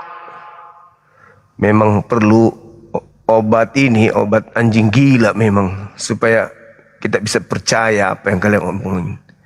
Halo saudara prank Katolik Protestan. Halo, selamat malam. Malam juga. Kristen. Oke, bisa jelaskan ke tema bahwa tema ini untuk Yesus atau ada esensi lain? Silakan. Oke. Tidak apa-apa, saya coba juga untuk menanggapi tema yang dibuat sama Bang Juma ya. Iya. Tapi nanti juga saya coba tanya yang lain. Silakan. Menurut pemahaman Bang Juma, saya kan berharap Bang Juma itu punya ilmu. Terkait dalam hal ini, ilmu salah satunya adalah tafsir. Oke. Jadi, Bang Juma mengutip 1 Timotius 6 ayat 16 itu dengan menafsirkan secara apa adanya atau harafiah, tapi tidak melihat ayat-ayat sebelumnya. Coba ya, biar saya, Bang Juma kan menafsirkan seperti itu kami terima. Saya akan kasih pemahaman saya ke Bang Juma, dan Bang Juma pun harus bisa Silakan. terima ya. Tadi sudah dibacakan sama si sebelumnya di ayat 14 begini. Turutilah perintah ini dengan tidak bercacat dan tidak bercela, hingga pada saat Tuhan Yesus Kristus menyatakan dirinya, yaitu saat yang akan ditentukan oleh penguasa yang satu-satunya. Di sini Kristus menyatakan dirinya, artinya di sini pada peristiwa ini kan, Yesus kan sudah wafat dan bangkit kan. Nah, ini dituliskan artinya dia akan kembali menyatakan dirinya, dan kematian yang disebut maut yang di ayat 16 itu menegaskan bahwa dia tidak mati seutuhnya tapi dia bangkit. Oke? Jadi jangan titik di Yesus mati. Tapi jangan titik, harus itu masih koma, dia bangkit. Tapi kan dalilnya tidak tersentuh oleh kematian. Nah, itu yang saya maksud. Persoalannya adalah pikiran Bang Juma. Itu yang saya sayangkan. Bang Juma menafsirkan secara harfiah. Anda yang menolak dalil. Saya tidak mentafsirkan. Dalil itu mengatakan dialah satu-satunya yang tidak tersentuh oleh kematian. Ini perikopnya persoalan apa? Ini adalah ada jelas perikopnya adalah pesan penutup dari beberapa nasihat yang telah dituliskan oleh Rasul Paulus kepada Ya, Timotius. Paulus berarti harus sekolah lagi. Ya, itu persoalan lain. Bang Juma berargumen seperti itu. Dalilnya mengatakan dialah satu-satunya yang tidak tersentuh. Atanasias yang tak tersentuh oleh maut. Oke. Yesus tersentuh maut enggak? Tersentuh maut, dan maut itu dikalahkan dengan bangkit. Enggak ada urusan mau dia kalahkan, enggak ada urusan. Katanya tidak tersentuh. Bang Juma kan hanya sampai pada Yesus mati. Oke? Tapi tidak tersentuh oleh kematian kok. Nah, Tapi dia mati. Makanya saya sampaikan ayat ini adalah menegaskan bahwa kematian yang dia jalani itu dia bangkit dari itu, kematian dan maut itu dia bangkit. Berarti tersentuh kan? Tersentuh, tapi dia kalahkan maut itu. Tersentuh bukan mengalahkan maut, tetapi tersentuh maut. Kenapa Anda Saya tafsirkan jelaskan tadi di awal? Anda yang salah tafsir, bukan saya. Dengar ya, ini tentang kedatangan dia kembali ya. Makanya disebut peristiwa yang sebelumnya disampaikan di sini, ditegaskan bahwa dia tidak akan takluk kepada maut. Itulah bukti bahwa dia tidak takluk kepada maut. Dia faktanya bangkit. dia mati. Ya mati tapi bangkit loh. Tapi mati dulu, berarti tersentuh dulu. Iya, tapi bangkit. Jangan lupa. Nggak ada urusan dengan bangkitnya. Harusnya dalilnya jangan begitu. Ini bukan masalah saktinya Yesus, tidak. Ini masalah dalil. Dalil yang menyatakan tidak sesuai dengan imannya orang Kristen. Oke, Bang Juma telah menyampaikan pemahaman Bang Juma sendiri dan saya sudah sampaikan. Oke, saya ada pertanyaan Bang Juma, ini terkait dengan Yesus, tidak apa-apa.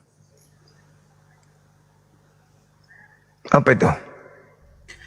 Menurut Islam di dalam Al-Quran, Yesus itu dalam peristiwa historisnya dia mati atau tidak?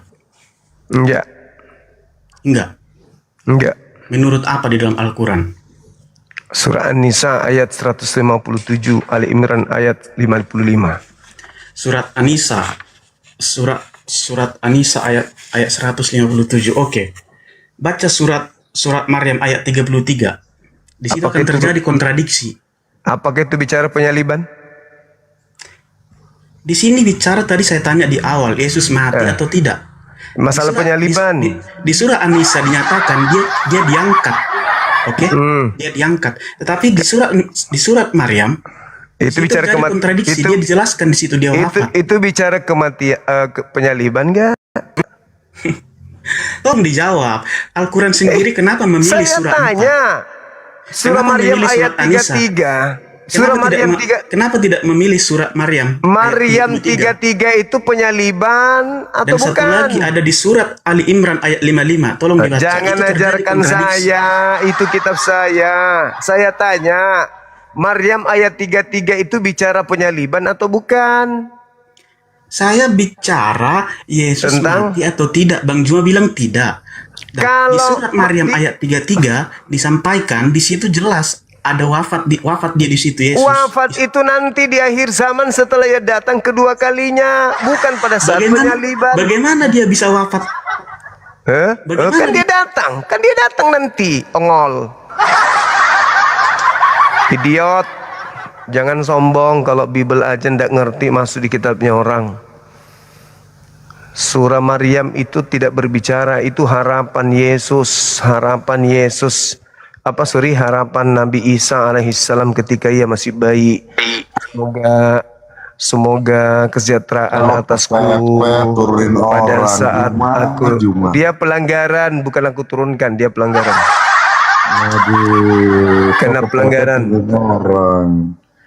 Kena pelanggaran. Ayo pamer lagi kebodohanmu tuh, dalil 1 Timotius 6 nomor 16. Kabur mulu sama gue bodoh. Aku yang punya komal, aku pula yang kabur. Idiot Iya kau. lalu kick gue namanya kabur dong. Gimana sih? Enggak dong. Kick dengan Enggak kabur itu dong. beda. Kalau kick itu karena kau sudah tidak ada manfaatnya di sini. Bukan, karena kau kabur sama saya. Aku kabur. Ini komal saya di sini. Saya Iya. mau kemana-mana. Udah. Kau turun. Ya, turun lagi. Enggak ada ilmu, percuma. Naik yang ada ilmunya. Sudah berkali-kali kau naik ke sini, tidak ada manfaatnya di komalku. Kalau kau ada ilmu sih nggak apa-apa. Sama sekali kau nggak ada ilmunya.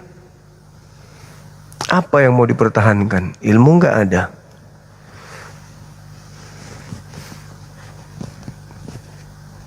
Kalau ada ilmu sih tidak masalah. Ayo silakan kita diskusi. Mau sampai pagi pun kulayani. Nggak ada ilmu. Untuk apa? Halo, semangat malam. Assalamualaikum.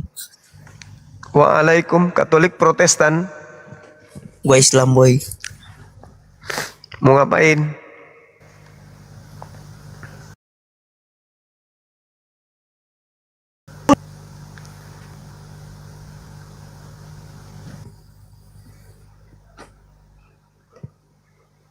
Halo, semangat subuh.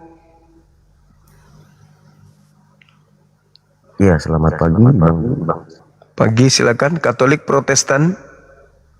Saya Protestan. Boleh buka kamera, silakan. Buka kamera. Kayaknya nggak usah lah. Kita kan mau diskusi, Bang. Ya, justru karena itu kamu bawakan di sini. aturannya di sini kalau mau diskusi buka kamera, silakan. Sepertinya nggak usah buka kamera, boleh Bang Juma? Kita bahas di sini harus saja. Kalau nggak ada ilmu, mentalnya masih lemah, tukang coli dibawa aja. Halo Bang, semangat malam. Selamat malam. Saudara dengan anak Batak, sepupuan atau kembaran? Anak Batak yang tadi, yang Mak tadi. Iya. Oh, enggak saya kenal itu. Ada mirip-miripnya Bang. Ya namanya juga manusia mirip lah. Oh, iya itulah. Oke. Tema 1 Timotius 6:16. Bahwa di sana dikatakan bahwa Allah tidak tersentuh oleh maut. Siapa itu? Kalau menurut Timotius itu adalah Yesus. Tapi Yesus tersentuh maut. Tersentuh maut. Tapi kalau surat Timotius ini ditulis setelah kebangkitan Yesus, apa sebelum kebangkitan Yesus? Apa sebelum Yesus mati di kayu salib? Semua surat yang ditulis Paulus itu ditulis di tahun 58 ke atas. Berarti otomatis ini setelah kebangkitan Tuhan Yesus. Iya, tapi kan mengalami kematian toh? Iya. Yang saya tanya, berarti ini setelah kebangkitan Tuhan Yesus ditulis? Iya enggak? Iya, setelah kebangkitan Yesus, Iya kan? Tuhan Anda, iya. Soalnya Yesus 30 tahun setelah kebangkitan Tuhan Yesus. Jadi dalam surat itu dinyatakan bahwa Tuhan atau Yesus kan mengalahkan maut. Berarti tidak tersentuh maut dia. Mati. Kan hidup lagi. Ya berarti dia mati. Berarti dia tersentuh kematian karena dia mati. Maksudnya kan itu kan ditulis setelah kebangkitan Yesus. Kecuali ditulis sebelum Yesus mati, baru. Ya, faktanya berarti ini Abang Paulus bisa berarti mengatakan itu. Paulus berarti berbohong. harus berbohong. Iya. Maksudnya kalau itu kan mematahkan kuasa maut, bahwa maut memang tidak bisa menyentuh Tuhan Yesus. Mati dia kok, nggak bisa menyentuh. Gimana orang mati kok? Innalillahi wa inna ilaihi raji'un, kok dia mati. Kalau tadi ditulis itu sebelum Yesus wafat, berarti benar. Ini kan dituliskan setelah Yesus bangkit. Mati dia, Yesus mati malah bangkit karena dia mati. Dan dia Kenapa angkat ke dia? surga. Kenapa dia bangkit? Ya karena dia mati. Iya. Nah, berarti salah dalilnya. Kan mat kan gak bersama dia lagi. Salah dalilnya. Dialah satu-satunya yang tak tersentuh oleh kematian. Iya, faktanya dia mati. Soalnya kan gini, mungkin kebanyakan orang menganggap Yesus itu kan adalah manusia. Memang manusia. Jadi kebanyakan orang-orang luar menganggap Yesus kan adalah manusia. Nah, memang manusia kan? Iya, makanya ditulis di ayat sebelumnya kalau dia adalah Tuhan dari segala Tuhan, Raja dari segala Raja. Bahkan maut pun tidak bisa menyentuh dia. Lah, mati kok dia disentuh maut. Coba definisikan apa itu definisi disentuh maut. Disentuh maut dia mati, meninggal. Terpisahnya apa? Salah juga itu. Apa itu yang benar? Apa yang Coba benar? dicari. Kenapa Anda mengatakan apa itu artinya disentuh maut? Kenapa saya disuruh belajar? Kan saya kan nggak paham. Kalau paham kan nggak mungkin. Nah sekarang apa yang Anda maksud itu? Tidak tersentuh maut itu maksudnya apa? Maut itu apa? Maut itu apa? Maut itu apa? Maut itu kan merenggut nyawa. Maut itu kematian. Ya merenggut nyawa. Yesus mati nggak? Mati. Nah, ya sudah. Kan bangkit lagi. Maksudnya itu memperjelas bahwa yang pasti. Soalnya itu ditulis setelah kebangkitan dia. Dialah satu-satunya yang tak tersentuh oleh kematian. Ternyata dia mati. Soalnya Timotius itu melihat kalau orang meninggal, ya meninggal terus. Kok ini hidup? Dialah satu-satunya yang tidak tersentuh air. Nyebur ke sungai. Lalu ditolong. Dibantu dia naik dari sungai. Lalu kita ingin mengatakan dia satu-satunya tersentuh air. Dialah satu-satunya yang tak tersentuh air. Jatuh ke sungai dia. Habis itu ditolong sama tim SAR. Basah. Tapi tidak tersentuh air katanya. Kan pembodohan itu. Itu pembodohan yang nyata.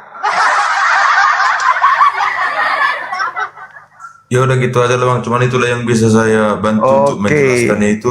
Kalau saya bangnya belum paham, mungkin ada lagi yang lebih ini di bawah. Oke bang, thank you ya. Luar biasa. Selamat malam bang ya. Malam saudara, silakan.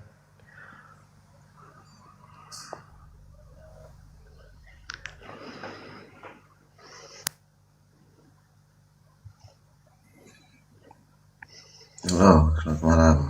Malam juga. Bang Juma, sorry ini akun baru jadi nggak bisa dinyalain kameranya nih bang. Apa ya bang ya? Moderator yang kadang nggak mau bang. Kalau saya sih biasa aja.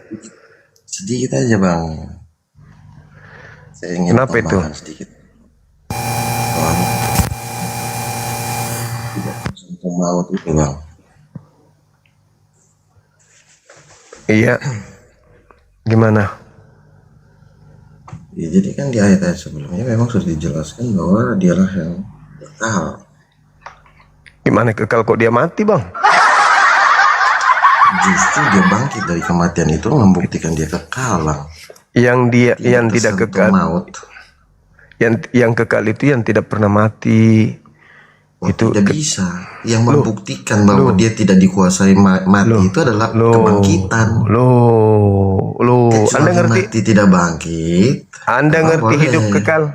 Anda ngerti hidup kekal? Nah, kita nggak usah berpindah dulu. Anda Di sini ngerti dulu. hidup kekal? Belajar dulu di bawah. Kalau hidup kekal aja Anda ngerti, Anda ke gereja. Pel lantai gereja, lantai 1, lantai 3 pakai lidah.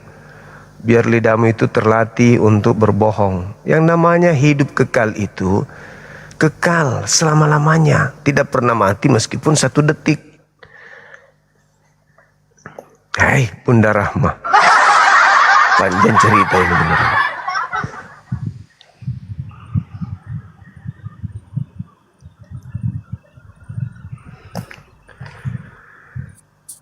Selamat malam, selamat pagi. Pagi. Ya. Teman-teman API kalau mau naik silakan. Jadi langsung ke topik aja ya. Iya. Nah, yang dimaksud dialah satu-satunya yang tidak takluk kepada maut, bersemayam dalam terang yang tak terhampiri, seorang pun tak pernah melihat dia, dan memang manusia tidak dapat melihat dia. Baginya lah hormat dan kuasa yang kekal. Amin. Nah, yang dimaksud ini adalah ini. Yohanes 1 ayat 18. Tidak seorang pun yang pernah melihat Allah, tetapi anak tunggal Allah yang ada di pangkuan Bapa dia yang menyatakannya. Jadi yang tidak dapat dilihat itulah yang 1 Timotius 6 ayat 16. Siapa dia? Ini jawabannya. Sebentar saya cari ya. Markus 12 ayat 29. Nah. Jawab Yesus. Hukum yang terutama ialah, dengarlah hai orang Israel, Tuhan Allah kita, Tuhan itu Esa. Inilah yang dimaksud oleh Yesus. Bukan Yesus kan? Bukan.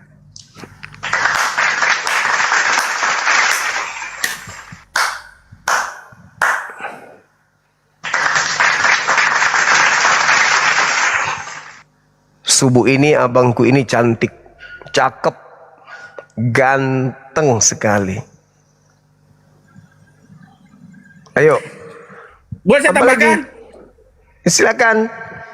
Nah, inilah yang dimaksud Yesus ketika Yesus mengatakan, kamu menyembah, dalam Yohanes 4 ayat 22 dikatakan, kamu menyembah apa yang tidak kamu kenal. Kami.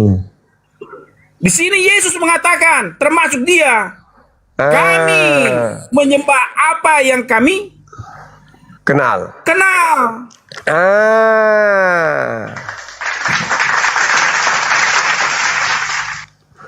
Menangis sekte lain ini, menangis dibuat. Menangis sekte lain. Itulah yang dimaksud oleh Paulus. 1 Korintus 8 ayat 6. Namun bagi kita hanya satu Allah saja, yaitu Bapa. Yang padanya, yang daripadanya berasal dari segala sesuatu.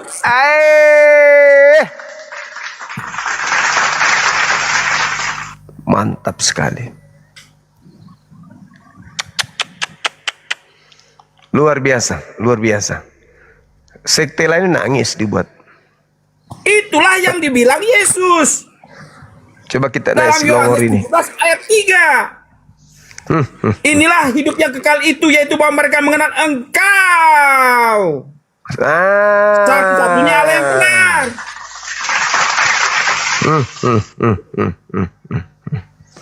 Gimana Rames? Udah dengar?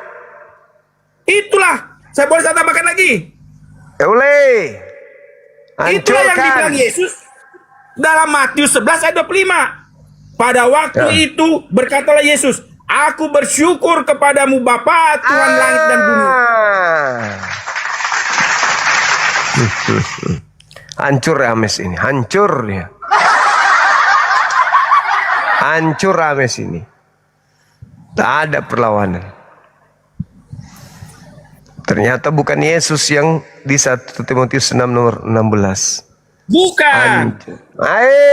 Masolang remes.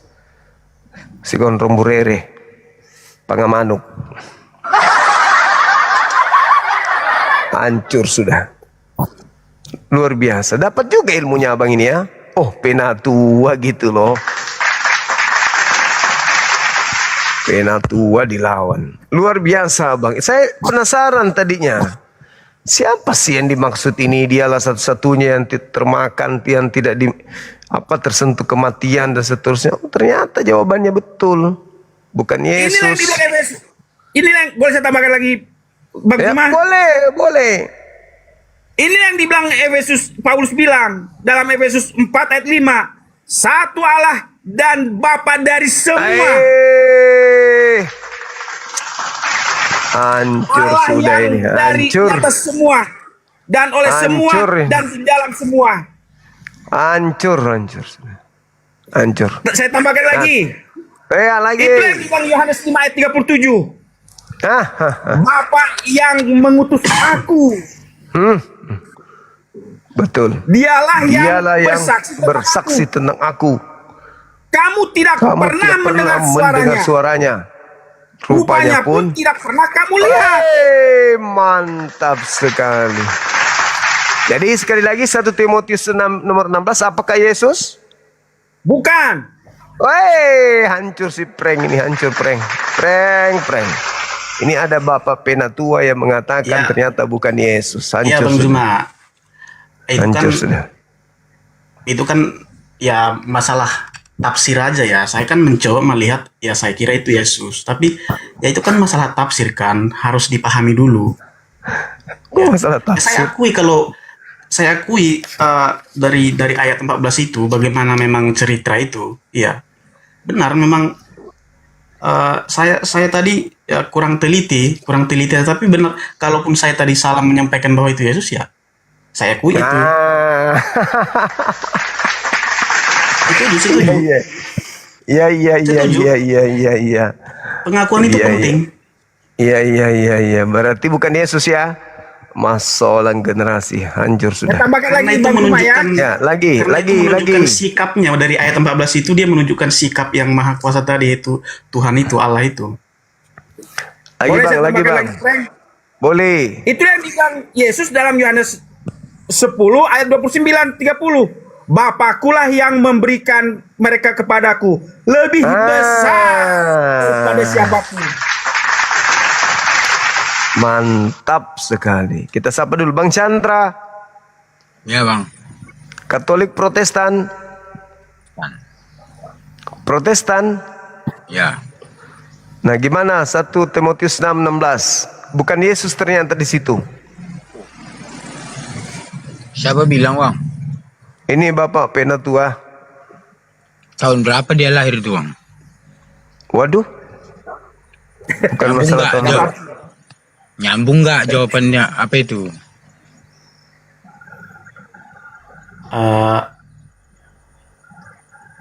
Sebenarnya saya tahu ini maksud Bang Juma ini, dia mau membenturkan aja ini.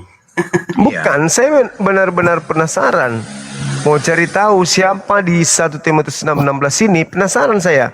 Kenapa? Karena Yesus itu mati. Orang yang berbeda memahami itu. Yesus tersentuh manusia. Bagaimana mungkin itu Yesus? Nah, Penatua jujur. Kan itu.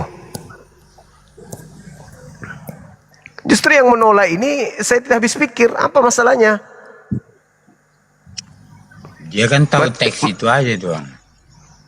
Terus Bang Chandra mengatakan yang di 1 Timotius 16 ini Yesus. Kan bukan juga kan? Ya udah sepakat kita berempat. Selesai.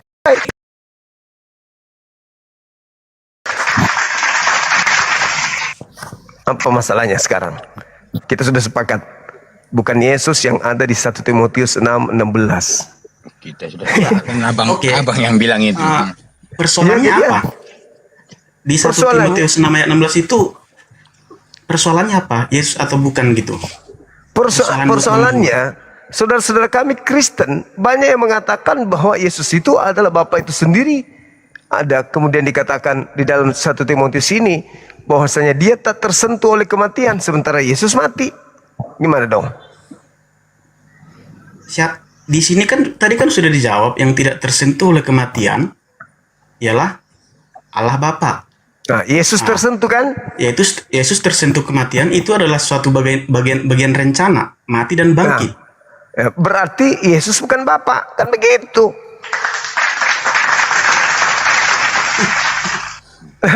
memang bukan Bapa. Bapa tidak tersentuh kematian, Yesus tersentuh kematian. Ya bukan berarti dua pribadi yang berbeda. Kalau Anda ilahi kan berarti ada dua ilahi yang ada di situ. Kalau Anda ilahikan juga Yesus berarti ada dua ilahi di sana.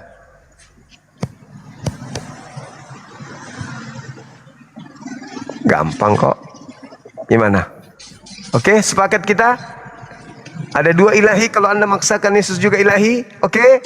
Ketuk palu.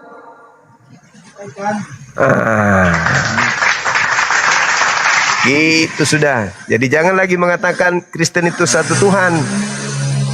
Harus Kristen ngaku tidak berbicara satu Tuhan. Kristen berbicara bagaimana mengenal Allah.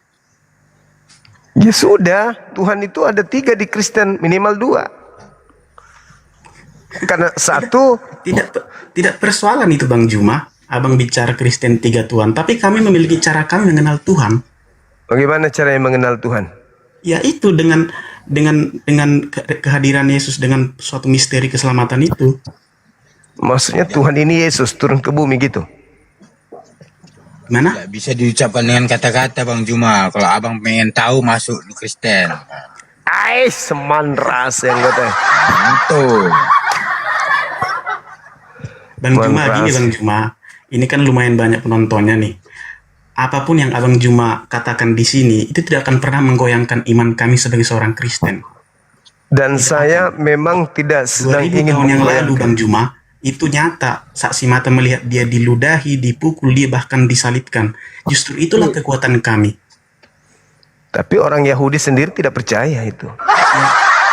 Ya, itu sama sama abang juga kan nggak percaya sama lah. Tapi fakta sejarah, sejarawan Yahudi lah yang mengakui semua peristiwa historis. Memang saya tidak itu. percaya. Ya, nggak apa-apa. Memang saya nggak percaya. Mudah-mudahan ya percaya. Nggak mungkin. Selama saya masih waras. Supaya Bang Juma selamat.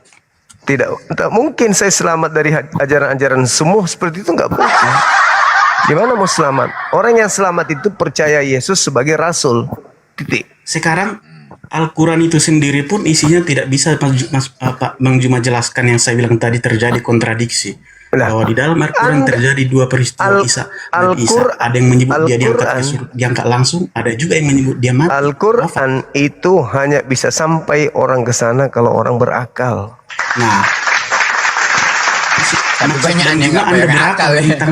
maksud Bang Juma Anda berakal tentang kitab suci kami. Selama Anda masih Kristen, Anda tidak berakal. Kalau Anda masih mengatakan Yesus itu adalah Tuhan satu-satunya, Anda tidak berakal. Oke, 1 menit ya, 1 menit. Santo Agustinus pernah berkata begini. Kita membicarakan Allah. Mengapa kamu ragu ketika kamu tidak mengerti? Kalau kamu mengerti, itu bukan Allah. Akal Bang Juma yang kecil untuk memahami sesuatu yang besar, Allah, bisa. Tolong pahami. Justru kebalikan. Justru kebalikan. Yesus yang tak berdaya, Anda anggap Allah, otak Anda rusak. Masa ada Allah ditempeleng sama manusia? Anda berbicara bahwa beriman dengan akal, agama yang masuk akal. Justru disitulah persoalannya. Agama yang hanya bisa dicerna oleh akal. Ya kenapa tidak ateis saja? Ateis lebih bisa membuktikan. Oh tidak bisa. Ateis tidak punya tidak agama. hanya sekedar itu Bang Juma. Ada namanya supranatural. Tidak semua harus kita bisa memahami Allah. Katakan begini, Allah itu maha kuasa. Tapi agama tidak bisa bagaimana agama yang benar tidak bisa membuat kita gila. Agama yang benar tidak mengantar jemaatnya, umatnya gila. Tidak seperti agama Anda membuat Anda gila. Saya tahu. Persepsi. Sekarang saya tanya sama Anda, yang ditempeleng sama orang Yahudi itu Tuhan atau bukan? Yang ditempeleng itu adalah Yesus. Ya, Tuhan atau bukan? Tuhan atau bukan? Dia adalah anak Tuhan. Ditanya Bang, apa? itu kisah semua itu Bang. Satu pun kita nggak ada menyaksikan. Kalian sama macam kalian bang. Saksi apa? Gak bisa jawab kan? Tuhan itu bukan anak Tuhan. Lihat mudah. Dia jelas historisnya ya, jelas. Bahkan sekitar 20 tahun setelah kematian Yesus, penulis saksi-saksi mata murid-murid Yesus telah menuliskan semuanya itu. Tetapi apa yang terjadi dengan Nabi Muhammad dengan Al-Qurannya? Dia dia meninggal umur di 632, tapi Al-Quran baru dijadikan di 200 tahun setelahnya. Bayangkan, kenapa tidak pada masa sahabat-sahabat kamu belajar Islam itu dari mana? Saya bertanya, Anda belajar Islam dari mana? Bagaimana? Anda belajar Islam dari mana? Ya saya pelajari banyak sumber. Apa? Sumber mana yang Anda pelajari yang mengatakan Al-Quran dituliskan 200 tahun? Sama macam abang juga melajari Kristen dari Sekarang mana? saya katakan itu Bang Juma, bantah nggak itu? Nih, saya belajar dari Bible. Bantah nggak itu saya katakan begitu? Saya nggak bicara. Sumber Anda mengatakan bahwa 200 tahun setelah kematian Nabi Muhammad baru Al-Quran dituliskan itu dari mana? Dijadikan Al-Quran ya maksudku ya, Iya, bukan di mana dituliskan. itu? Oke, Di pada saat mana? itu memang dia sudah ada dalam tulisan kertas atau katakanlah di kayu segala macam. Tapi itulah hebatnya orang Kristen kenapa tidak kalau pada bicara. masa sahabat nabinya itu bukan hidup bicara di situ cuma dituliskan? kami Kenapa hebat, harus Pak. menunggu 200 tahun lamanya? Saya gitu? tanya, Anda tahu dari mana? Data apa yang Anda bawa dengan tuduhan itu? Sekarang Anda tidak bisa bantah itu. Saya belajar bagaimana? itu. Oh, coba Anda belajar dari mana? Saya belajar dari banyak sumber, tapi Anda tidak bisa bantah. Sumber Anda apa? Sumber apa? Itu nggak bisa bantah dong kalau memang itu tidak benar. Apa yang saya mau bantah kalau cuma pepesan kosong? Pepesan kosong. Ya, apa buktinya Anda ngomong Itu gitu? loh. Apa buktinya Anda ngomong gitu? Apa buktinya? Kalau Bang Juma apa buktinya ngomong gitu Bang? Sekarang saya buktinya sederhana. Apakah Yesus memberikan validasi terhadap Bible? Enggak. Validasi siapa maksudnya? Pernah nggak Yesus menyebut kitab Lukas, kitab Markus? Pernah nggak? Kitab Bagaimana? Roma Paul. Kitab suci kita itu Yesus meninggal ya. Itu dituliskan Bang, oleh ditulis sama anggotanya. saksi-saksi mata.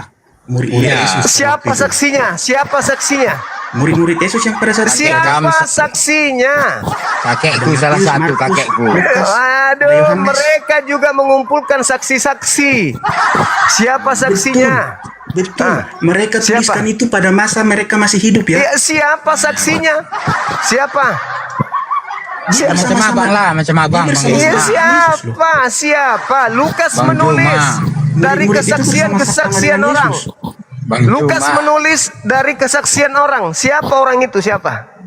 Saya Mereka bersaksi bersama-sama dengan Yesus. ada Tuhan selain Allah. Siapa orang itu? Itu cuman klaim aja kok gitu. Bang Juma. Giliran Al-Quran, wah, Al-Quran ditulis 200 Mari tahun kita bersempit ya. sebelum Muhammad. Giliran ditanya kitabmu, apakah Yesus memberikan validasi kepada buku Lukas? Bagaimana Lalu Yesus gimana rupanya, memberikan Bang? validasi Kasihnya sedangkan juga dia Berarti kitabmu itu kitab siluman. Ternyata Yesus tidak kenal kitabmu.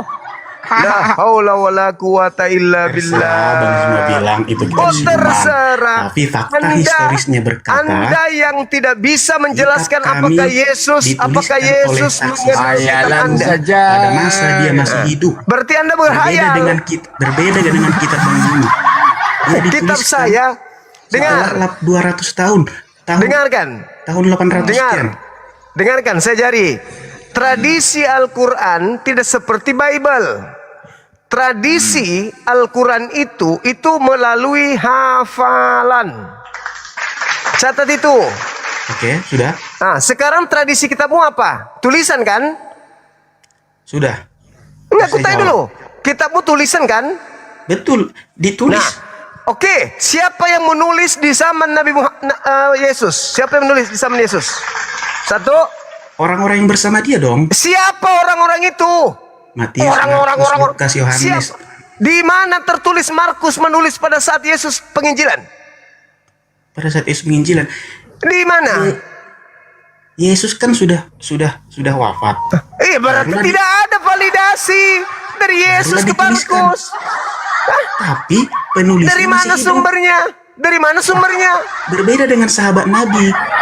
Sahabat Nabi sudah hidup meninggal bersama duluan. dengan Nabi Muhammad. Tunggu. Saya katakan kepada saudara, tradisi Quran, tradisi lisan. Nabi Muhammad menyampaikan, sahabat mendengar, sahabat menghafalkan. Ayo. Baik, saya satu pertanyaan, oke? Silakan. Baik. Kenapa kalau memang dia adalah hafalan itu di pikiran, kenapa surat yang terkait dengan mut'ah itu bisa hilang? Yang di mana? Di mana? Mana yang hilang itu? Mana kau itu belajar dari hujat Islam, pembenci Islam. Sumbermu nanti nangis lagi. Sekarang apa? Sekarang kenapa di Al-Nisa ayat 24 itu ya? Kenapa bisa hadis membatalkan Al-Quran itu, coba? Kenapa hadis membatalkan? Mana Al-Quran yang dibatalkan hadis? Tunjukkan. Al-Nisa ayat 24. Coba bacakan. Mana hadisnya yang membatalkan itu? Al-Nisa ayat 24 tentang mut'ah. Di situ diperintahkan oleh Allah untuk mut'ah. Pada zaman Islam belum disempurnakan. Jangankan itu, awalnya minuman khamar itu tidak diharamkan. Awalnya sholat itu tidak diwajibkan. Sekarang gini. Itulah hukum Islam. Ketika Islam diwahyukan secara berangsur-angsur, ada masa di mana Islam itu telah disempurnakan ayatnya kepada Nabi Muhammad. Pada hari ini telah kusempurnakan. Baru disempurnakan. Sebelumnya memang ada yang disebut nasak mansuk. Itu yang Anda harus pahami. Sedangkan kitab Anda, dengar dulu. Kitab Bagaimana Anda. Bagaimana bisa firman Allah hadis membatalkan Al-Quran? Kau hadis membatalkan Al-Quran, tuduhan dari mana lagi nih? Ini saya baca ya. Coba Anda bacakan. Sahih Silakan. Muslim nomor 1406. Apa di situ? Membatalkan yang ada pada ayat Al-Nisa ayat 24 itu. Apa katanya? Bacakan. Bacakan. Kau sedang berbicara materi Islam. Kau baca. Baca. Kamu pikir orang Islam itu bisa dibodohi? Bukan baca. itu. Ya baca kok saya. Itu maksudnya Bang Juma. Apa, Jadi, Bung? ketika Bang Juma bilang bahwa Mana Al-Quran buktimu? Mana Kenapa tidak Bang buktimu? Juma akui aja? Udah. Diterbitkan Al-Quran itu. Udah, kalau hanya kau hati-hati, nanti kau bicara Islam, hati-hati. Hati-hati kau bicara Islam. Kalau tidak ada ilmu, hati-hati, mending kau di bawah. Hati-hati. Hati-hati, Islam itu ilmu. Tanpa ilmu kau bicara Islam, hati-hati. Sebelah kakimu di dalam sel penjara. Ilmu Islam, Islam ilmu. Bicara Islam harus pakai ilmu. Kalau cuman karena Anda baca di Google, hati-hati, hati-hati. Hati-hati. Sayangkan Anda kalau Anda hanya ngomong karena benci terhadap kami, tapi Anda ngomong seenak perut, hati-hati. Mending Anda turun daripada Anda direkam. Islam itu ilmu. Ketika Anda berbicara tentang Islam, kudu wajib Anda mempertahankan itu argumentasi Anda dengan ilmunya. Anda dapat dari mana ilmunya? Perawinya siapa? Sanadnya siapa? Matannya seperti apa? Apa kedudukan haditsnya? Apa hubungannya asbabul wurudnya dengan ayat suci Quran yang Anda maksud? Hati-hati ngomong Al-Quran Islam. Hati-hati. Hati-hati. Saya aja ini Muslim, tidak berani asal ngomong tentang Al-Quran. Tidak berani saya. Karena ada ilmunya, ada disiplin ilmu baku yang harus dikuasai untuk menjabarkan itu. Kalau hanya modal kebencian, hati-hati sekali. Berbeda dengan Bible. Bible itu direvisi supaya manusia bisa ngerti tanpa harus sekolah. Makanya direvisi supaya dipahami dengan mudah. Begitu saudara. Silakan Bapak Penatua.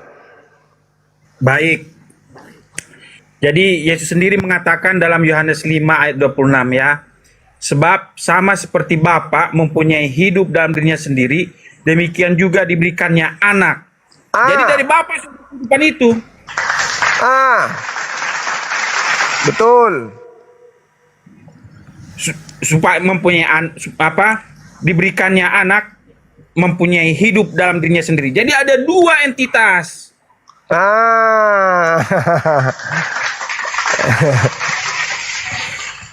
Ada dua entitas, bukan aku yang ngomong. Bapak Penatua. Saudara Yospen ini Penatua, kalian harus mendengarkan beliau. Itu Alkitabiah loh itu. Ada datanya di Bible. Silakan lanjut lagi Pak Penatua. Baik. Kemudian Yohanes 16 ayat 27 sampai 28. Sebab Bapa sendiri mengasihi kamu karena kamu telah mengasihi aku dan percaya bahwa aku datang dari Allah. Datang dari Masolang. Dua kali dia mengatakannya dalam dua ayat ini. Yang pertama dia mengatakan aku datang dari Allah, kemudian ayat 28 aku datang dari Bapa. Dua kali dia mengatakan datang. Yesus tidak pernah mengatakan Allah datang dari Yesus. Atau Yesus tidak pernah mengatakan Bapa datang dari Yesus. Tapi Yesus datang dari Allah Bapa. atau datang dari Bapa. Menangis saudara prank. Mending ini kau pelajari prank daripada kau masuk ke Islam, pelajaran Islam. Nggak bisa kau sampai situ deh. Ini aja. Lanjut. Dan kemudian dilanjutkan. Aku datang dari Bapa dan aku datang ke dalam dunia. Aku meninggalkan dunia pula dan pergi kepada Bapa. Yesus, Mama Solang generasi. Yesus tidak pernah mengatakan bahwa Bapa pergi ke Yesus, tetapi Yesus mantap sekali. Dia datang dari Bapa dan dia pergi kepada Bapa. Yesus tidak pernah mengajarkan bahwa Bapa datang dari Yesus dan Bapa pergi kepada Yesus. Tidak pernah. Mantap sekali. Makanya Yesus mengatakan ya dalam Markus 12 ayat 29. Hai orang Israel, dengarkanlah. Dalam Markus 12 ayat 29. Hukum yang terutama ialah dengarlah hai orang Israel. Tuhan Allah kita, Tuhan itu Esa, bukan dua, bukan tiga, bukan empat. Dengar itu saudara-saudara Kristen yang lain, dengar. Bapak Penatua yang ngomong, data di situ. Beliau main data. Susah kalian memang. Lanjut, Bapak Penatua, silakan. Kemudian dilanjutkan, ya. Di sini Yohanes 8 ayat 17-18, dan dalam kitab Tauratmu ada tertulis bahwa kesaksian dua orang adalah sah. Akulah yang bersaksi tentang diriku sendiri, dan juga Bapa yang mengutus aku bersaksi tentang aku. Berarti aku dan Bapa adalah dua berarti. Iya. Oh Mama, gila benar. Keren. Kemudian dalam Yohanes 6 ayat 57 dikatakan begini. Sama seperti Bapa yang hidup mengutus aku dan aku hidup oleh Bapa. Yesus tidak pernah mengatakan Bapa hidup oleh Yesus. Keren. Mantap sekali. Keren. Salute. Mantap sekali Pak Penatua, memang luar biasa. Tidak percuma beliau ini bergelar Penatua. Memang wajar. Beliau wajar menyandang itu. Makanya Yesus tidak pernah mengatakan dirinya Bapa. Dalam Yohanes 1 ayat 14 dikatakan begini. Firman itu telah menjadi manusia dan diam di antara kita. Ya. Dan kita telah melihat kemuliaannya. Kemuliaan seperti apa dalam Yesus? Yaitu kemuliaan yang diberikan kepadanya sebagai anak tunggal Bapa, bukan sebagai Bapa. Masolang generasi hancur sudah. Nah, ini Pak Penatua memberikan penjelasan yang akurat. Kalau yang di bawah ini adalah pantat tua. Si pantat tua ini mau ngapain? Apa yang salah di situ, di ayat itu? Apa yang salah? Biar saya jelaskan sama Anda. Sudah benar itu. Yesus dan Bapa dua. Yesus dan Bapa dua. Tanyalah Pak Penatua kalau tidak percaya. Di ayat lain, coba di ayat lain, coba. Ada lain, tapi ini Yesus ada dua. datang dari mana? Silakan Pak Yesus Penatua, datang silakan. dari mana? Emangnya, Yesus datang dari mana? Siapa Dari bapaknya? Ya, benar. Yesus itu ya utusan, ya, nabi, ya, guru, ya, raja segala raja, ya. Benar. Ya, tapi aku dan Bapak adalah satu. Yesus dari mana? Siapa bapaknya? Dari mana sumbernya? Baik, sebentar ya. Sebentar. Ya, oke. Perhatikan baik-baik. Iya. Aku dan Bapak adalah satu, ya. Yes. Betul itu. Ingat, aku satu, Bapak satu. Yes. Kalau bahasa Inggris, sebentar Pak, sebentar. Kalau bahasa Inggris menulisnya begini Pak. I and my father are. Are ini jamak. Dia tidak menggunakan kata is. Ya. Jadi di sini ada dua. Iya. Iya, oke. Nggak masalah, oke. Biar saya ajari Bapak ya.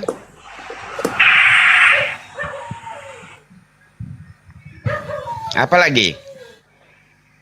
Tadi kan udah saya Silakan bilang Bapak kan. ajari saya. Saya ajari Bapak. Iya, silakan. Oke. Tadi kata dia kan aku dan Bapak adalah satu. Siapa melihat aku, dia telah melihat Bapak, ya kan? Iya. Oke, Yohanes 1 ayat 1. Coba baca. Biar saya ajari Bapak, biar paham mengerti Silakan, ya. silakan. Bahwa dia Silakan. bukanlah manusia biasa, ya. Memang bukan. Iya, jadi yang salah di ayat itu apa? Dengarkan Dia kan- Pak, dengarkan Dia nggak Pak. mengatakan dia memang dia Tuhan, bukan. Tetapi aku dan Bapak adalah satu. Ya. Sebentar Pak. Artinya di dalam dia itu ada ilahi. Sebentar Pak, sebentar. Oke. Saya percaya ya, menurut Yohanes 1 ayat 1, Yesus itu Allah. Anak Allah. Satu. Sebentar Pak, jangan dulu potong. Kemudian dalam Yohanes 5 ayat 26, Yesus mengatakan bahwa dia sama seperti Bapa kodratnya. Makanya saya kasih tahu nih Pak. Sebab sama seperti Bapa mempunyai hidup dalam dirinya sendiri, demikian juga diberikannya anak mempunyai hidup dalam dirinya sendiri. Jadi Yesus memiliki kodrat yang sama seperti Bapa. Bapa ilahi, dia pun ilahi. Kodratnya sama. Ya. Nah, jadi ada dua ilahi. Nyatanya, oke. Tunggu sebentar. Nyatanya bisa nggak? Nyatanya benar nggak dia? Ada dua ilahi. Iya, benar nggak ada keilahian dalam dia? Sebentar Pak, sebentar. Oke. Nah, sebentar. Kemudian di ayat 23, Yesus menuntut penghormatan yang sama seperti kepada Bapa, supaya semua orang menghormati anak sama seperti mereka menghormati Bapa. Barang siapa tidak menghormati anak, ia juga tidak menghormati Bapa yang mengutus dia. Jadi Yesus memiliki kodrat yang sama seperti Bapa dan menuntut penghormatan yang sama seperti kepada Bapa. Yes. Sama-sama ilahi. Sama-sama Tuhan. Ya. Udah? Ya. Oke, kita uji ya. Apa mujizat yang dilakukan Yesus? Ada berapa? Ada berapa ratus? Udahlah. Ada berapa Penatua ratus? ini, abang kita Penatua sudah mengakui Mau kok. Penatua, mau apa saya ajari? Juma. Loh, mujizatnya itu bukti kalau dia itu ilahi. Dan beliau akui ada dua ilahi. Kenapa Anda yang panas? Loh kok panas Islam itu? Jangan lawan saya kalau masalah tentang Islam nanti. Ini masalah Kristen Saya bukan dulu. Islam Pak. Iya benar Pak, benar Bapak Kristen. Tetapi pemahaman Bapak ya hanya tergantung di satu ayat ya atau di dua ayat. Bukan secara sempurna. Saya bawa banyak ayat tadi. Benar enggak keilahian dia ada? Apa mujizat yang dilakukannya? Ada berapa ratus? Ada berapa ratus? Bahwa dia kuasa. Apa Pak? Erik. Apa Pak? Coba. Nabi yang mana seperti dia? Udah saya bilang tadi kan dia nabi, dia guru ya. Dia utusan. Udah saya bilang tadi seperti itu. Tetapi aku dan Bapak adalah satu. Artinya kuasa ya ada dalam dia, yaitu ilahi ada. Ya. Itulah memperkenalkan dia sebagai manusia untuk sama manusia ya. Karena nabi semuanya adalah jatuh dalam dosa. Makanya dia datang yang mengakhiri. Ya, biar paham Bapak ya. Ngomong apa sampean? Apa Islam? Gak usah kau ikut campur cuma kalau kau tantang saya masalah Islam nanti kau kapok. Ya, kapok. Islam itu saya bisa katakan itu ya adalah politik. Udah, kau Rekam. urusin aja dulu. Rekam. Islam itu adalah politik. Urusin aja dulu. Mau kita runut sejarahnya. Ada dua Umur ilahi. berapa si Muhammad? Ada berapa tahun si Muhammad Nabi? Ada Umur berapa dua dia Nabi? ilahi. Nggak Kita usah ke uji saya. kalau memang pantas Islam itu. Nggak usah ke saya dulu. Konsepnya Islam itu, oke. Kalau enggak makanya jangan tuh campur kalau memang Enggak, apa. itu dulu Bila ada dua kau Tuhan. tantang saya Islam ya, debat ya. Ada dua apa? Tuhan. Kapok kau Udah nanti ku buat. selesaikan itu dulu. Kapok kau ku buat. Kita runut Ada ya. dua Tuhan. Umur Bahas berapa dulu si itu. Muhammad jadi nabi? Oi, Ada berapa? internalmu berapa tahun? aja dulu urusin. Berapa tahun Muhammad menerima wahyu? Apakah sudah ada di zaman Muhammad? Internalmu dulu urusin. Kau itu. Sudah ada masjid di zaman Muhammad? Sudah ada masjid? Internalmu Di aja situ dulu. masih berduka. Jazirah Arab masih berduka, trauma. Ya Turunkan belum ada moderator. masjid zaman Muhammad. Kapok Moderator, kau kan? turunkan. Kapok kan? Gak usah. Mampus. Lanjut. Baik. Baik, saya ingin memberikan tambahan kepada Pak Erik. Saya percaya Yesus itu Tuhan. Saya percaya Yesus itu ilahi. Saya percaya Yesus itu juru selamat saya. Tetapi saya percaya bahwa ada dua makhluk ilahi di surga sana. Satu Bapa, satu Yesus sebagai anak Allah. Satu Yesus. Itu. Cuman Bapa lebih besar daripada Yesus. Katakan. Mantap sekali. Nah, tadi Bapak bilang hanya 2-3 ayat. Saya dari tadi berbicara berdasarkan ayat. Tidak pernah saya menggunakan pendapat saya. Selama saya di Koma-Koma, saya pantang bagi saya menggunakan pendapat pribadi. Tanya Bang Zuma dan yang lain-lain. Betul. Dan ini Benar terakhir sekali. ya Bang Zuma ya.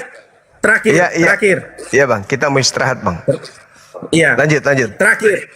Nah, mengapa Yesus memiliki kodrat yang ilahi? Ini menurut Ibrani 1 ayat 3. Ia adalah cahaya kemuliaan Allah dan gambar wujud Allah. Kalau dalam bahasa Yunaninya ini hipostasis. Esensi, kodrat.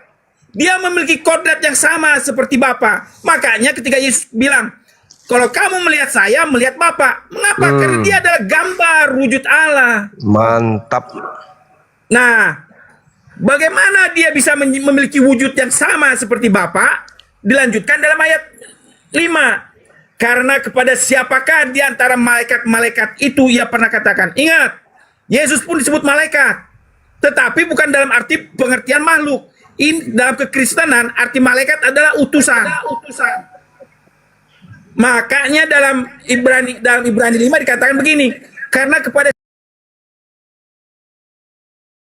sepakat di antara malaikat, anakku engkau telah kuperanakan pada hari ini, dan aku menjadi bapaknya dan ia akan menjadi anakku. Makanya Yesus memiliki gelar anak Tuhan, sedangkan Yesus Bapa adalah Tuhan Bapa. Inilah yang membuat posisi mereka Bapa lebih besar daripada Yesus. Itu jawaban saya. Terima kasih Bang Zuma. Terima kasih. Oke. Selamat pagi. Baik, Pak Penatua. Sehat selalu. Yang dapat kita petik dari ilmunya beliau bahwa di surga sana ada dua makhluk ilahi, yaitu Bapa dan Anak. Tetapi Bapa lebih besar dari ilahi yang satu, yaitu Yesus. Tepuk tangan untuk Pak Penatua. Assalamualaikum Dinda. Halo. Waalaikumsalam warahmatullahi wabarakatuh, Panglima. Iya, jadi besok ke Makassar. Insya Allah iya, besok tiba di Makassar, Gurunda. Udah komunikasi sama ini nggak? Udah, Akhi Lukman udah respon juga, insya Allah bisa jemput nanti katanya. Cuman Gitu. masalahnya aku nggak ada di atas, gimana itu? Oh gitu. Ya udah terserah. Aku Terus- paling ini ya. Terus di sana kamu sama siapa? Sama kru aja ya? Iya, Gurunda nggak ada masalah. Makannya? Kok makan sembarang kan? Iya, aku semut rangrang bisa, kulit pohon jambu. Aman Gurunda. Di sana anak-anak itu sering sekali makan kolak walang sangit. Kolak walang sangit tuh, aku walang sangit suka banget kalau di Sangrai. Iya. Gak apa-apa lah kalau gitu. Aman. Nanti mungkin aku naiknya nanti kebetulan ada tamu kan dari keluarga besar kita dari Medan. Oh, Masya Allah, siap. Ya, Gurunda ini aja, jangan apa namanya, jangan merasa keganggu aku datang. Gurunda lanjut aja ini, Gurunda, apa aktivitasnya. Aku di sana kerja kok, bukan berkunjung tamasya. Oh iya. Paling sekali ya. Assalamualaikum warahmatullahi wabarakatuh. Waalaikumsalam warahmatullahi wabarakatuh. Assalamualaikum. Sekalian mau ku infokan Dinda, itu gimana itu nanti? Bisa nggak di acara penutupan kan kita ada peletakan batu pertama untuk pesantren kan ya? Bukan penutupan. Setelah potong tumpeng, Gurunda. Ini aku kirim Gurunda ya. Enggak, masalahnya jaraknya itu loh. Aku punya masuk ada ide rencana kalau bisa mumpung kan pembesar pengadilan tinggi agama kan pada ada hadir. Nah, aku mau hari itu juga setelah kegiatan kita berangkat ke kompleks perumahan PTA untuk peletakan batu pertama, bisa nggak? Bang Arif hadir kan? Oh, berarti 2 peletakan batu pertama gitu maksudnya. Iya, Bang Arif ikut nggak? Ikut, insya Allah datang beliau. Nah, itu Lebih dia. awal malah. Mumpung beliau ada kan gitu maksudku. Ada ketua pengadilan Makassar, ada beliau datang dari Mahkamah Agung sekalian. Jadi kita beriringan turun gitu. Bisa kendu. Nah, kayak gitu ya. Aku kira yang sekolah. Sekolah kan dekat situ. Sekolah kan dekat situnya. Iya, kalau itu yang sekolah masuk ke susunan acara dia. Jadi setelah tausiah Gurunda, potong tumpeng perayaan program, lalu kita iring-iringan ke peletakan batu pertama sekolah gitu. Habis itu udah ramah-tamah beres, acara beres, tinggal santai-santai. Paling nanti dari batu pertama perumahan. Yang perumahan. Oh iya. Ya udah kalau mau digituin juga boleh, tapi kasih makan siang dulu mungkin Gurunda. Setelah makan siang kita baru berangkat. Iya, pokoknya setelah penutupan kegiatan kita berangkat ke sana. Nah, di situ kita bubar. Yang mau balik ke Bolangi silakan, yang mau pulang ke rumah masing-masing silakan kan gitu. Paham nggak maksudku? Iya. Ngerti. Aku nangkap Gurunda. Jadi dirangkaikan acara kita ini sekaligus peletakan batu pertama perumahan Pengadilan Tinggi Agama Sulawesi Selatan kan gitu. Oke, siap. Laksanakan, aman. Siap. Izin Bang Suma. Assalamualaikum warahmatullahi wabarakatuh. Waalaikumsalam warahmatullahi wabarakatuh. Waalaikumsalam warahmatullahi. Siap. Salam kenal tentunya Bang Suma dari Palu, Siap. Sulawesi Tengah. Iya. Jadi gini, ini ada saudara kita ya dari keyakinan sebelah bersama saya, asalnya dari Flores, namanya Simon. Alhamdulillah semenjak dari Makassar itu ke saya di Palu ini, beliau sudah bersahadat Bang Suma, alhamdulillah. Keren, Masya Allah. Ya, jadi saya izin Bang Suma untuk bantu bimbingannya. Saya izin untuk nomor WhatsApp-nya Bang Suma supaya kita sama-sama bimbing ini. Jadi nama beliau Simon, tapi beliau dengan ikhlas saya bersama Ustadz di sini ganti namanya. Namanya sekarang Muhammad Rahim. Oh, keren kan. Ini beliau lagi ini. Udah istirahat ya siang. Oh iya. Kontak di nomor WA. Boleh, Ya. Bang, boleh. Ya. Terima kasih sahabat Iza. Ya. Bisa minta kontaknya Bang Handi, ada teman-teman kita ini sudah Iya, ke Humas Akhi. Yang Santang atau Handi Salebes. Ya, izin Bang Brapo. Kalau untuk bimbingan mualaf, di API sendiri udah ada kelasnya. Udah ada yang ngebimbingnya. Jadi bukan ke Gurunda lagi. Kalau udah masuk ke ranah bimbingan. Nanti di chat ke Bang Andi aja nanti ya. Untuk Bang Andi kalau bisa di WA-nya ya. Ya di DM aja ke Bang Andi itu. DM Bang Andi ya. Siap Bang Andi. Siap. Nih mudah-mudahan besok atau lusa ini sampai ke mantri dulu di sunat ini. Iya. Sunat dulu beliau ini. Kalau gondrongnya udah kecukur sudah. Coba, Deng, coba kasih tidur di bangunan apa dibangunin itu? Ini lagi tidur kasihan beliau ini. Oh di bangunan. Ini tidur ini, nih. Nggak bisa dibangunin, susah. Tidur moro. Dah, capek kerja kasihan dia lembur tadi. Oh iya, lanjut Kipale. Iya. Bang Andi ya, siapa? Bang Hadi di DM. Iya boleh. Nomornya Bang Handi juga disebut di sini nggak apa-apa. Saya DM aja Bang. Ya ini dia mualaf ini kayaknya gara-gara si Ratih ini, guys. Gara-gara si Ratih jadi mualaf ini Bang Juma. Oi, promo dulu 14.000 ini. Ini gara-gara si Ratih ini. Biang keroknya si Ratih ini. Ya. Ya Ikhwan. Milad 3 ini sudah masuk ke Hamin 14.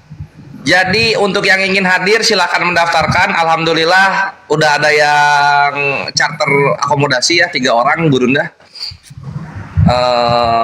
Jadi nanti udah ada yang inilah. Kalian yang mau bergabung silahkan, terutama yang di daerah Sulawesi Selatan, gas. Harga tiket 100.000 itu udah mendapatkan tiket masuk, makan dan juga snack 1 kali. Oke Ikhwan, acaranya dari jam 9 sampai jam 12 lah, sampai bada duhur. Untuk yang jauh lalu kemudian pengen hadir terkendala kerja atau terkendala kesibukan gitu, tenang saja, insya Allah akan di live kan di YouTube, dan juga kalian bisa infak untuk meramaikan, memeriahkan simbol kemenangan Islam ini ya, berupa Milad APII 3 ya. Jadi kalian ke rekening APII di 75 kali 51770 support, lalu jangan lupa beritanya diisi untuk merayakan Milad APII 3 gitu Ikhwan. Oke, gas. Thank you.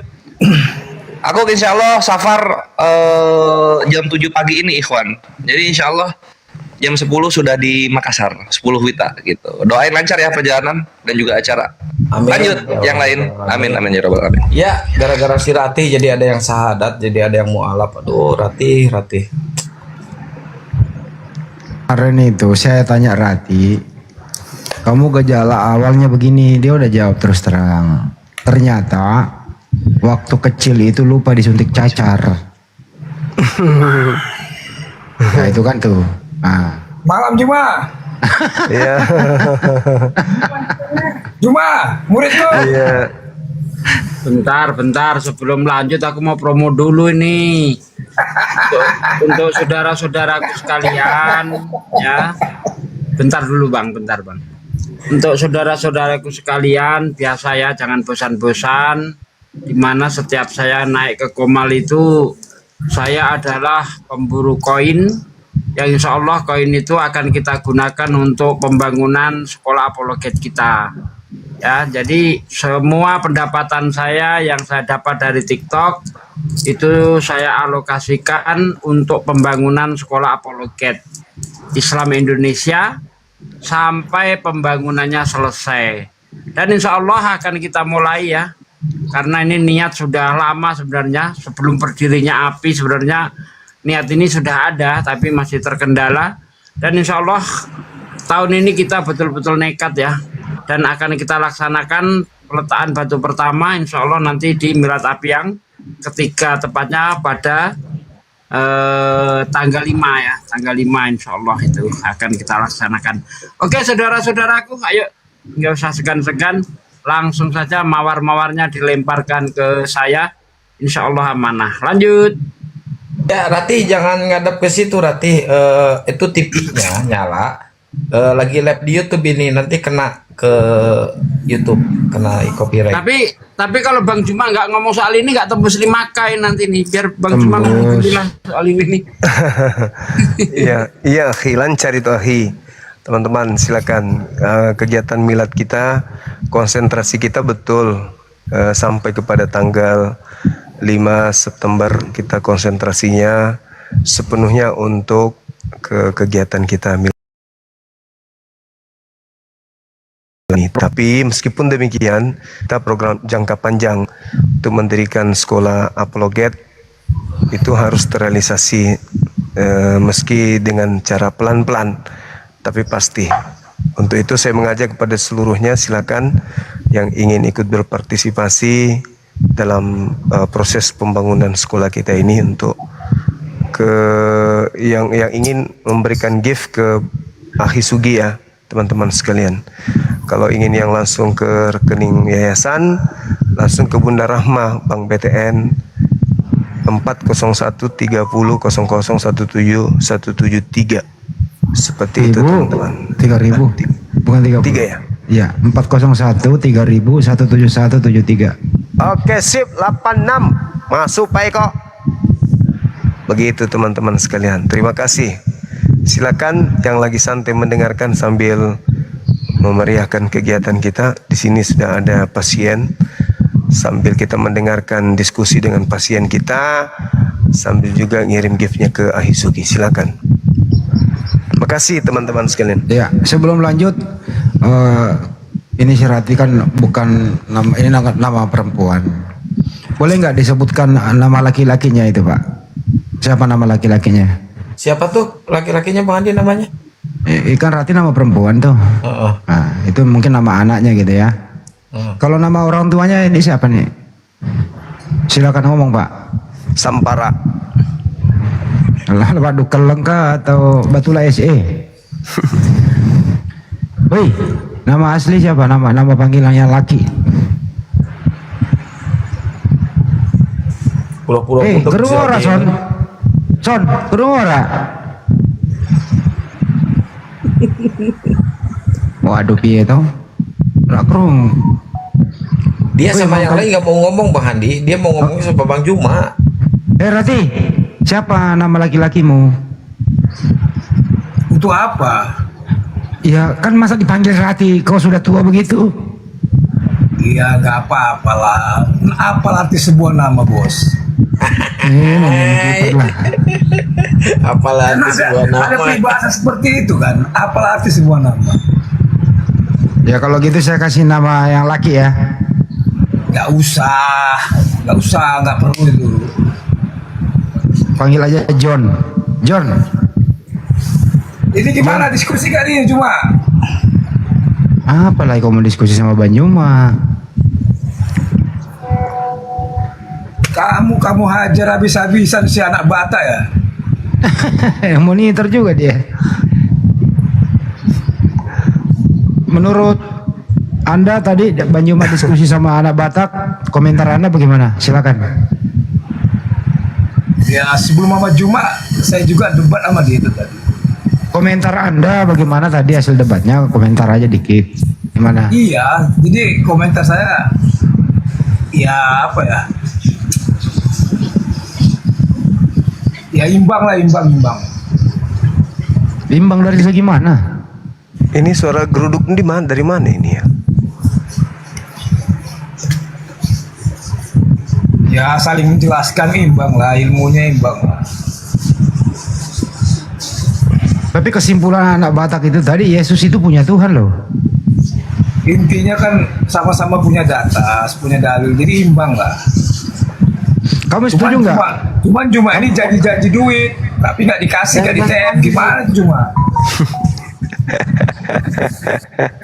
Noise Bang Handi Daeng, noise gitu. Bukan Harusnya video, kamu TM cuma. Kan kamu yang pertama datanya ada dia cuma. Nggak ada datanya. Yang pertama itu kamu janjikan uang itu, dia ada data itu lengkap itu. Nggak ada datanya, jaminan surga nggak ada. Terus nubuatan terkait dengan Mesias bangkit pada hari ketiga juga tak ada. Dia udah pengen dapat duit, kamu gak kasih, janji mulu kamu. Kalau nubuatan si jahat bangkit hari ketiga ada, Matius 27. Itu bosku. Ayo promosi lagi, promosi lagi.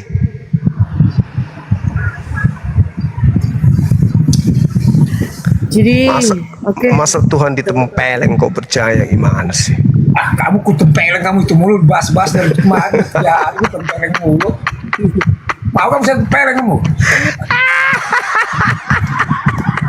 Bahasanya tempeleng mulu. Bosan dan maling tau. Lah kan ya Tuhanmu memang ditempeleng kan Bang. Mana sih kau baca Lukas 18 ayat 23 itu kan Tuhanmu ditempeleng Bang. Masa tema 3 hari tempeleng.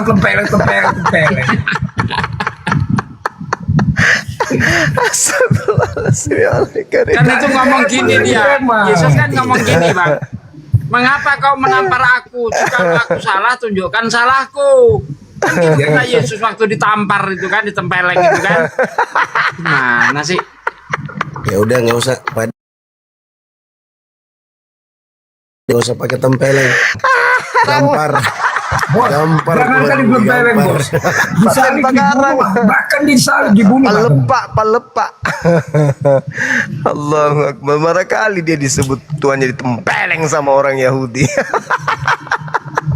Oh senang kamu cuma ya, ditempeleng kamu senang ya? Kenda. Iya. Tempeleng dia nggak mau tempeleng, diganti kan dari dijagur gitu. Ditumbuk.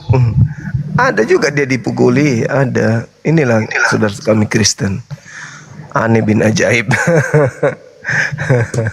Cuma gini Aki, Yesus itu kan mengajarkan kalau ditampar pipi kiri kasih pipi kanan. Giliran dia kena tampar betulan, bukannya dikasihkan pipi kiri malah ngamuk gitu.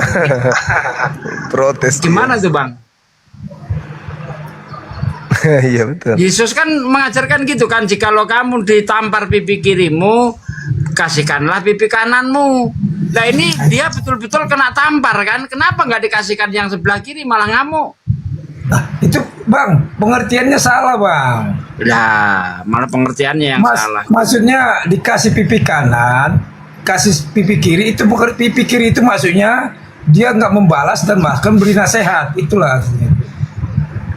Lah itu Yesus bukannya beri nasihat malah ngamuk dia.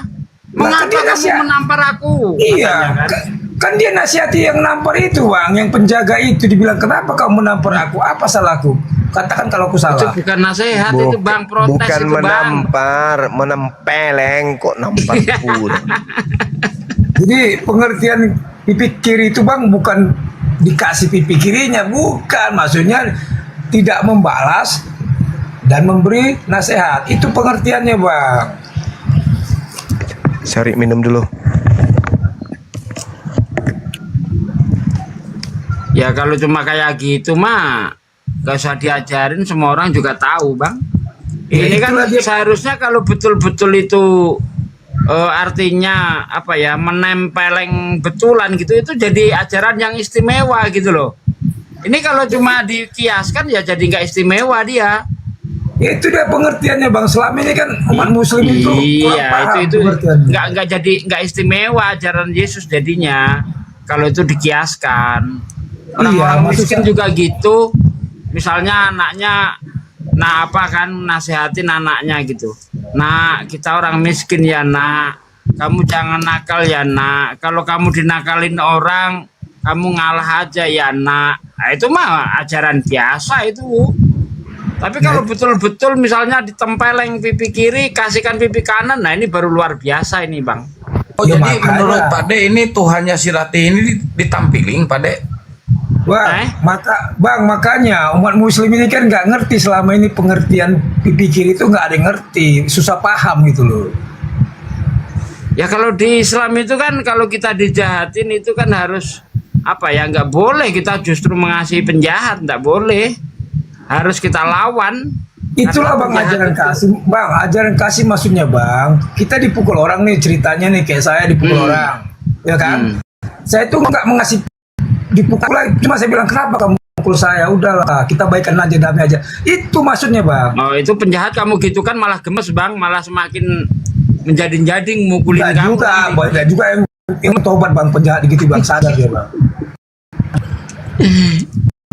Itu malah semakin menjadi-jadi kalau gitu. Jadi intinya musuh ini, Bang, memberi pipi kiri itu, Bang, menyadarkan orang itu yang menampar kita. Jadi kalau ada maling masuk di rumahnya, udahlah sini kau makan dulu lah, kau jamu kau, jangan mari maling gitu ya. Itu kamu udah lari kontak maling sama tampar. Aduh. Kan penjahat itu maling. Maling itu kalau ngambil barang, ini kan masalah tampar menampar. Udah, kalau kayak gitu berarti ganti aja itu ayatnya bunyinya, jangan tampar pipi kiri kasih pipi kanan. Mending gini bunyi ayatnya. Ini larinya ke maling, udah lari dari konteks. Enggak gini. Harusnya jangan tampar pipi kiri kasih pipi kanan. Harusnya cipika cipiki, itu yang benar tuh. Nah, itu namanya ini, Bang, pornografi itu, Bang. Kang, tadi pagi aku diskusi sama Oten. Aku tanya dia kan, Tuhan kan dia ngolok Allah kan. Terus aku bilang, terus Tuhanmu punya burung nggak? Dia bilang, iya memang punya burung, ngapain aku malu katanya, tapi burungnya nggak difungsikan katanya. Cobalah. Aksesoris doang maksudnya ya? Iya, dia ngaku itu tertulis katanya di Bibelnya, tapi nggak difungsikan katanya. Bibel apa aku rasa. Tapi Rati ini tadi ya, Rati tadi Ustaz ribut sama anak Katak, ya, karena anak Batak itu mengatakan salib itu karya iblis, ditolak sama Rati, ribut mereka. Rati mengatakan itu ya campur tangan Bapak. Mereka nggak ini sama si anak Batak ya. Batak walaupun dia Kristen, kalau emang ajarin dia saya salahkan. Tadi saya debat sama dia, malah dia bilang iya kamu menang. Ya wajar lah, kan dia muridnya si Edis pasti. Dia bilang begini, seberapa kuat iblis menyalibkan Tuhan, saya bilang sama dia. Kenapa kamu bilang rencana iblis? Karena ini rencana Allah, makanya Yesus itu mau disalib. Kalau ini rencana iblis, seberapa kuat iblis? Iblis saja ciptaan Allah. Itu aja intinya, gitu aja. Makanya dia bilang udah kamu menang. Iya, kamu kalau jadi apologet, saya bilang, sebarkan ajaran Kristen yang benar. Jangan kamu jadi apologet menyebarkan kekeliruan ajaran Kristen. Edis sama dia mengatakan itu rencana iblis.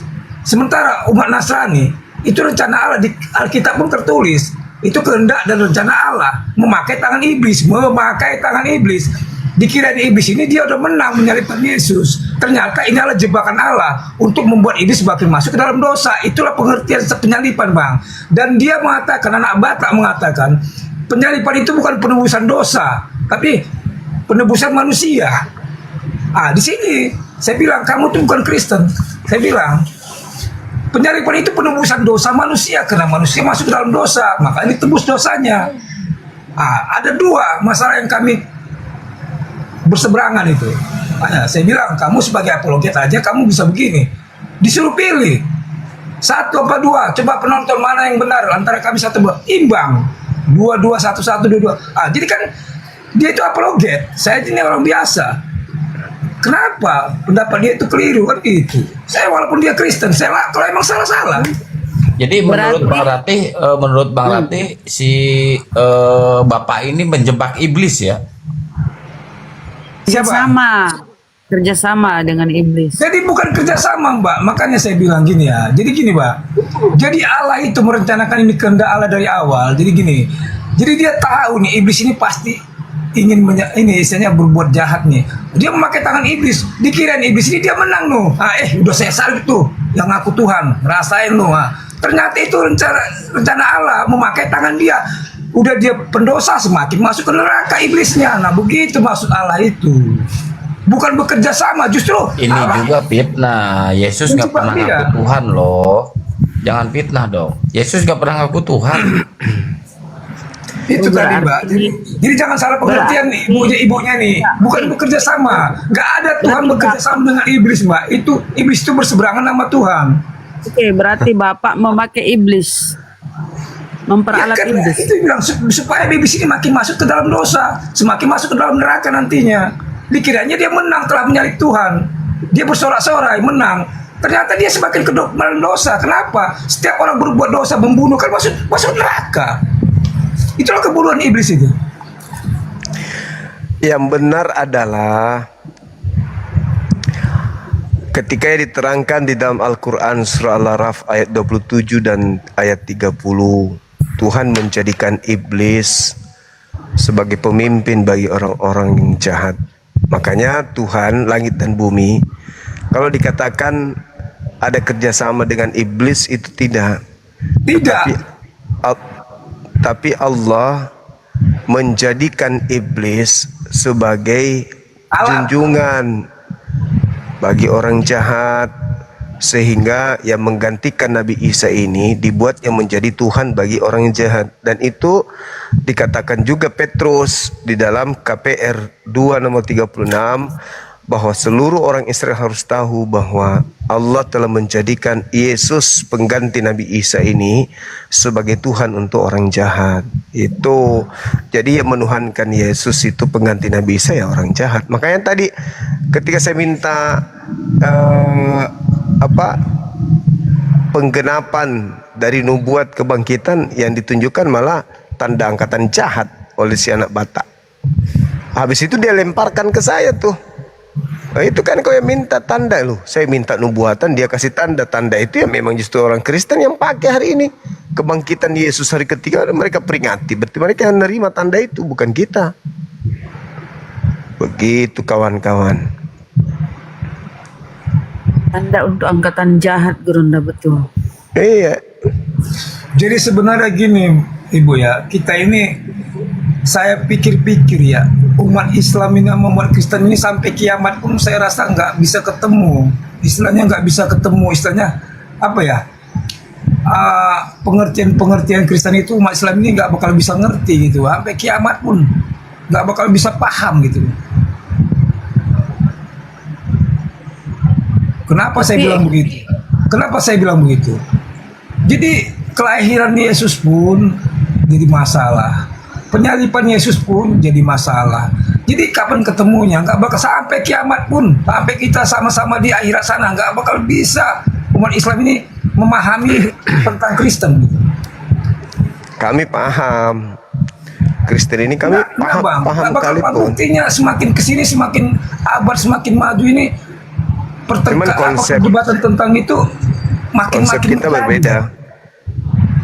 Karena konsep kita berbeda, menyikapi konteks yang ada, kan gitu. Nggak ada ketemunya, Bang. Iya,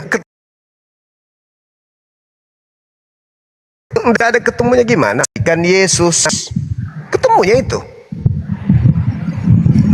Iya gini, Bang ya. Itu dia yang nggak paling ketemunya.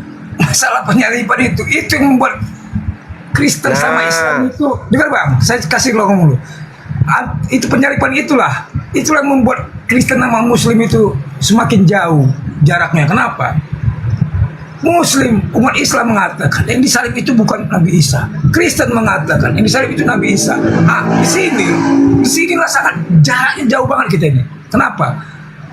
Dan menurut Kristen ya, itu Nabi Isa. Karena gini, kalau kalian bilang, kalau umat Islam bilang itu bukan Nabi Isa yang disalib, itu yang digantikan, ini bukan sinetron, Bang. Yang ada peran penggantinya, ada sutradaranya, ada pemain. Enggak, Bang. Ini bukan sinetron. Dulu nggak ada sinetron, Bang.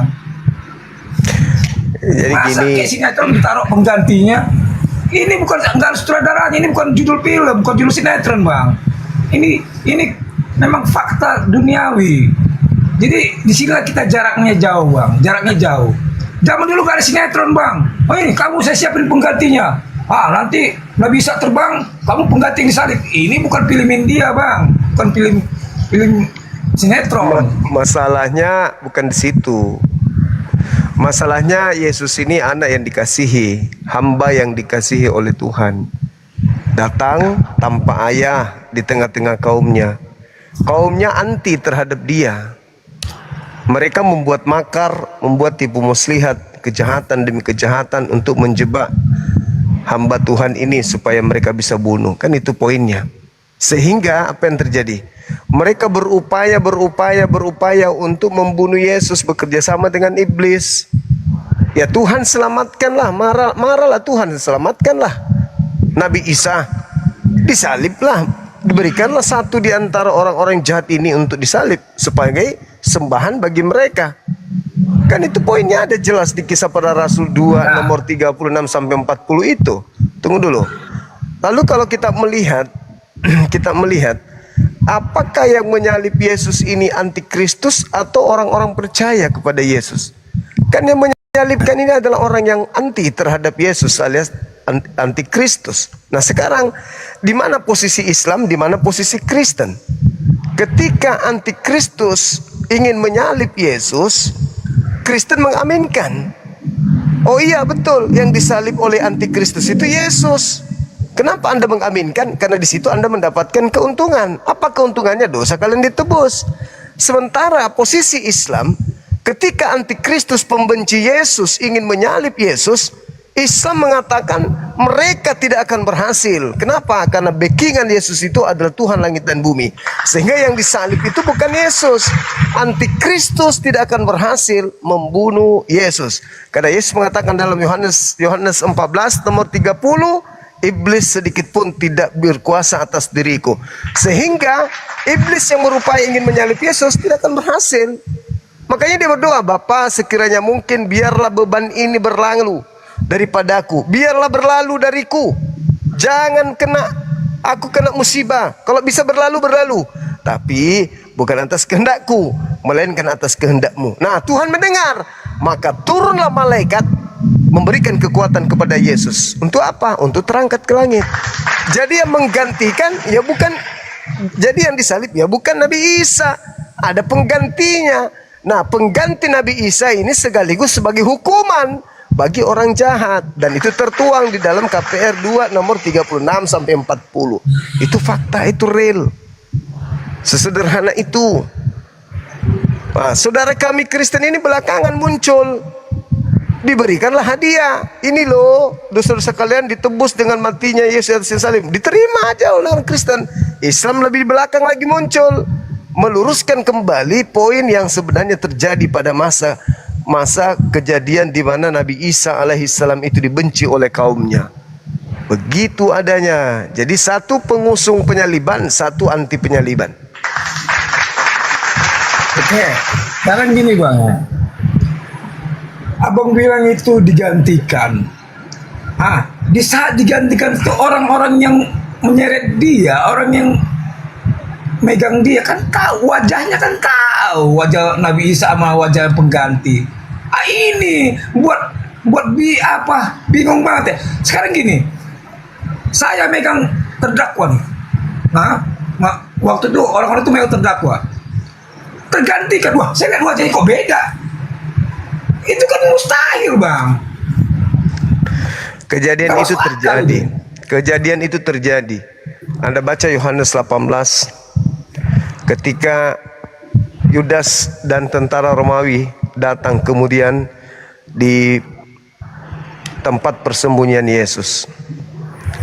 Tiba-tiba saja kan Yesus sudah mengingatkan, engkau akan menyangkal aku sebelum tiga kali ayam berkokok. Lalu kemudian datanglah Yudas. Kan ditanya, siapa yang engkau cari? Siapa yang engkau cari? Yesus dari Nazaret. Aku lagi lah, dari sejak kejadian itu mereka sudah tidak kenal Yesus. Mereka tidak kenal Yesus yang asli ini yang mana. Salah Bang. Lah kan dia mengatakan, siapakah yang kau cari? Harusnya mereka mengatakan kamu. Tapi dia mengatakan kami mencari Yesus dari Nazaret. Lalu apa kata orang itu?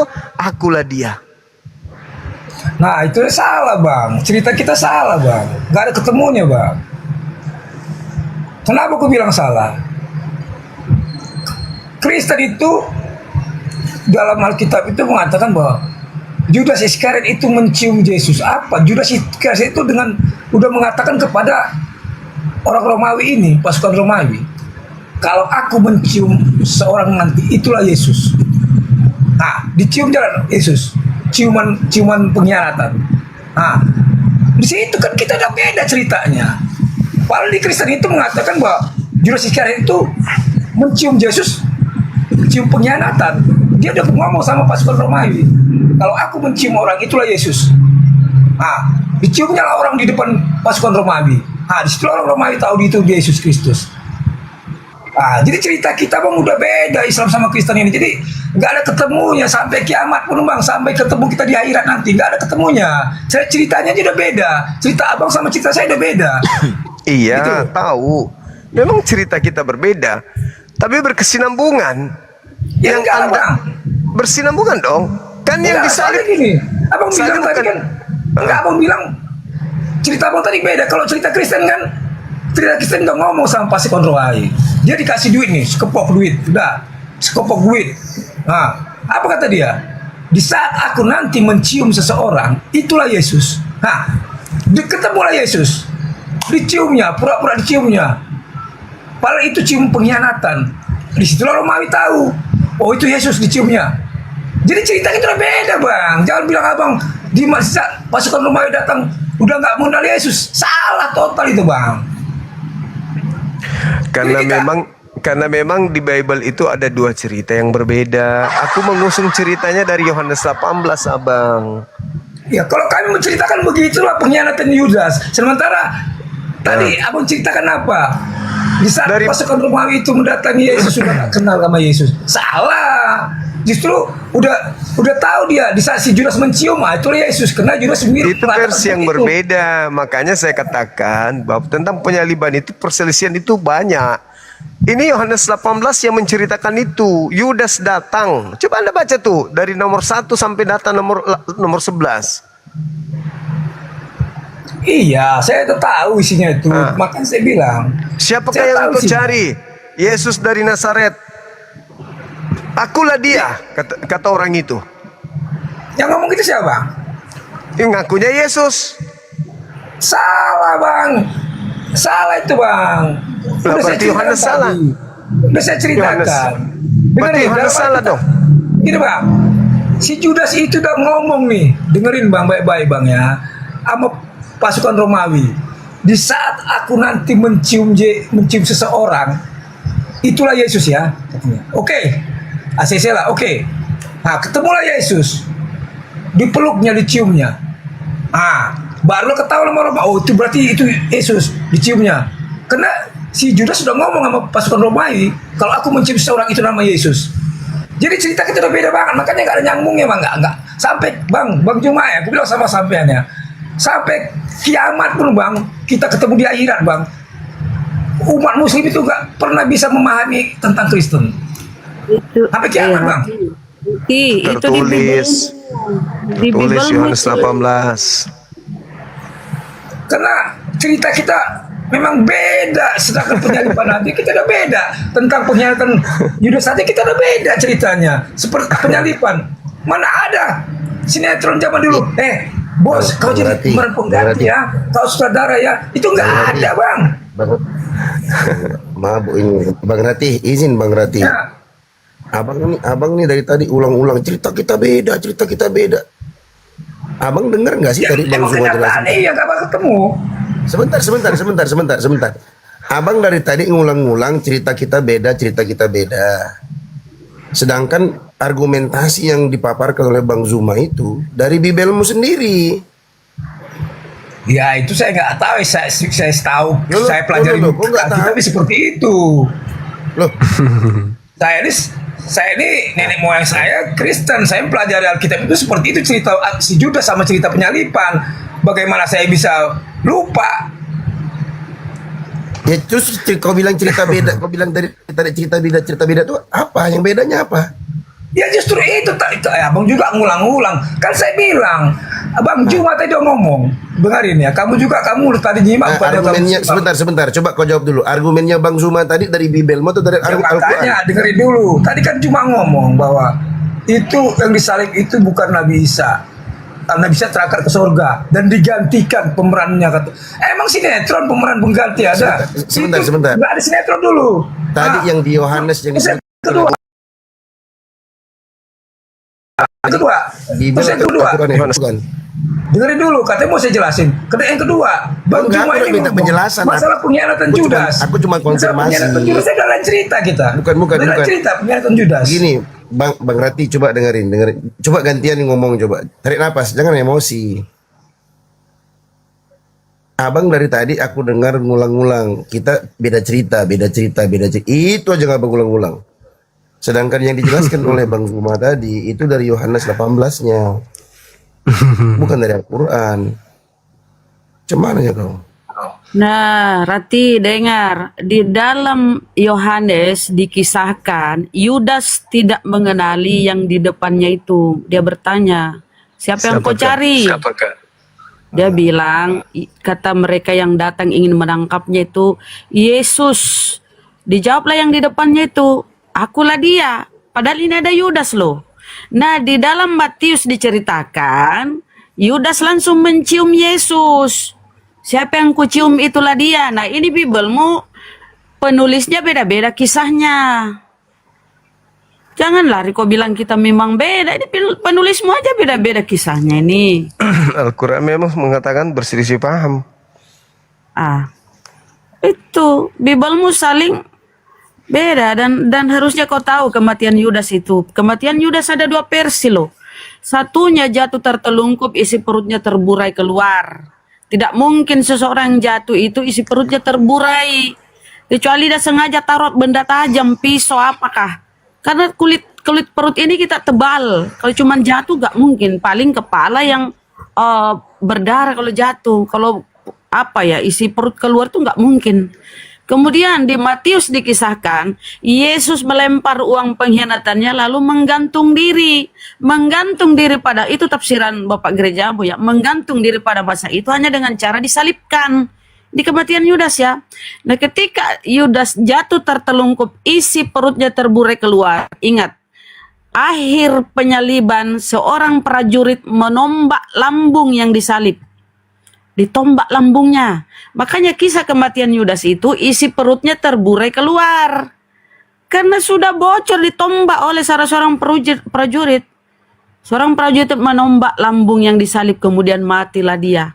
Itulah para penulis di Bibelmu, ya begitulah kisahnya. Belum masuk ke cerita tentang Islam. Kalau Islam kami sudah jelas. Yesus tidak dibunuh, diangkat. Ada yang disalib. Memang ada pembunuh, ada penyaliban. Tapi yang diserupakan, itu sudah finish. Di Bibelmu kontradiksi. Kemudian kalau kita baca di Ibrani ya. Dengan ratap tangis. Nggak bisa ngomong dia. Dengan ratap tangis dia mempersembahkan doa kepada dia yang sanggup menyelamatkannya dari maut. Dari kematian. Karena kesolehannya doanya didengarkan. Buka itu mute-mu itu. Buka. Jangan ngarang bebas. Loh, dalil ini bang, dalil. Udah, nggak usah ngarang bebas. Cerita Judas bukan begitu. Cerita Judas mencium Yesus, ciuman pengkhianatan udah. Jadi ibu jangan ngarang bebas. Saya orang Kristen, saya tahu cerita kita udah. Ibu jangan ngarang. Ibu itu kan ibu orang Islam. Dari mana ibu lebih pintar masalah kita daripada saya? Baca Bibelmu, udah disampaikan Gurunda itu tadi. Ibu baca Bibel berapa tahun? Saya tanya. Ibu baca Bibel berapa tahun? Coba tanya, saya tanya berapa tahun ibu baca Bibel? Baca tuh Yohanes. Coba kita buka ya. Saya tanya, ibu baca Bibel berapa tahun? Coba jawab saya dulu, berapa tahun ibu baca Bibel? Sudah 10 tahun. Saya 30 tahun. Iya tapi kau masih botol. Udah lama kau baca. Karena kamu orang bebas. Anak kemarin sore orang bebas. Jadi kita buka ya. Jadi di Bibelmu loh. Di Bibelmu, dengar. Bapak saya itu pendeta, paham? Ya urusanmu, bukan urusanku. Ya makanya, dari mana jalannya kamu lebih tahu isi Bibel daripada saya? Justru pendeta itu banyak nipu karena dia mau perpuluhan. Ini Bibelmu yang masing-masing kontradiksi. Nih kita lihat ya. Garis berapa tadi ya? Bentar. Yohanes berapa tadi Ustadz Dio? Kata Gurunda. Yohanes 18 ya. Bentar. Kontradiksi. 18. Bukan. Ngomong terus dia ya. Jadi antara Yohanes itu dan si Matius tuh salah tuh apa ya? Beda keterangannya. Beda penjelasannya tentang kalau si Matius mengatakan bahwa ada ciuman Yudas. Ya, nih sebentar. Ngarang bebas. Enggak, ini ada dalilnya. Saya ini loh 30 tahun Kristen, nggak mungkin kamu lebih paham Kristen daripada Alkitab daripada saya. Kamu kelas 1 SD, saya kelas 6 SD. Mana mungkin bicara kelas 1 SD, pakai logika nih, pakai otak nih. Nazaret, sebentar gue kasih data bang, jangan cuma congok. Nggak usah data-data, saya nggak penghafal. Saya tahu makna Alkitab. Ini Saya bukan penghafal. Yohanes 18. Kita kasih data ya, Yohanes. Udah bacain aja, emang kayak novel, kau bacain aja kayak novel, kayak buku SD kau bacain aja. Maknanya yang penting, maknanya yang penting. Ini. Kamu kayak anak SD menghafal aja taunya kamu. Oh buka di situ, ada kan Bible di situ. Coba ada. Aku gak mulai kamu kayak anak SD kok ngapal lu gak tau maknanya kamu tuh. Si Bata aja kalah saya apalagi kamu ilmu kamu tuh. Dengar dulu. Si Juma tuh, kalau Juma itu nyambung sama saya. Juma nyambung sama saya. Kalau kamu gak nyambung, jujur aja bukan sombong saya.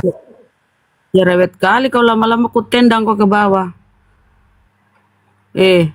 Di sini Yudas tidak mengenali Yesus. Yohanes 18, Yudas tidak mengenali Yesus.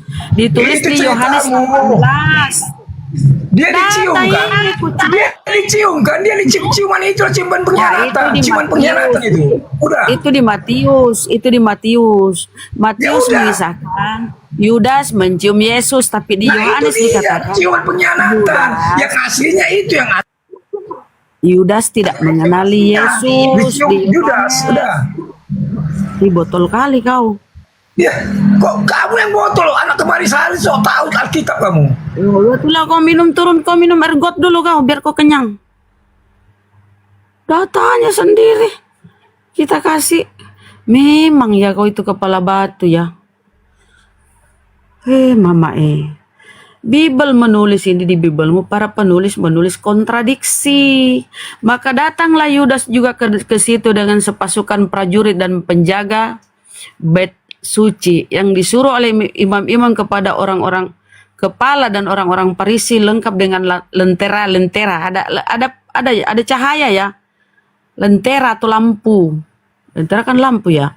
Atau suluh dan senjata. Maka Yesus yang tahu semua yang menimpa dirinya maju ke depan dan berkata kepada mereka, "Siapakah yang kamu cari?" Jawab mereka, "Yesus dari Nazaret." Yudas di depannya ini tidak mengenali gurunya. Yang dia bertanya, "Siapa yang kau cari?" "Yesus dari Nazaret." Dijawab, "Akulah dia."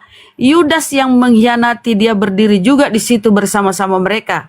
Ketika ia berkata kepada mereka, "Akulah dia," mundurlah mereka lalu jatuh ke tanah. Maka ia bertanya pula, "Siapa yang kamu cari?" Kata mereka, "Yesus dari Nazaret."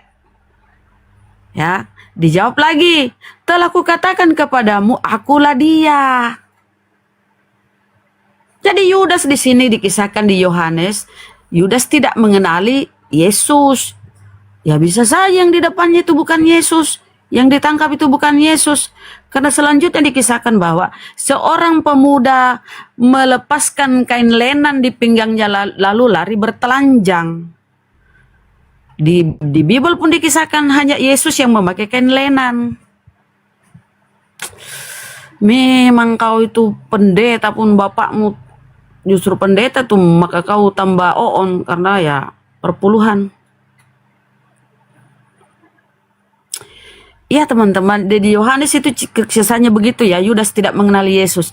Tapi di Matius dikisahkan bahwa Yudas, kata Yudas, "Siapa yang aku cium itulah dia, itulah Yesus." Lalu diciumlah Yesus, yang katanya Yesus dicium.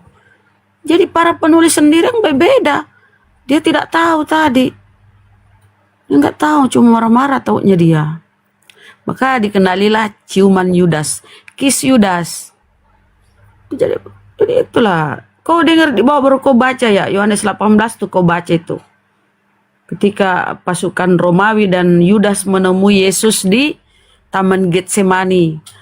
Judul perikopnya itu Yesus ditangkap. Tapi kenapa Yudas tidak mengenali gurunya?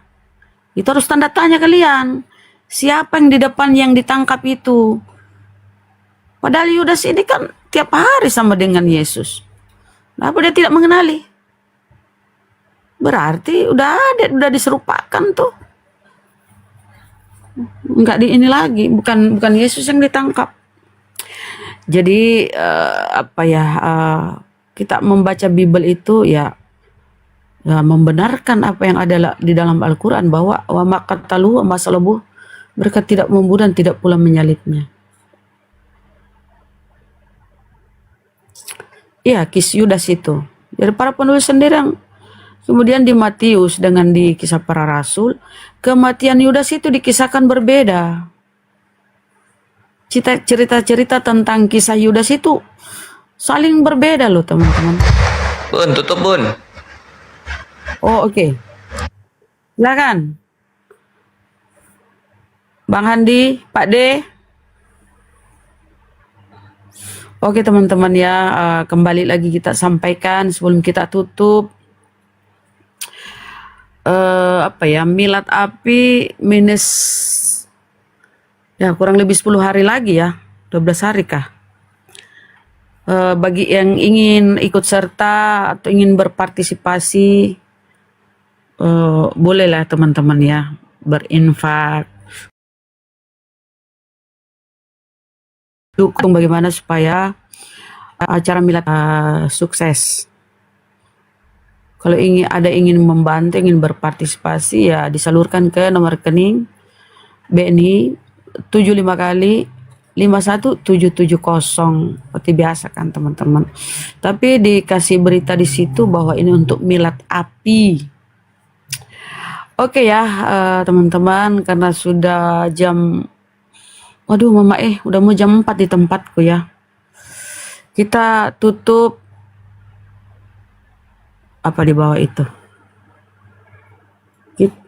Siapa mau tutup ini? Pada tidur kah? Wih, Kores. Udah ditutup. Padahal masih banyak penonton loh.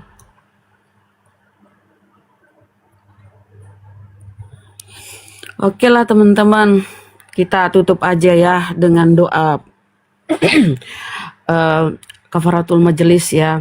Bismillahirrahmanirrahim. Subhanakallahumma wa bihamdika asyhadu an la ilaha illa anta astaghfiruka wa atubu ilaih. Salam tauhid, salam satu Tuhan. Assalamualaikum warahmatullahi wabarakatuh. Udah, jangan lanjut, udah pada mau istirahat. Tempatku udah mau jam 4. Istirahat sebentar, sholat subuh. Bye, thank you. Makasih. Mana? Tutup.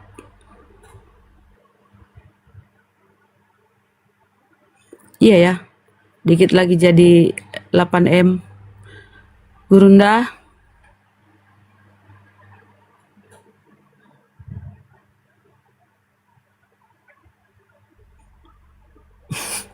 Baru jam 2 ya? Iya, aku kan di Makassar.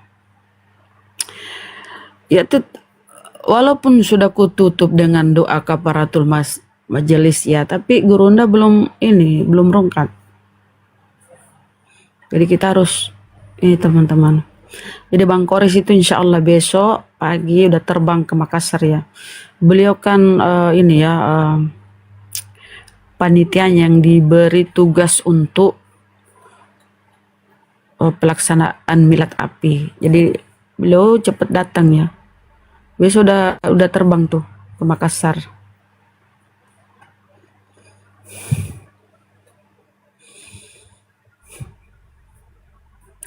Kan belum berangkat juga, gimana sih?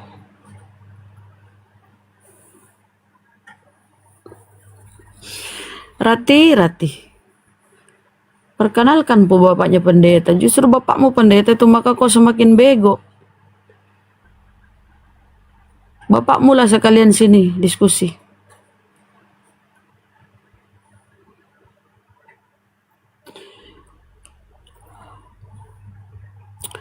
Aku telepon dulu lah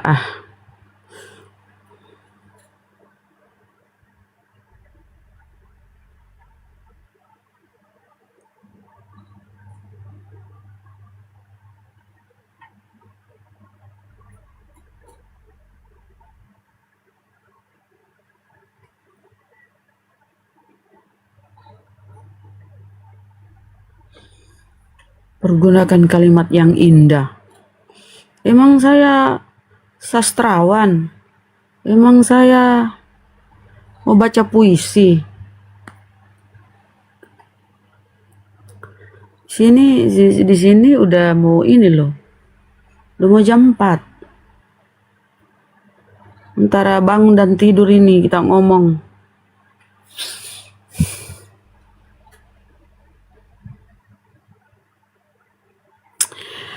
Jadi yang seputaran Makassar, Maros, Goa, mana lagi ya? Takalar, silakan bergabung ya teman-teman tanggal 5 September. Acaranya rame loh. Ada pertunjukan tari Pakarena, ada sulap, sulap apa ya? Apa sih istilahnya Kores? Pakir sulap apa? Pokoknya rame-rame. Dan bonusnya bisa foto bareng Gurunda, pengurus-pengurus sapi pusat yang selama ini belum pernah ketemu Gurunda akan ketemu.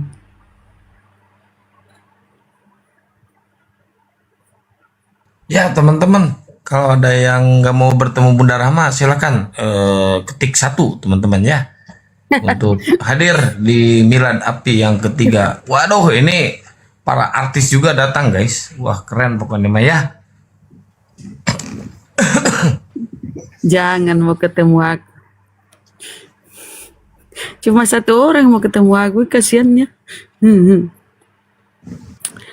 Ya, yang 10K ini udah pada tidur kayaknya ya. Limbat. Insya Allah ya ini juga loh. Akan ini mau pertunjukan sulap. Saya melihat Akang Sulapnya Akang bosenin Bun. Sulapnya Akang itu bosenin. Bagaimana merubah 3 jadi 1? Itu doang sulapnya bosenin. Nih ya Syari nih. Abrak-kedabrak 3 jadi 1 katanya. Nah ini nih, gitu. kayak Syari gini. Cek 1 2 3 1 2 3 3 dalam 1, kadang 3 kadang 1, cek. Tuhan 3 ngaku 1, cek. Ya nggak Ri? Ari, kau masih menuhankan anak orang Ari?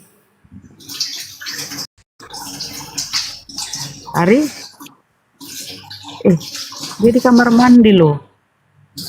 Ari, udah mesianik. Mesianik. Kapan naikkan dia? Udah tidur itu dinaikkan. Aduh Kores, besok kamu ini ya. Gurunda nggak ada, gimana dong? Nggak ini juga aku ke Bolangi kalau nggak ada Gurunda. Di sana kan banyak anak-anak Bun.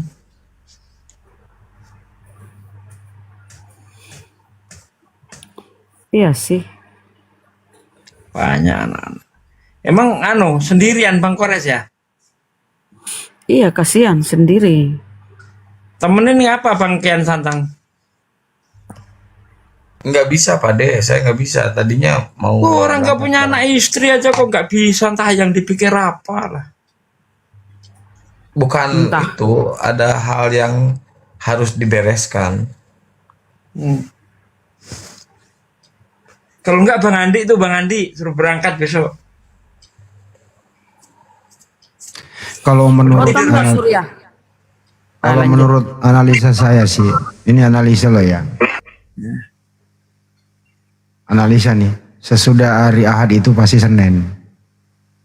Jadi sesudah tanggal 4 pasti tanggal 5. Jadi kita ketemu nanti tanggal 5 ya, Bunda Rahma ya, insya Allah ya. Dede. Ngapa nggak nemenin Bang Andi, Bang Kores? Iya, kok pada lambat datang? Kenapa sih? Saya ini kan mengawal ketua. Ketua itu hari Jumat itu masih gawe. Itu pertama. Sampai jam 4. Jadi saya sesuaikan tiketnya gitu. Itu loh Bunda. Mohon Oh, dimaklumi. itu Bang Handi ada ininya kan, tapi yang lain itu loh. Kalau Ada- bisa bareng Bang Andi, tapi saya naik Lion sih. Sepertinya saya nggak nanya Pak Ade dulu deh. Enggak, saya naik Lion itu berangkat jam 2 dari Jakarta, nyampe sana jam 4. Oke, jadi ngumpul-ngumpul aja dulu di bandara, jangan satu-satu dijemput gitu loh. Di bandara makan aja apa dulu lah, soto kayak apa gitu ya. Sambil Ya paling menunggu di yang lain. kantin dekat bandara itulah. Nah, di situ Pak Ade. Nemu-nemu kopi di situ paling. Ya. Insya Allah juga salah satu tokoh kita akan berangkat, tapi nggak boleh terlalu hebohin karena nanti terlalu rame. Tadi ketemu sama Akang sama Kores. Insya Allah beliau datang dengan apa ya, tanpa publikasi lah. Kirain datang dengan seperangkat alat sholat. Dibayar tunai itu Pak De. Ini ada Aduh, tamu. besoknya ke Bulukumba, aduh, gak ada waktu ini ya. Surya, Karesteng, salib itu lambang kutukan loh. Salib. Uas mau datang loh, benar. Alhamdulillah. Kita sahadatin sekalian nanti di sana kan. Salib itu lambang kemenangan, Enggak lah, kutukan.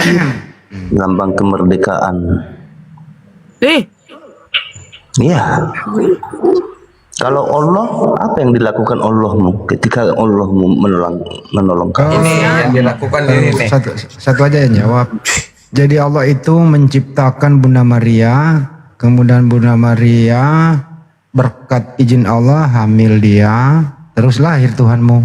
Itu kira-kira. Itu ada jawabannya yang halus gitu, sesuai dengan fakta. Jadi Tuhanmu itu diciptakan oleh Tuhan saya. Jadi Tuhanmu itu adalah Tuhan ciptaan oleh yang disembah oleh orang yang beriman dan berakal. Jawaban bagus kan Pak De ya? Mantap tuh. Tuh. Clear aja udah. Kalau yang kayak gitu masih belum terima, ya mudah-mudahan kita ketemu orang kayak gitu, kita traktir kopi 5 ember yang panas. Suruh minum semua. Aka yang traktir. Aka yang bayar ya Kang ya. 5 ember kopi Kang. Oke. Mulai rame yang Jadi tuangin. Bang Handi tuh bareng semua pulangnya. Tiketnya Sama aku. Aku mau dijadiin apa sih Bun? cepat sekali pada pulang. Cepat sekali pulangnya. Ya kan, Masih pada lama-lama pulang. Bunda. Aku kira-kira di sana ya sekitar dua pekan Bunda. Nah itu Pak D tuh udah PP dia beli tiket. Akang pun PP. Kalau Pak De itu memang. Ya, saya belum beli PP Bunda. Ah, bagus. Pak De itu trauma Bunda. Dulu ada kejadian gini ya. Dia pernah meninggalkan Riau ke Pulau Jawa selama sebulan lebih Bunda. Ternyata pas dia pulang kembali ke Riau, rumahnya sudah dibalik nama oleh anaknya. Jadi Pak De nggak punya apa-apa sekarang.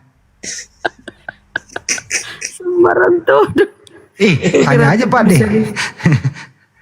Jadi nggak boleh dia lama-lama ninggalin rumah. Mana berani anaknya sama Pak D. Orang kita udah sepakat tanggal 7 pulang kok. Ah itu sama Semuanya tanggal 7 sore itu udah pulang. Wih. Insya Allah Bang Jack mampir di mana Bang Jack? Yang Bang Jack di mana sih?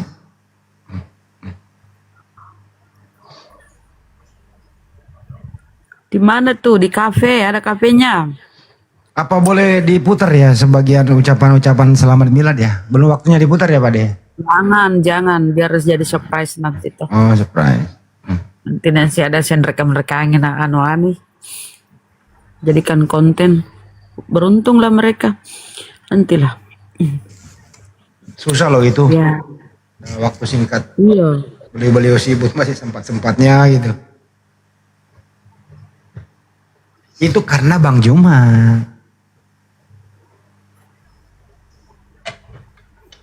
Insya Allah. Enak lagi si kuclu. Ini kok diturunkan?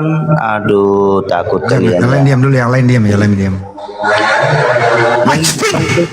Nah gitu. Mantap gak bersihin gue bener. Udah lama gue gak bersihin. Udah kena itu, semuka-mukanya itu kena itu. Udah kayak dia habis cuci muka. Bersin beracun itu, Bun. Teman-teman di bawah mantap nggak bersihin gua? Mantap nggak?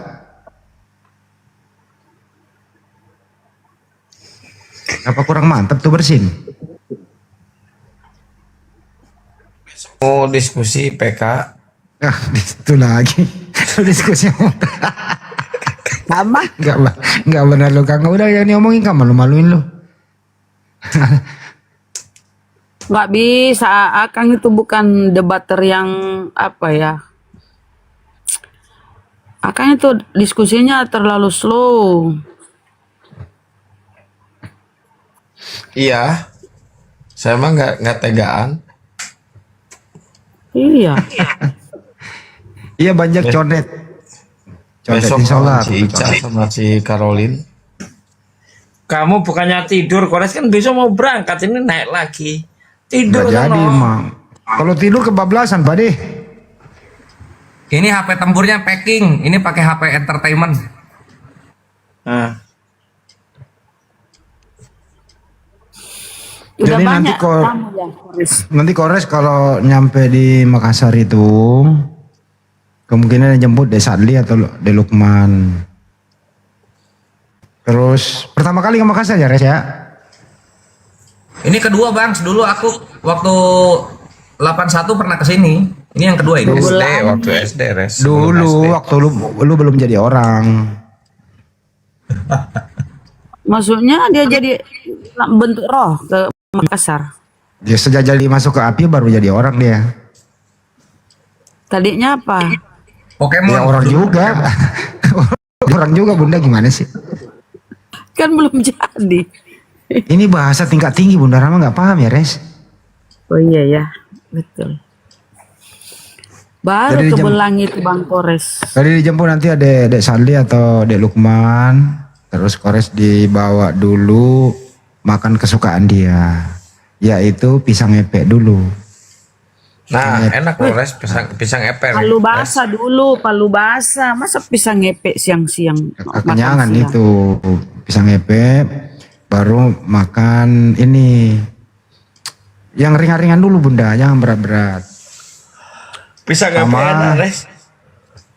Itu loh pisang hijau Bunda, pisang hijau. Ah, pisang hijau dulu. Kalau pisang ngepek malam. Habis itu baru makan yang berat-berat, ikan bakar di Pantai Losari. Tengah malam keluar makan songkolok bagadang. Gitu loh Bunda. Pulang subuh.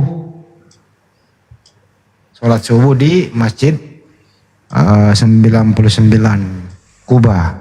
Kuba. Gitu. Oh, jadi belum ke Bolangi. Belum, diputar-putarin dulu di Makassar selama seminggu Bun. Baru naik ke Bolangi. Gurunya kemana kah sampai ini? Gimana Res? Setuju nggak ini? Rute-rute lu nih Res? Res? Setuju. Ya setuju dia. Habis pisang epek langsung Bunaken. Apalagi Bunaken di Manado. Bunaken di Bali ngapain? Ke Makassar. Bunaken di Bali, so tahu di Pekanbaru, Bunaken mah. Bunaken Bali tahu, Pantai Bunaken. Bukan. Bunaken tuh di Manado. Sulawesi Utara. Manado tuh. Tapi kalau di Kores ini enak ya, ada kolam renang, bisa dia santai di, berbahagia dia. Sayang dia sendiri ya. Bro, di bawah ini nggak diskusi, udah jam 3 masih suruh diskusi. Capek lah kita itu. Ayo diskusi yuk. Yuk. Apa gua Bukan naikin noten? pepe. Pisang epe. Kalau bahasa Indonesianya itu pisang gencet. Digencet dulu pisangnya. Gua naikin lagi baru kamu bersihin. Nah, udah lama gua nggak bersihin sih. Mana dia? Halo Surya. Surya. Halo. 1, 2, 3. Surya. Acing. Nah, udah gitu aja udah.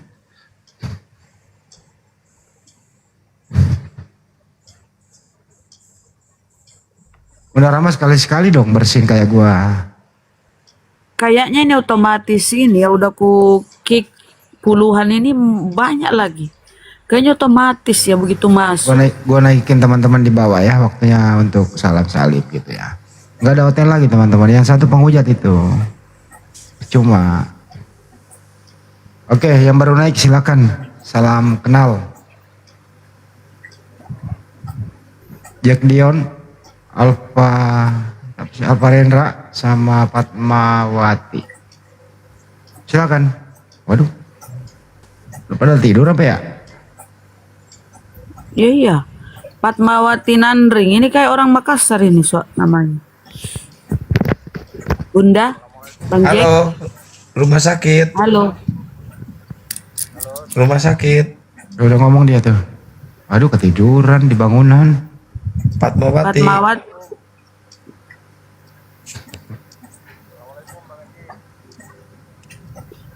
Fatmawati. Ini Bang udah Jack. dinaikkan ini bang, saling kenal tapi molor malah dia, gimana sih? Orang molor itu turunin, ganti yang nggak molor. Ganti yang nggak molor. Mau belajar bersin nggak bunda? Nih bunda, ini saya kasih naik ya, coba belajar bersin. Akang dulu deh, Akang, silakan, Kang. Belum, udah penuh. Waalaikumsalam warahmatullahi wabarakatuh. Oh Bang Di. Ya bang. Akhirnya Bang Di. Madeceng, Sopo. Waduh, di mana gini Deng? Di rumah. Iyalah masa di laut? Ah bang ada ini. Besok baru turun. Di Makassar kah apa di? Di Tarakan. Oh Tarakan. Wih Tarakan banyak ikan bandeng itu, ditambak. Wah kalau ikan bandeng siang malam. Iya. Bongkar terus. Gede-gede lagi kalau Tarakan punya, bagus. Tergantung juga sih dari cuaca. Lama mungkin di sana kah? Sekitar hampir 40 tahun. Lupa di Sulawesi itu. Bukan lagi lupa. Aduh. Jangan lupa ya kampung halaman. Kayaknya bulan 11 kayaknya saya ke sana itu, ke Jakarta. Bulan 9 nanti kita ada acara. Datang Maki. Sibuk juga ini. Ya, mentahannya mau pale, kiring-kiring kemari. Kopi ke apa ke? Atau beras 2 itu? Atau beras 2 ton? Siapa mau angkat sih? Halo Bunda, apa kabar Bunda Rahma? Kabar baik bang. Jujurnya Bang Handi, masya Allah. Iya. Sehat, saya Maki? lempar. Yalah Pale, dari tadi kayak ini mulai jam berapa ini sampai ini belum tidur dengar-dengar. Maki, pale, dimaki, terus dipale. Presek gitu artinya Pak. Coba Ada Kang, dimaki, dipale pula. Kang, Dialek itu udah tuh. sopan santun. Udah hilang dia. Waalaikumsalam warahmatullahi wabarakatuh. Udah ikin yang mau salam salim silakan. Tuh. Oke lah, Abah Suban ada juga. Turun play dulu saya.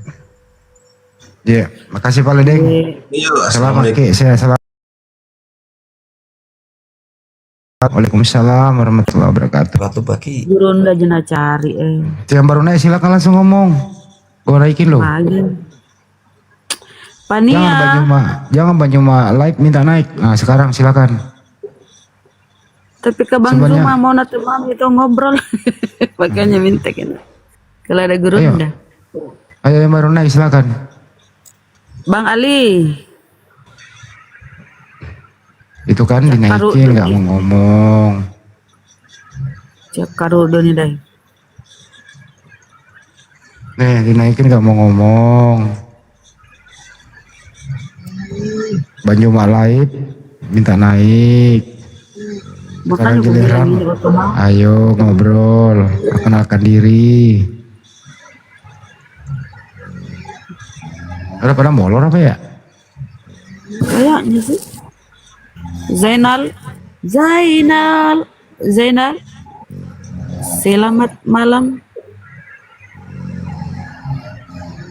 Kacau dinaikin, turunin bener. Ganti pemain. Inilah aku bilang ini, Daeng. Sepertinya Komal Gurunda ini begitu kita masuk langsung otomatis multi gitu loh. Mereka pada tidur ini tiba-tiba. Masa sih nggak mungkin otomatis multi, nggak ada itu. Ada. Oh ya? Iya. Terus tiba-tiba ada masuk kita di multi. Kalau kita ndak sadari ditarik naik. Coba itu ada. Halo, silakan baru naik.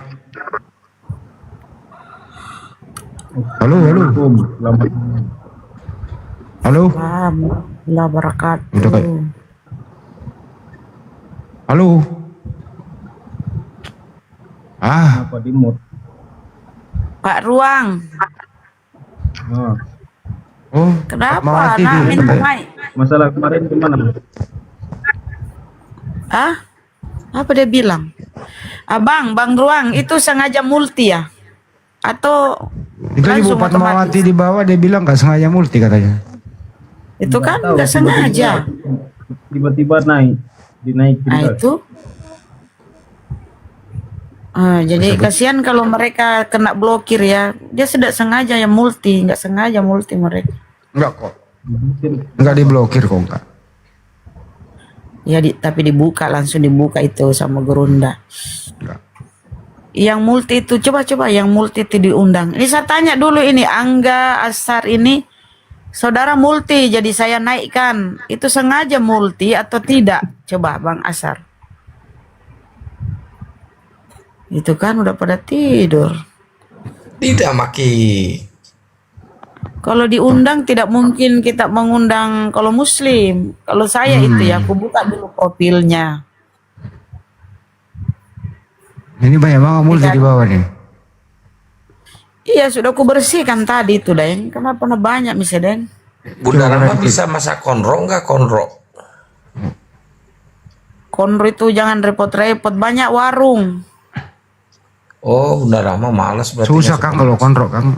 Harus benar-benar matang. Terus kalau nggak ada alatnya dagingnya bisa keras Kang, harus. Bisa kayak tapi akan gigit karet. suka Daeng, suka makan kepala ikan. Suka. Nanti beli kepala ikan baru dimasak baru ku bawa. Ikan paus tapi. Mama bukanlah. Assalamualaikum. Zul. Waalaikumsalam. Zul, waalaikumsalam. Itu sengaja multi ya? Enggak. Itu kenapa ada multi permintaan jadi aku naikkan gitu loh. Memang kenapa Bun? Ya maksudnya berarti sengaja minta naik gitu. Enggak, pengen nanya aja. Komalnya Banjuma kadang orang nggak sengaja multi, langsung multi gitu loh Bang Jul. Oh iya Bun, memang saya kepingin naik Bun. Oke. Kalau gitu aman. Silakan Bang Jul. Bang Jul di mana posisi kah? Saya di Samarinda nih Bun. Oh Samarinda. Samarinda. Saya Kalimantan. Iya Kalimantan Timur Samarinda. Samarinda itu apanya Samarita? Hah? Samarinda sama Samaritan. Samarinda itu dekatnya Balikpapan, Tenggarong, itu Bang. Udah ada tol ya sekarang ya? Iya, sudah jalan tol itu. Biasanya kan dari kalau kita jalan kilo itu biasanya hampir 2,5 jam. Sekarang jalan tol mungkin 1,5 jam baru tembus. Jalan tolnya ada polisi tidurnya ya Pak? Enggak ada. Tidak ada prosedur. Dulu kalau jalan tol itu kan sebelum pembayaran non tunai ya, itu dulu yang kalau malam tuh yang jaga pintu tol itu nggak pakai bra ya bang, nggak pakai BH kalau malam hari. Oh. Karena laki-laki. Itu dulu berarti dulu begitu bang ya. Ya laki-laki bang pakai BH.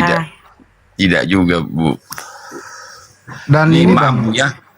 Saya ini Banjar ini Bu ya. Orang Banjar. Oh Banjar, Masya Allah. Suku Banjar saya. Acara seguru belum ya bang? Kenapa? Acara seguru. Oh guru sekumpul. Ya guru sekumpul. Akan seguru sekumpul. Dulu waktu dibangun itu bang, Banjul antara tol Balikpapan Samarinda itu, itu pimpronya itu Bunda Rama. Oh, pimpronya. Iya. Baru tahu saya bang. Iya, karena terjadi ada sedikit kecurigaan penyelewengan dalam hal struktur, ya makanya Bunda Rama itu dipecat. Ya kurang lebih begitulah. Dimutasi bukan dipecat, dimutasi. Kalau suamiku iya dulu sering jadi pimpro waktu ini. Kalau saya ini pernah ke Samarinda bang. Sama Linda saya pernah bang, sama Linda, sama Yuni, sama Ica saya pernah.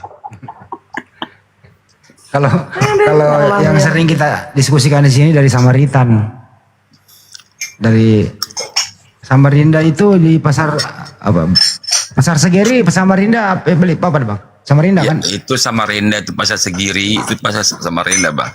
Ya aku dulu pernah di situ bang, biasalah jual ikan. Pasar kayak pasar di Sigeri ya ke daerah Bugis ya. Iya pasar Segiri namanya. Ya memang kan orang Bugis semua yang megang situ bun. Tanya aja Pak Jul. Kalau masuk di situ ya bahasa Bugis saja pasti dikasih diskon ikannya. Serius ini, serius. Nah itu kalau di daerah Antasari atau di Air Putih Karangasem itu kebanyakan Banjar bang, sampai Lok Bakung tuh bang. Bapak Paul rumahnya dekat rumah Pak Ratih nggak? Pak Ratih tahu nggak? Siapa? Ratih, Pak Ratih. Itu ada aja lu Kang. Nggak kenal saya terus siapa itu. Oh nggak tahu, oke, nggak apa-apa Pak. Nanti Bunda Rama rencana itu tahun 2028 bang. Dia akan menjadi ibu pengelola. Di rumahnya. Enggak, bener.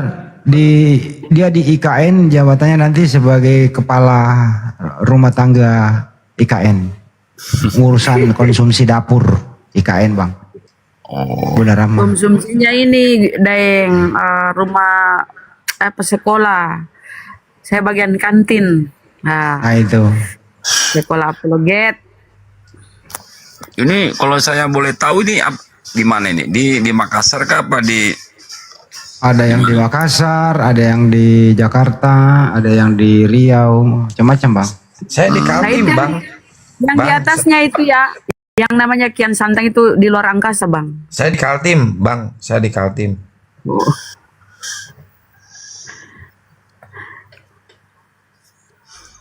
Beda-beda bang kita ini. Itu pendengar bilangnya ada acara tanggal 5, acara apa itu? Milad. Milad masal Bang Handi. Beliau serius Akang. Milad api di Makassar. Mau datang bang atau mau berpartisipasi menyumbang? Alhamdulillah. Bunda Rama main tembak aja emang kurang agamanya Bunda Rama ya. Siapa tahu niatnya beliau kan mau membantu kita, betul kan bang? Ya. Ini ada orang Arab naik ini, urut bundul lagi, kok kecil banget sih. Assalamualaikum warahmatullahi wabarakatuh. Waalaikumsalam warahmatullahi. Muhammad siapa nama tak? Muhammad apa itu? Ishak. Huruf gundul bela, jadi kecil juga, nggak matanya kan? Ya Allah, nggak bisa baca.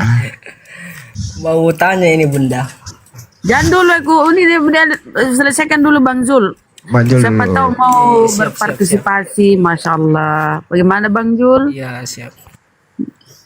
Udah bertanya Ya, tentang insya milad. Allah ya Bu. Alhamdulillah ya Bang. Ya, Bang Aul, ada yang mau disampaikan lagi, Bang?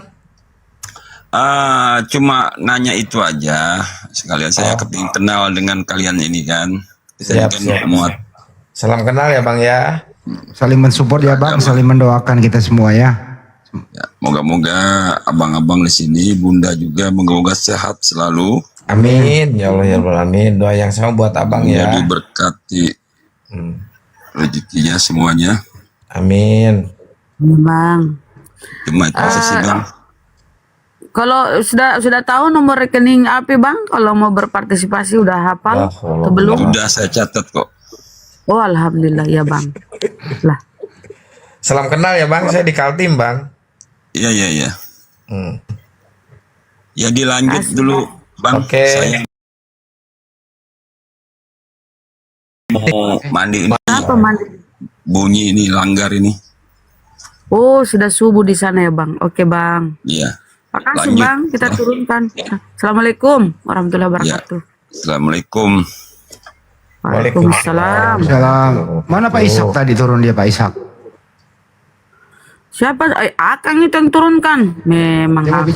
Tahu emang Bunda Rahma main fitnah aja ini. Kurang agamanya Bunda Rahma ini. Aduh. Tiba-tiba orang kok turun. Tulisan Arab lagi, bagus dibaca. Saya tuh berusaha membaca huruf gundul, susah itu. Wih, keren Bang Handi. Masya Allah ya. Bahasa Arab aja aku belajar sama Pak Ketua, dikit-dikit udah bisa. Wih. Nah itu Akang, dicontoh tuh usahanya Bang Handi, Daeng. Bang Handi, Akang itu Lu cuma pikir taunya selama aja. ini kalau gue nggak naik, bener, gue belajar bahasa Arab sambil nonton drakor, ya nggak Kang? Iya. Mana mau nyambung? Oh suka tongkit drakor. Wih. Pasca mani huruf. Kok pasca mani huruf? Kristen ini dia. Apa noise? Itu. Gue noise kah? Enggak, Bukan, ini sih nih. pasca ini. Kristen ini pasca. User. Baca WA Kang. Sekali-sekali tuh WA ke nomor Daeng. Buka WA Bunda. Ada nih transfer nih. Ada yang mau mengirim. Dulu sih gitu Bunda ya. Iya. Sering-sering dulu. Kemana Tapi beliau? masih sih. Polewali Mandar. Oh dia Polewali. Naik Bang. Bang Muhammad Ishak. Naik Bang. Belum mau hadir. Siapa Ayo, Bang, itu Bang naik. Handi? Satu nama dong, satu huruf. Oh, oke. Ini Muhammad Ishak. Assalamualaikum warahmatullahi Bilangin aja jam berapa Bang Handi. Nanti saya langsung. Waalaikumsalam warahmatullahi wabarakatuh. Assalamualaikum warahmatullahi wabarakatuh. Salam Bang, Bunda dari Polewali Mandar. Insya Allah ikut milad. Alhamdulillah. Masya Ya, Bang. Bang, nanti kalau ikut milad ayamnya dibawa ya Bang? Janganlah Bang. Oh jangan. Oke. Di mana Ki? Di Polman? Saya di Manding. Oh di Manding. Iya. Oh, si Karape Boy yang kita tahu. Kenapa Bang? Ini sangamu? Ishak. Sangau Muhammad Ishak. Muhammad Ishak. Iya. Dulu saya lancar bahasa Mandar, lupa-lupa. Lama nggak? Lama saya nggak praktek bahasa Mandar. Pandai kali bahasa Mandar lah. Jalan-jalan Bang ke Sulawesi Barat. Di Manding itu, Manding sana itu daerah perbatasan, Medi. Iya. Bukan di perbatasan itu di Majinik. Iya, hampir Majene itu Manding. Iya. Terus ke sana Tapalang Mamuju. Iya.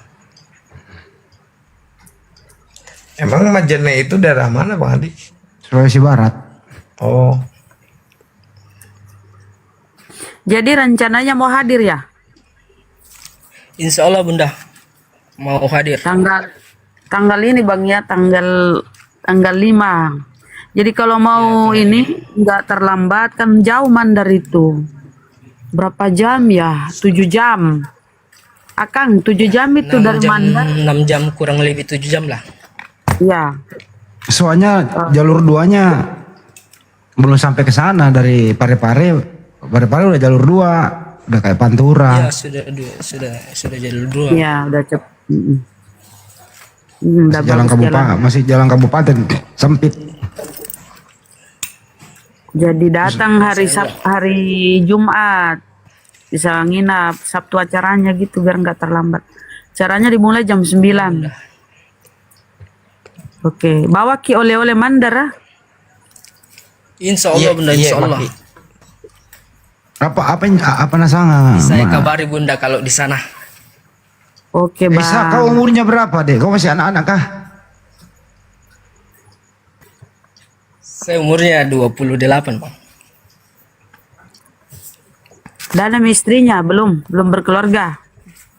Belum berkeluarga Bunda. Oh tahu, iya.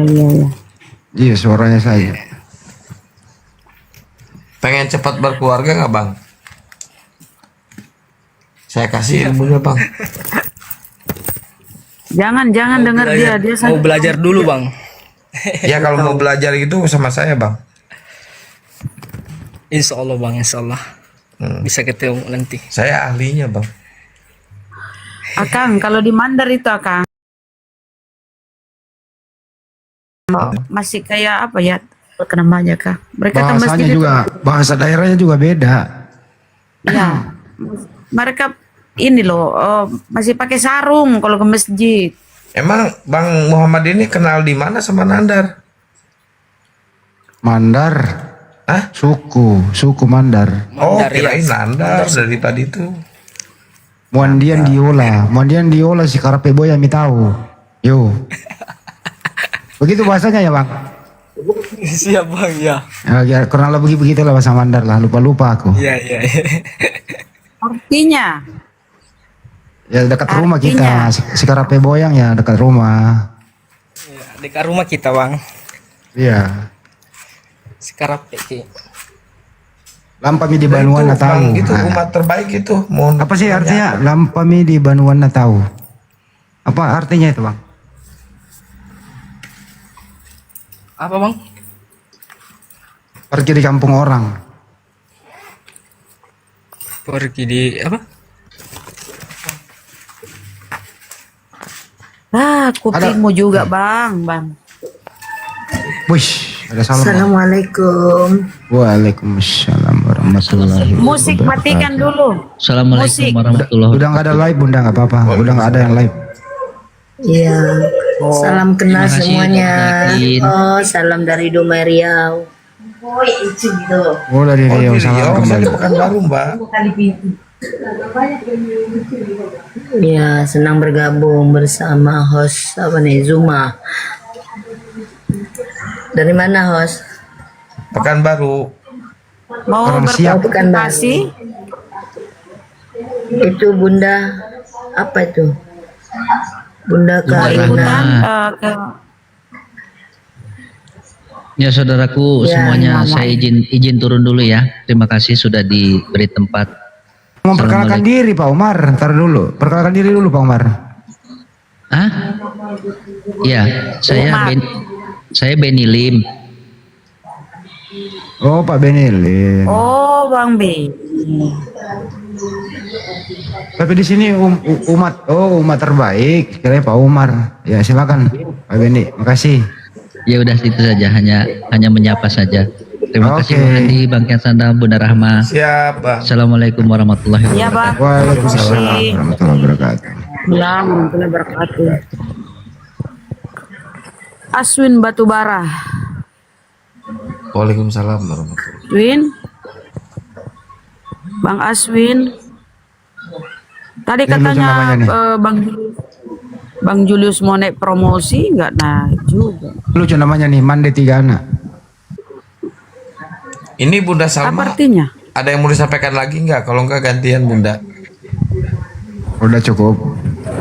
Cukup dia. Ya udah, kalau mau digantiin nggak apa-apa. Baik, makasih ya. Diundang juga ya. Belum kenal. Diundang Bunda, diundang. Kalau udah. Diturunin Akang memang kurang agamanya orang baru Kan ngomong. udah beres. Udah beres, Bun. Aduh mama Mande 3 anak. Apa artinya itu Bun? Mande 3 anak. Janda 3 anak. Bukan, itu orang tua dari 3 anak, Bon. Oh, orang Anak 3 tua. anak. Suku apa? Bahasa Minangnya amak 3 anak. Ya, mama 3 anak. Kalau Mande. onde mande Kalau di- artinya apa onde mande? Makan Ya, onde-onde. Bukan. Hah? Kan Bukan onde-onde. Istilahnya gimana ya? Bilang onde gimana gitu kan? Onde. Heran, onde mande, heran dia kan. Oh, gitu ya. Gua heran. Onde mande. Kaget. Lo pikir Thomas heran, ya Tuhanku.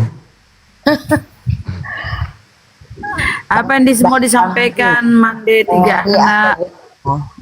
Bunda Rama, aku mau sampaikan ini, bertanya lah istilahnya kan.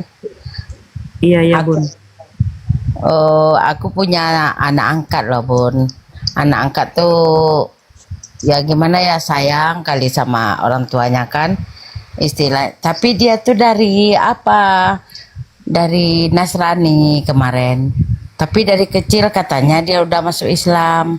Tapi bukan disahadatkan, tapi dia sahadat sendiri. Gimana tuh Bun? Apakah perlu kita sahadatkan lagi Bun? Saya jawab ya, saya serahkan ke Bang Handi sebagai yang Iya. tertua. Sahadat lewat mimpi. Kalau dari kecil itu Bu, belum akil balik. Iya. Ya, jadi orang yang dilahirkan itu belum akil balik. Pada dasarnya dia itu Muslim, masih berserah diri. Oh ya. Nah gitu ya. Jadi nggak perlu disahadatkan ulang. Soalnya ya diajari ngaji aja. Pendidikan agama Islam. Kita udah dan pernah masuk pesantren, udah pernah masuk apa gitu kan? apalagi kalau udah sholat kan sering sahadat. Oh ya, ya. Aman.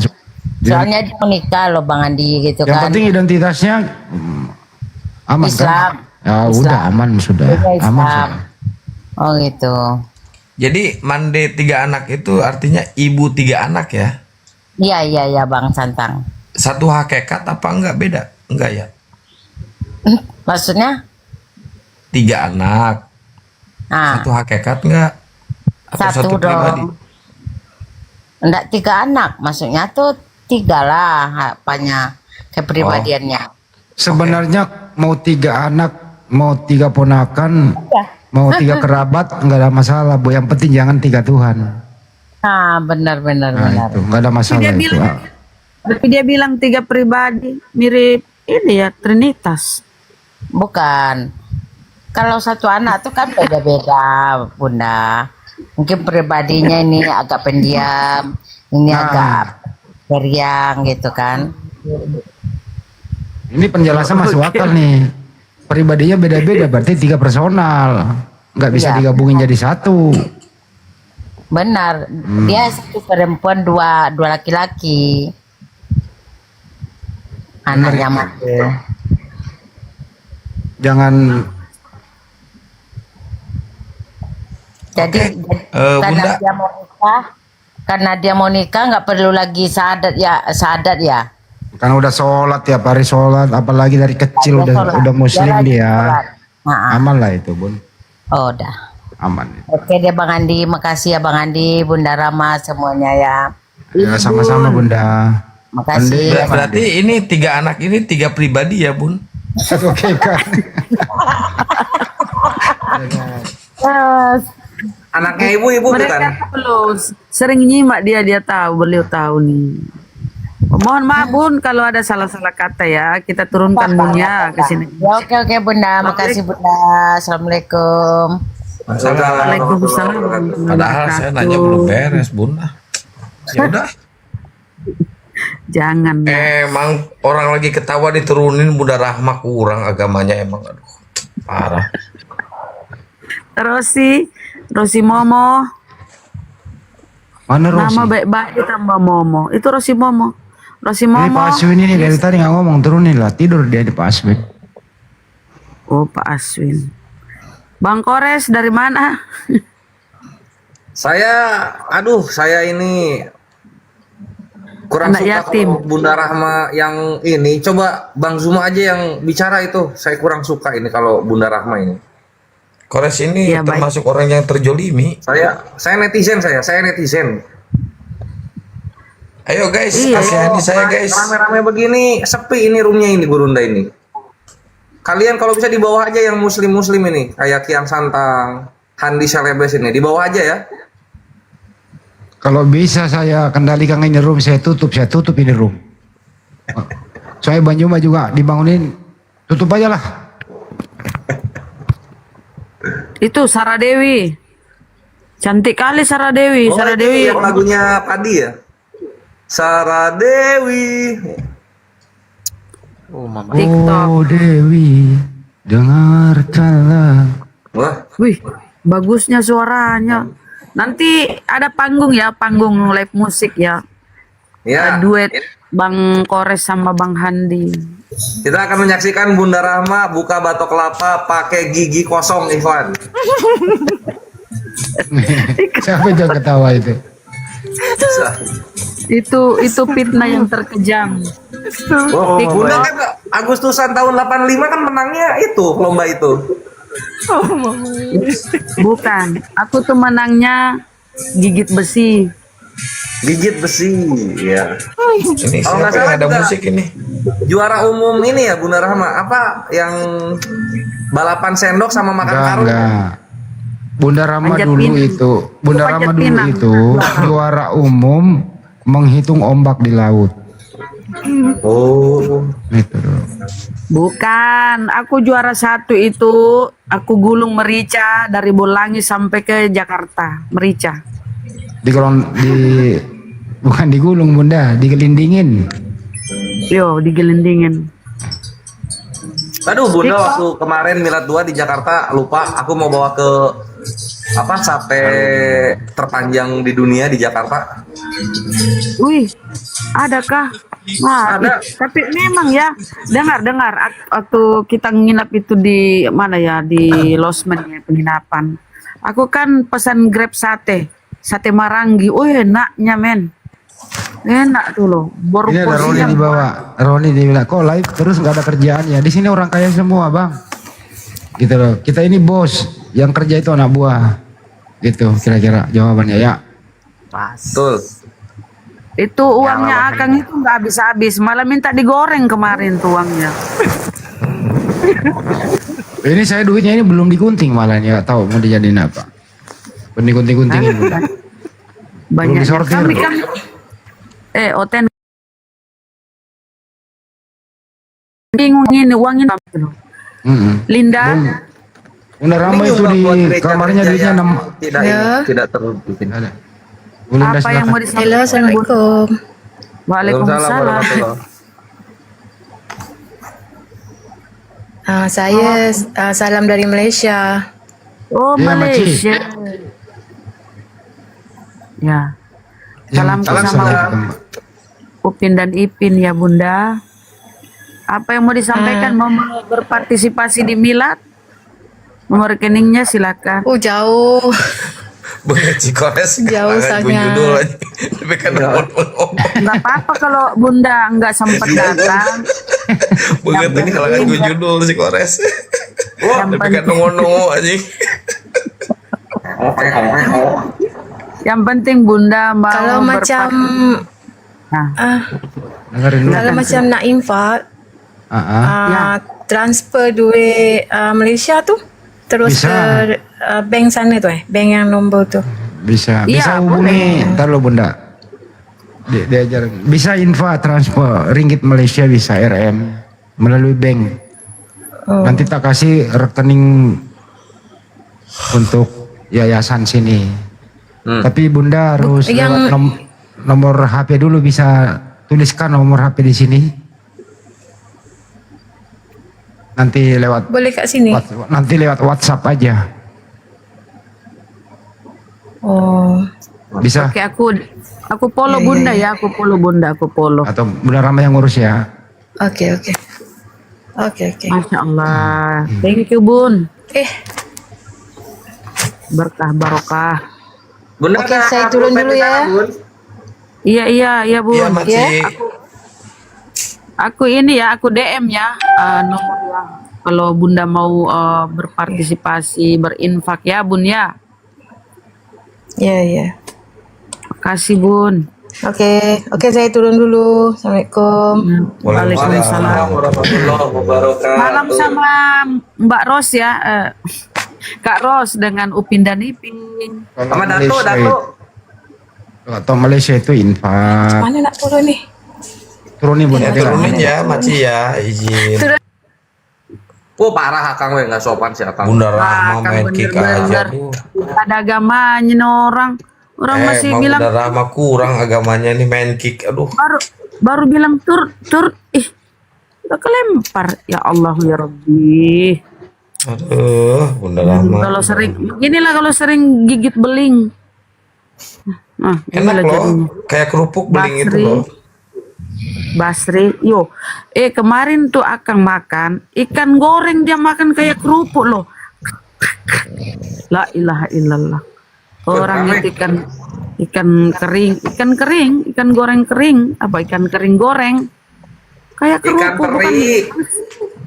Kalau di Jakarta Bunda nggak bilang ikan kering tapi ikan asin. Nah itu. Ya tapi dia gigit kayak kerupuk. Ya memang harus digigit, kalau makan masa nggak langsung ditelan. VCS langsung kena hantam. VCS hantam. Perlu bang. Basri, selamat malam Basri. Basri kok nggak pakai baju, turunlah. Di foto profil kok nggak pakai baju. Wardi, Bang Wardi. Waalaikumsalam Mbak Anzani. Bun, dari tadi aku itu aku tag Bunda nggak dibalas-balas. Aku mau infak ke Bunda aja buat jajan. Sorry ya Kores, Masya Allah.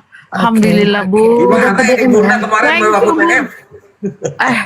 Aku mau follow dulu. Aduh, thank you Bun, Masya Allah. Rezeki anak ibunda Ibu Soleha ya. Wah, dia Bang Safar Kores loh. Bunda Rahma ini kasih yang rumahnya di sana. Bang Kores mah dari Bang Kian aja ada tuh. Buat Bunda aja. Tadi jazakallah khair sudah support Mujahid. Thank you Bun. Terima kasih banyak. aja nama rekeningnya ya Bun ya. Iya Bunda, ya Allah rezeki ya Allah. Enggak sia-sia aku disebut Bunda, aduh. Enggak sia-sia gua sekolahin lu pada. Oh maaf Mbak ya. Oke, Gak aku apa-apa, ini ya. santai aja Bunda. Ya udah turun ya. Salam buat semuanya. Waalaikumsalam warahmatullahi wabarakatuh. Rezeki anak soleh. Naik semua naik. Ya Ikhwan yang mau infak API ya 100.000, 50.000, 500.000, sejuta, 2 juta, gas.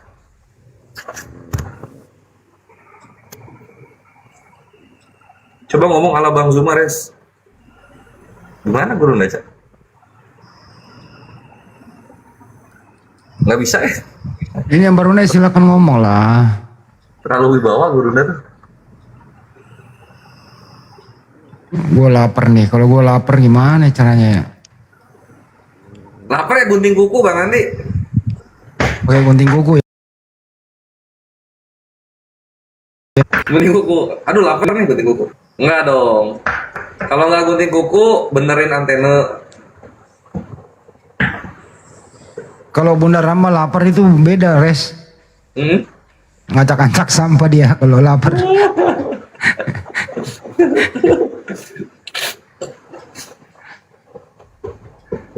Nggak denger dia. Pak Suheri silakan naik. Siapa lagi nih kau naikin? Pak Suheri. Yang ngantri. Iman Sam silakan naik. Gua naikin lagi. Orang tidur apa ya? Udin silakan naik. Oh, naik semua. 75 kali Bintang 51770. Tolong diketik Iwan API yang ada yang mau infak buat ngilat. Iwan API yang ada yang mau infak buat ngilat. Wah. Kalau Udin berisik diturunin.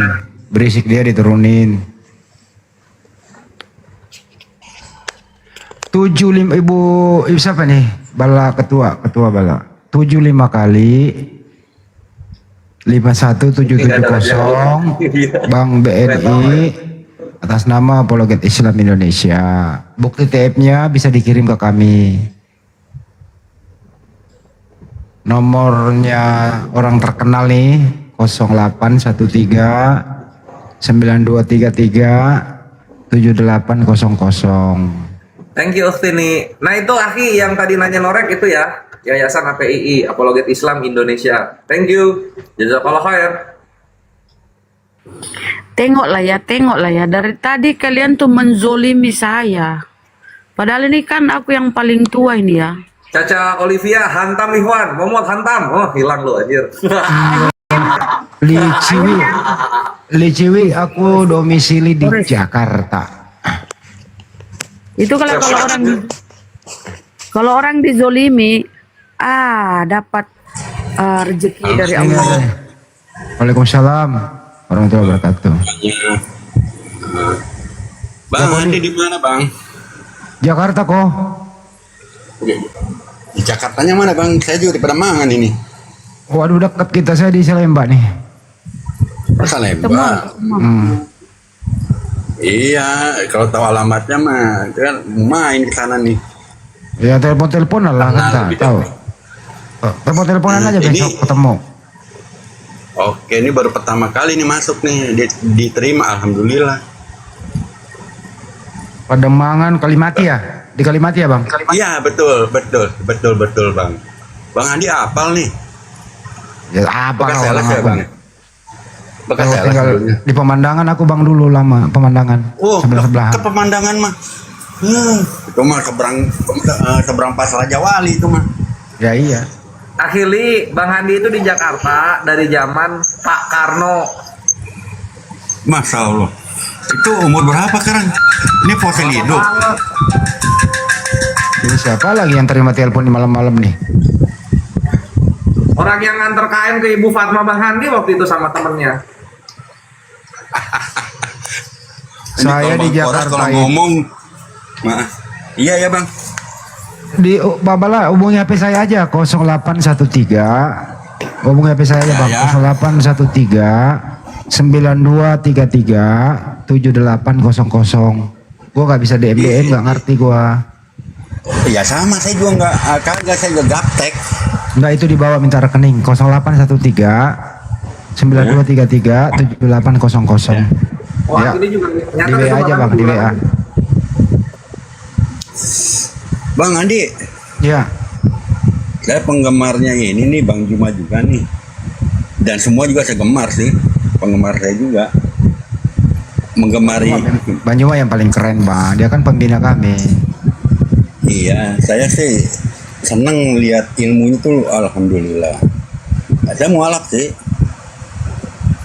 Tahun berapa kok? Tahun 95. Masuknya di Islamic Center Kuitang.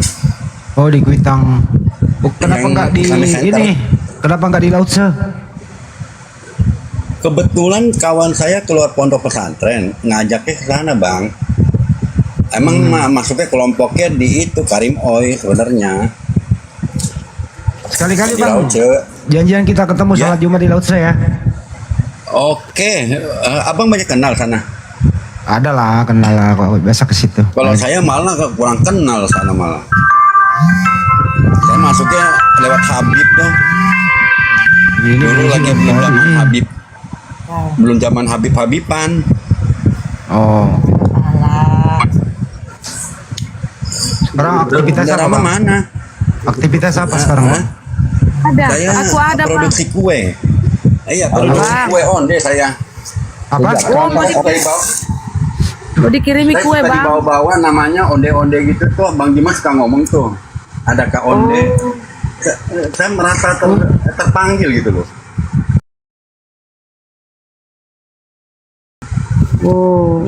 Emang abang merasa terpanggil? Emang abang onde-onde? Bukan, saya produksinya. Oh, bukan produksinya. Siap. Bang Kores, Boleh, bisa diam dulu nggak Bang Kores? Maaf. Tajam banget Bang Kores nih. Padahal nggak pakai perangkat tempur loh. Lanjut. Ini aku mute. Iya loh, tajam banget loh. Nggak, maksudnya yang onde yang pakai wijen, dalamnya kacang hijau, digoreng. Oh, teman keren. Burunda mau itu, boleh dikirim Bang. Bunda doyan nih. Aku pun. Wah, sampai Aku pun Makassar mau. mah jadi tepung lagi. Dipanasin kan? Itu Akang mau berangkat tuh Akang. Tuh titip onde-onde. Bisa. Boleh. Saya mau onde-onde, saya pengennya onde mandi. Mama. Ngeledek tuh Bunda ngeledek tuh Bunda. Ini kayaknya dari gara-gara mau Bunda melulu nih. Salah dia. Itu kalau Saya tahu Bang Juma ini selalu mantau di YouTube awal-awalnya. Saya kan gaptek nih. Saya baru masuk di TikTok nih. Coba-coba. Akhirnya ada kesempatan ini. Bang Andi. Wah, kemana Bang Andi? Tidur? Iya. Ada gua. Ini kayaknya Betawi banget nih Bang Andi nih. Ya, aku di Jakarta itu zaman Ali Sadikin yang gubernur. Ya sama lah Bang. Saya kan tahun 72 ke Jakarta. Aslinya Pontianak Bang. Ya bukan karena kebiasaan sih. Ya tapi kalau ketemu iya. sebangsa dan setanah air mah ya bahasa daerah gua, Bang. Gitu ya. Emang aslinya mana sih Bang? Saya sebenarnya Bang aslinya itu Burundi. Ini negara mana itu? Lu gelo aja Atas langit. burung yuk. Enggak, Burundi itu di atas langit. Afrika Bang, Afrika. Oh, Afrika. Iya. Kayak nggak cocok deh Bang. Nggak cocok, nggak diakuin di sana kayaknya. Yang model gini mah. Iya, singa ngeliat juga nggak mau makan yang model gitu. Asli Sulawesi Beda Bang. nih. Oh, Sulawesi siap. Selatan. Berarti Andi juga nih. Enggak juga lah Bang, biasa aja. Res, isukan makan jam seberapa Res?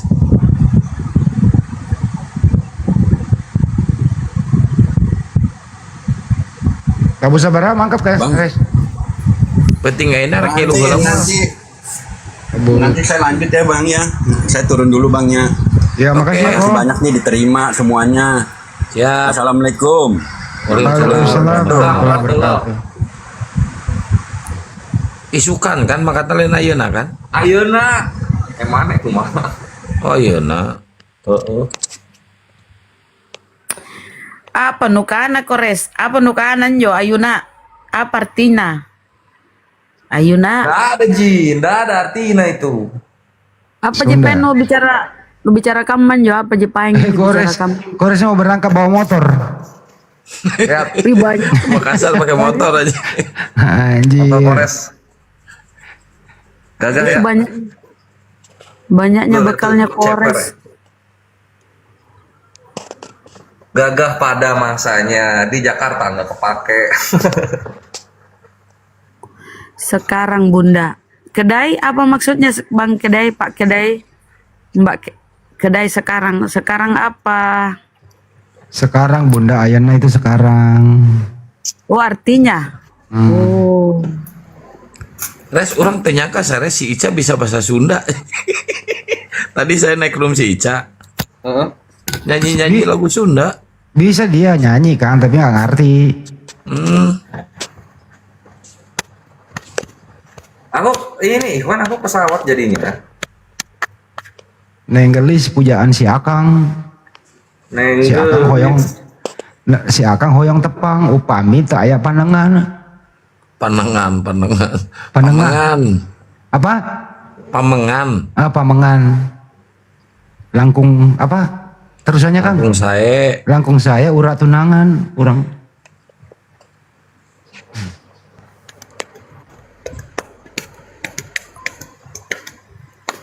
Nyawan tak Bunda? Bunda Ramah nyawan tak? Tidak, nggak paham. Emang bener-bener Bunda Rahma kurang agamanya. Masa nggak paham? Masa orang Makassar nggak bisa Sunda gimana? Waduh, parah Bunda Rahma ini. Aku itu lebih ngerti Jawa loh, bahasa Jawa. Aku kan pernah tinggal di Surabaya. Kalau Sunda, pripun. Gua kasih bahasa Jawa. Sampai ini kores iki nggak apa ya, orang mudeng ya, orang mudeng. Sampai ini orang mudeng. Bunda iki Orang mudeng ya Pak. Orang mudeng yang ndase mumet. Bener loh. Dikandani orang mudeng. Tak kandani ngeyel itu loh. Oh tak kandani. Merene, tak golei. Merene kores. Mandre. Bahasa Jawanya kok gitu. Kandani ngeyel piye to. Rahma merene itu kan ada lagunya. Merene itu sini merene. Merene, aku merene karena putus cinta. Aku lama tinggal di Sidoarjo teman-teman. Apa yang Bunda markir? Sidoarjo ya. Tahu nggak? Ada anakku lahir di situ. Tahu kau melahirkan anak situ satu laki-laki. Oh, berarti namanya Harjo. Ya dulu ya, Bunda Rama itu Pimpro itu. Dia bikin tol dari Sidoarjo ke Bakauni. Bentar lagi ada lagi minta rekeningku nih. Coba. Kalau aku terus kalian bully. Bentar lagi. Oh ya itulah. Silakan. Ya guys, kasihani Bunda Rahma guys. Bunda Rahma gak punya ongkos guys. Itu kita sapa dulu bintang kehidupan nih, mbaknya cantik kali pun bintang kecil. Assalamualaikum Bang Andi dari Singapura. Waalaikumsalam warahmatullahi wabarakatuh. Ini dari tadi yang disapa Bang Handi aja terus. Udah kita diem rasa. Enggak, soalnya kemarin dapat undangannya dari Bang Handi. Udah diterima undangannya, tapi ini Nandra Paliang minta nomor rekening listrik. Ada-ada aja kau Nandra Paliang. Dulu Bun, dengerin dulu itu ibu dari Singapura ngomong. Oh iya lanjut Bun. Iya maaf kayaknya nggak bisa datang soalnya jadwal cutinya di November. Mungkin nanti diganti aja deh, nanti dikirim buat biasa ke Bang Handi nanti laporan. Oke. Oke. Thank you Bun. Terima kasih. Iya. Kalau ada apa-apa di Singapura ngomong ya. Aku punya agent di sana. Oh ya kemarin itu agensinya apa ya? Saya lupa, udah kehapus. Nanti aku kasih tahu. Lupa juga ada di sini. Oke. Kemarin dia datang, ketemu aku di Johor kemarin agensi itu. Kalau dia bilang gini, kalau ada saudara kita dari Indo, perempuan tapi ya, yang bermasalah apapun itu, ya kasih tahu aku. Dia orang asli insya Allah sana. Nanti kita tanggal 6 pun di sini ada acara milad majelis kita di Singapura itu kita ada acara. Barangkali saya bisa undang memnya itu. Iya nanti saya kasih nomornya, diundang ya. Insya Allah nanti soalnya kita juga sekitar ada 300 orangan gitu sih. Siapa tahu nanti ada yang minta ada yang bermasalah atau apa bisa di situ nanti saya usulkan lah. Soalnya saya di situ juga kan ketua majelisnya, jadi mungkin saya usulkan sama pembimbingnya pembimbing kita dari Singapuranya biar bisa ngundang agensi situ. Soalnya kita bisa kemarin itu ngundangnya dari KBRI ada, dari Pos TKI Travel itu ada juga. Nah nanti dari agensi saya rekomendasikan biar bisa diundang supaya mungkin nanti kalau ada yang bermasalah bisa sharing di situ gitu Bang Handi. Oke. Terus berkabar ya. Iya siap Bang Andi. Kemarin pun ada Jabri Bang Juma juga. Dan izin itu kemarin undangannya saya share ke YouTube saya. Ada yang minat sih, cuman nanyain yang undang datang nggak? Saya nggak datang, nggak apa-apa lah kan mau ketemunya Bang Zuma. Untuk QR-nya juga saya share di YouTube saya izin. Untuk Bang Kores salam kenal dari Singapura, Akang, Bunda Rahma, semua Api. Salam kenal kembali Mbak Bintang. Iya, saya aktifnya di YouTube Bunda. Oh, Mbak Bintang itu yang kemarin nelpon itu ya Bang Handi? Iya, Iya. Kang. Oh iya. Salam kenal, Salam Kang. dari Akang, salam dari Singapura ya. Iya. Itu nanti insya Allah saya pulang pengen main ke Buntet sih, itu ada nomornya siapa itu Ustadz siapa yang di Buntet itu ya? Main ke Buntut. Itu pesantren Buntet. Oh Buntet Cirebon. Iya. Itu Ustadz Miftah ya? Ustadz Miftah. Ada di situ masih. Kalau ini kan Al Mukarrom Al Habibana Al Handiun. Iya, kebetulan saudara dari Lampung tuh mau ada yang ziarah di situ. Ngekor. Memang kurang agamanya nih Bun. Si Kiam Bang Kian nih. Masalah Alhandiu. Durhaka, ada durhaka dia. Seru-seru ada Bang siapa Bang Kores sama Akang Kian Santang. Ngefans juga sih. Ngefans semua Ya, ada yang Api. tapi Semoga sehat kalau dua selalu. orang ini, Bun, dua orang ini Kores yang paling ganteng. Kalau Akang itu, aduh. Ya Bang Zuma lah yang paling ganteng kok Bang Kores. Enggak yang dua orang ini kan, dua orang ini kan. Iya deh, iya. Semuanya Kalau kita ganteng, di sini semuanya kan cantik, semuanya ahli surga. Enggak pokoknya gitu-gitu. Api. Kita di sini masing-masing udah punya istri, Iya betul. punya anak. Respect. Tinggal Akang. Akang juga udah Emang punya. Mbak Bintang nggak ada rencana pengen punya suami? Ya, boleh tuh. Oh iya nanti deh, soalnya kontraknya masih sampai 2032. Nggak mau jadi suami kontrak ah. Kontrak kerjanya di sini Akang. Oh oke.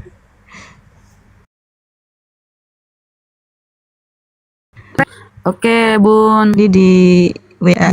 Siap. Iya siap. Berkah nanti barokah. Insya Allah ada deh nanti untuk infaknya. Jadi beliau ini pahlawan depi saya, teman-teman. Masya Allah. Oke, Ya, terima kasih. Alhamdulillah nanti untuk apa namanya itu yang pembangunan pun insya Allah udah japri Bang Zuma, sebisanya saya bisa jadi donatur tetapnya di Bang Zuma gitu tiap bulannya. Ya nggak banyak, insya Allah selalu akan saya sisihkan untuk Bang Zuma untuk pembangunan sekolah apologet, insya Allah. Masya Allah. Makasih Bun. Iya gitu aja Bunda Rama, gantian sama yang lain barangkali ada yang mau donasi. Siap Bun. Oke, kita turunkan. Assalamualaikum warahmatullahi wabarakatuh. Waalaikumsalam warahmatullahi taala wabarakatuh. Terima kasih. Masya Allah ya. Udah kayaknya udah gak bisa naikin orang nih. Udah ya? Udah istirahat ya? Itu gurunya dari 1 jam sebelum udah bilang tutup, beres promosi tutup, malah Ya Bang nongkrong Jack. kita. Makasih Bang Jack. Yang Ya, dicondet. nutupnya gimana, harus gurunda yang nutup res. Tadi ada yang nanya di Johor mana? Jadi Polres. Aku mute ya, aku sholat subuh lanjut. Ya udah bubar aja dulu. Kalau mau di close aja Gurunda. Udah beres promosinya. Ya aku tidur istirahat juga. Assalamualaikum warahmatullahi wabarakatuh. Kang, buka room Kang. Ini di sini weh, Gurunda belum tutup. Agamanya apa? Dengar dulu, ada mau kutanya satu. Ibu agamanya apa? Tanya dulu. Agama Iya, ibu apa? Dengar dulu, jawab dulu. mau Agamanya kutanya dulu. dulu. Penasaran aku. Iya, agama ibu apa? Dengar dulu. Iya. Ibu agamanya apa, sebut dulu. Katolik, Protestan. Iya itu. Mau kutanya. Apa agama ibu ini? Ya Protestan. Protestan. Aku mau nanya. Itu kenapa kau orang Islam mati di apa tuh?